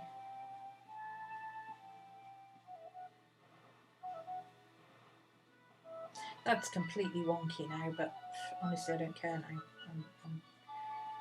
I'm sketching it in. I'm making it look a bit honeycomb-like. That's good enough. Good enough is good enough now. I'm bored. Well, I'm not bored, but I'm like, okay, let's move on now.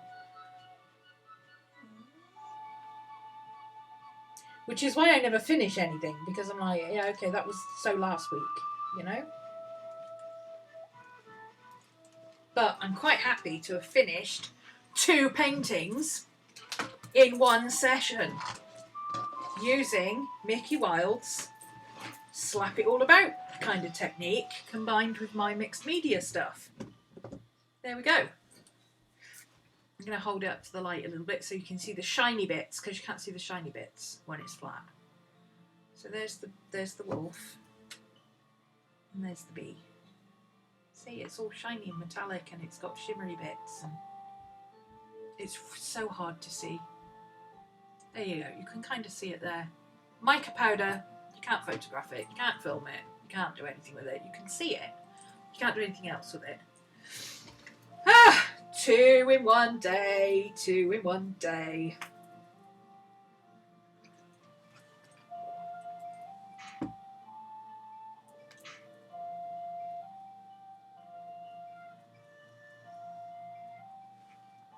That's better.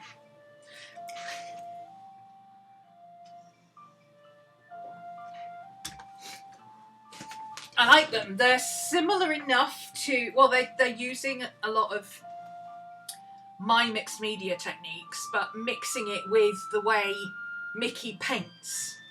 Because I'm not an acrylic painter. I'm not good with acrylic painter. I'm pen girl. So it's quite nice to be able to throw paint on in a really fast way and have it actually come out looking okay.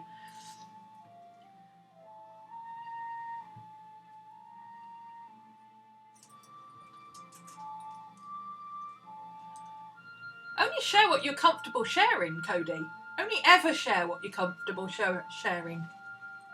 That's what closed groups and friends lists are for, okay? You've got Trello, set up a Trello board and only allow access to the people that you know you're happy to share with.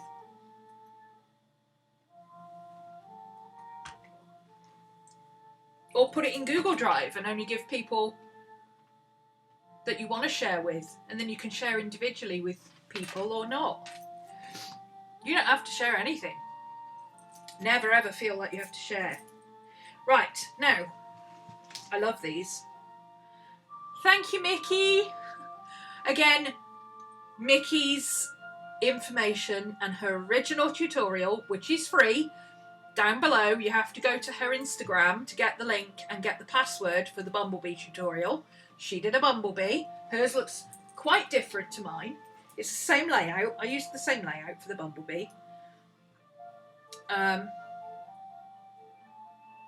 There she is. So there's her Bumblebee. And there's my Bumblebee based on a similar technique. Here, Bumblebee is even pudgier than mine, which is really cool. And I think she's done, it looks like she's done pencil over the top. Yes, she did pencil over the top. That's what I was missing. I might do a little bit of that. I can't really do it at the moment because none of this is properly dry. And if I start colouring any pencil over it, it's going to start pulling it up. But I've got I think he would benefit from some white pencil, and this, or even lavender, and this would benefit from some black pencil. Just very lightly, going around the wings, that kind of stuff, you know. Because the wings are already defined, but I think if I just kind of did a little sketchy thing, like Micki literally holds a pencil like that and just kind of sketches. See, it goes out the lines, and I like that, and it's not too precise, and you can cover over bits where it's not supposed to be, and you know, you can go in and define some of these honeycombs like that by colouring inside the honeycomb bits. Don't even have to do it properly, you can just do it roughly, and it just makes it look a little bit more dimensional. I can't do this yet, she says, going in and doing it anyway. See, it just adds a little something to it without making it crazy. I like that on the honeycombs. I'm going to do a bit more of that. I'm not even really drawing hexagonals, I'm just kind of...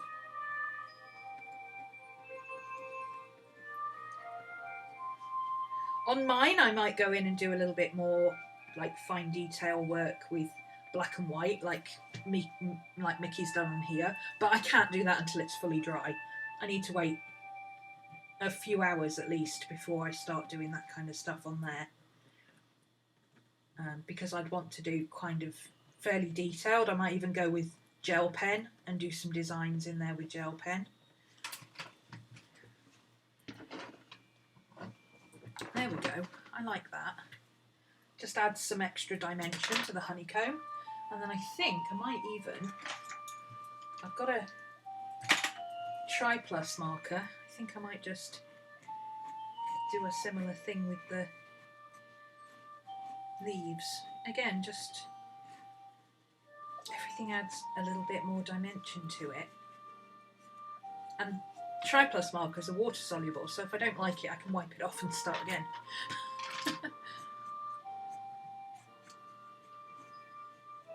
It just makes everything stand out just that tiny bit more without going overboard.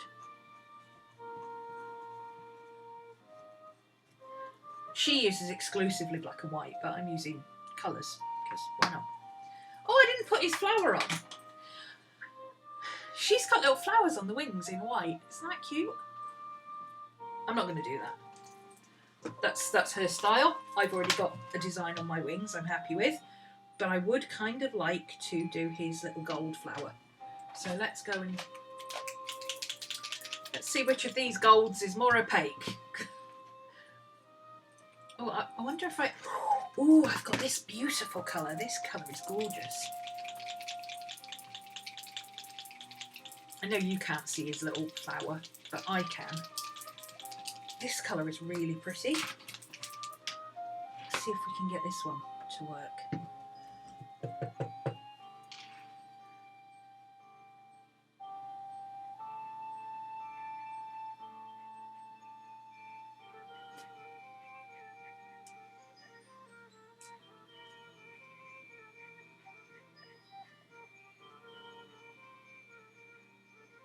Does, but it needs to go round in. I think I need to go round it in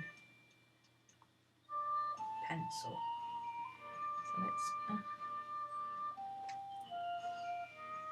dog hair again.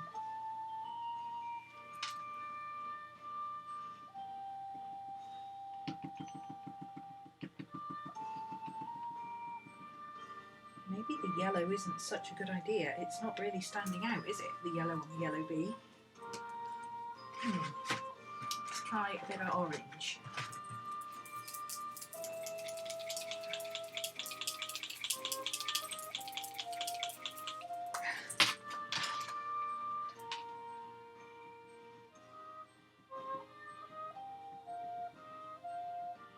It's a little bit better.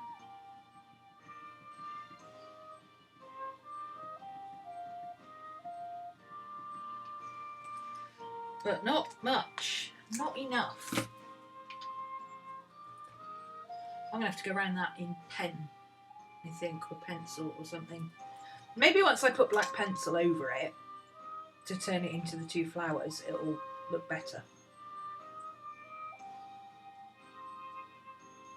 Let's hope, shall we?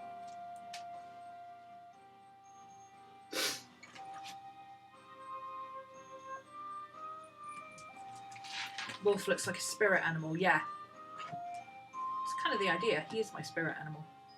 I collect wolf stuff and I paint wolf stuff and I do wolves all over. And look at my bracelet. Wolves, wolves. Not mine, that's a Lisa Parker one. Wolf. Wolf. Wolf. Wolf. Wolves everywhere. I'm like wolf woman, me. I think he would benefit from just some, yeah, just some loose designs. Maybe in white or gel pen or something. I'm going to leave it until he's fully dry. But this one, these paint pens dry quite quickly because they're thin.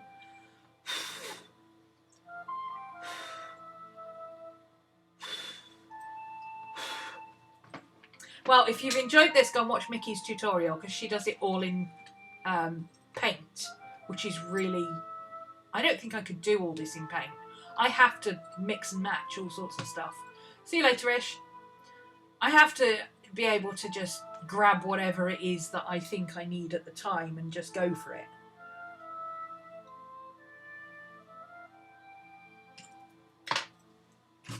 Did I just put my sleeve in that? No, I didn't. Oof. That was close, though. Almost did. I think I want to tidy up this corner a little bit. The more I look at it, the more annoying it is.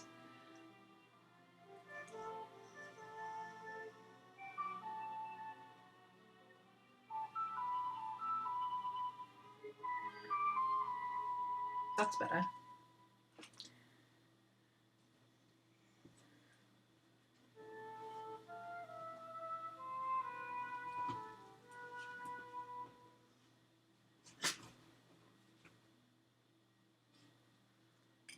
Okay, now leave it alone.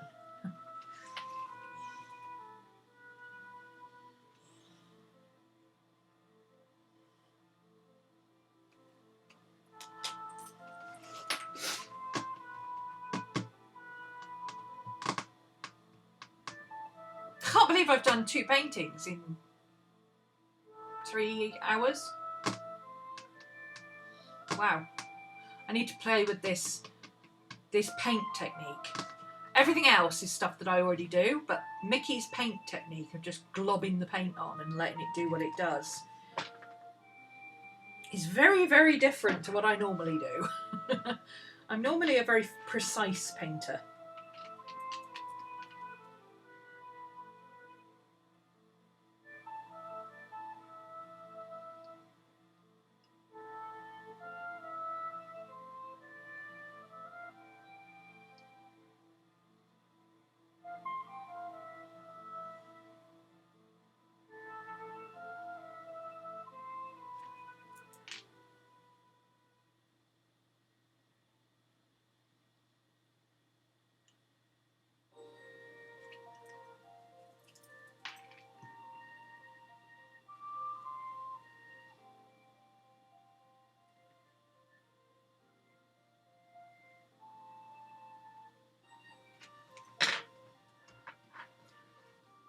I'm not loving the yellow. I'm just not loving that yellow. Maybe he needs a little bit of something to make him pop. How about...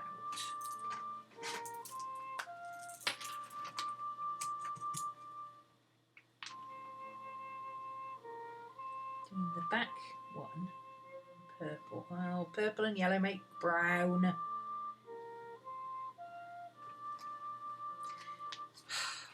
Wait for it to dry.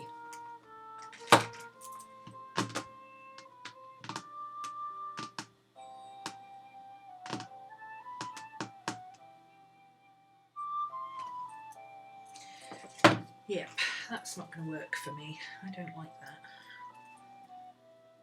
So let's blot up as much of the wet as we can get.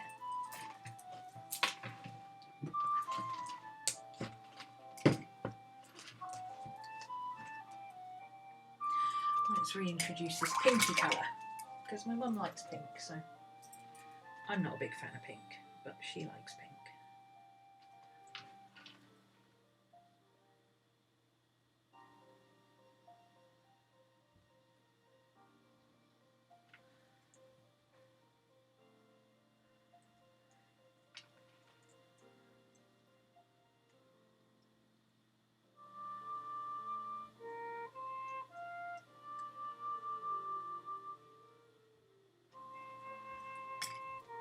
That's better. Once I put dark pencil on that now, that'll look a lot better.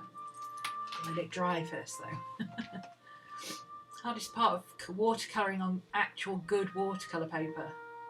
Making your layers dry. Oh yeah, I walk away for hours between layers on good watercolour paper. That's why I like mixed media, because I can work on something else while I'm working on, you know, when I've got something work going, I can work on something else.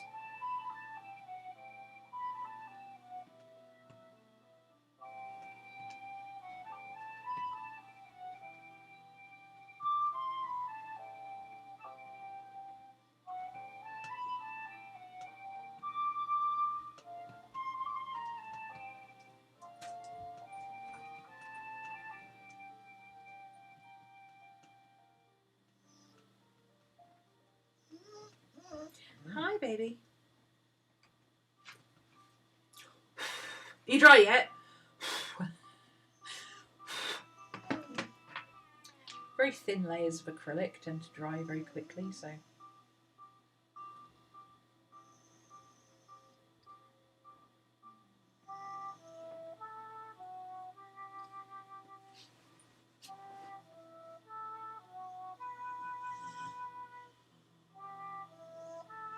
Maddie's huffing at me like I'm getting on her last nerve again. You know what I'm going to do? I'm going to put a little bit of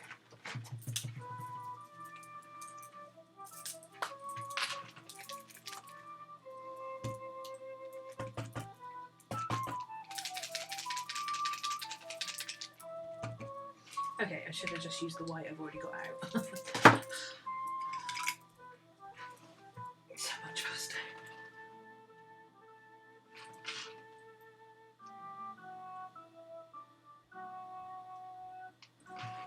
That's better. Now he looks like he's got flowers. I might go around the flowers with white gel pen, actually. Got it. Got there in the end. Now you can actually see his flowers. See? They stand out now. If I go around them with white, either white pencil or white gel pen, like Micki does, it'll make them pop. So that's much better. I'm quite happy with that. I'm pleased with him. He's cute.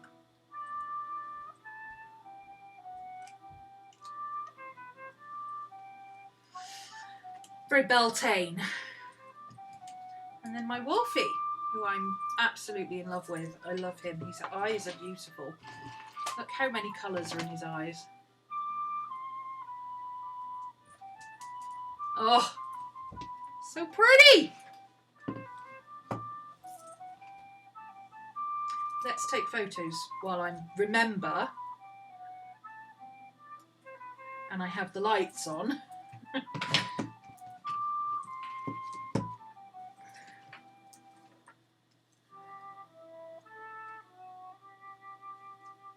Wolfie.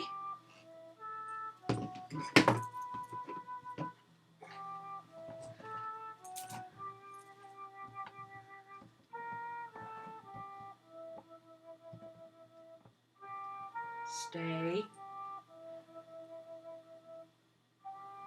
The bee officially known as Bernard. Oh, I'm really happy with them.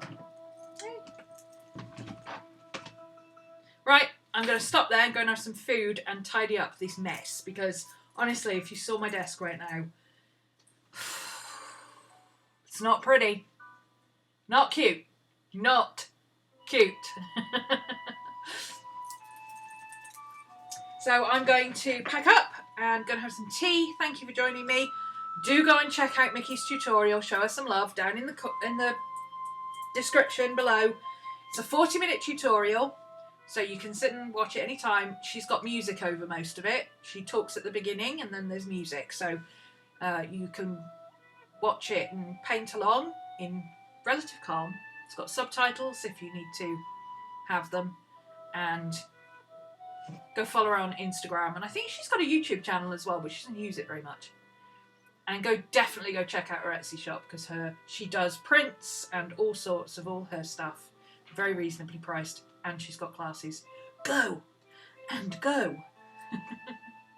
And of course, don't forget to check out Katie, our flautist. All her links are below as well.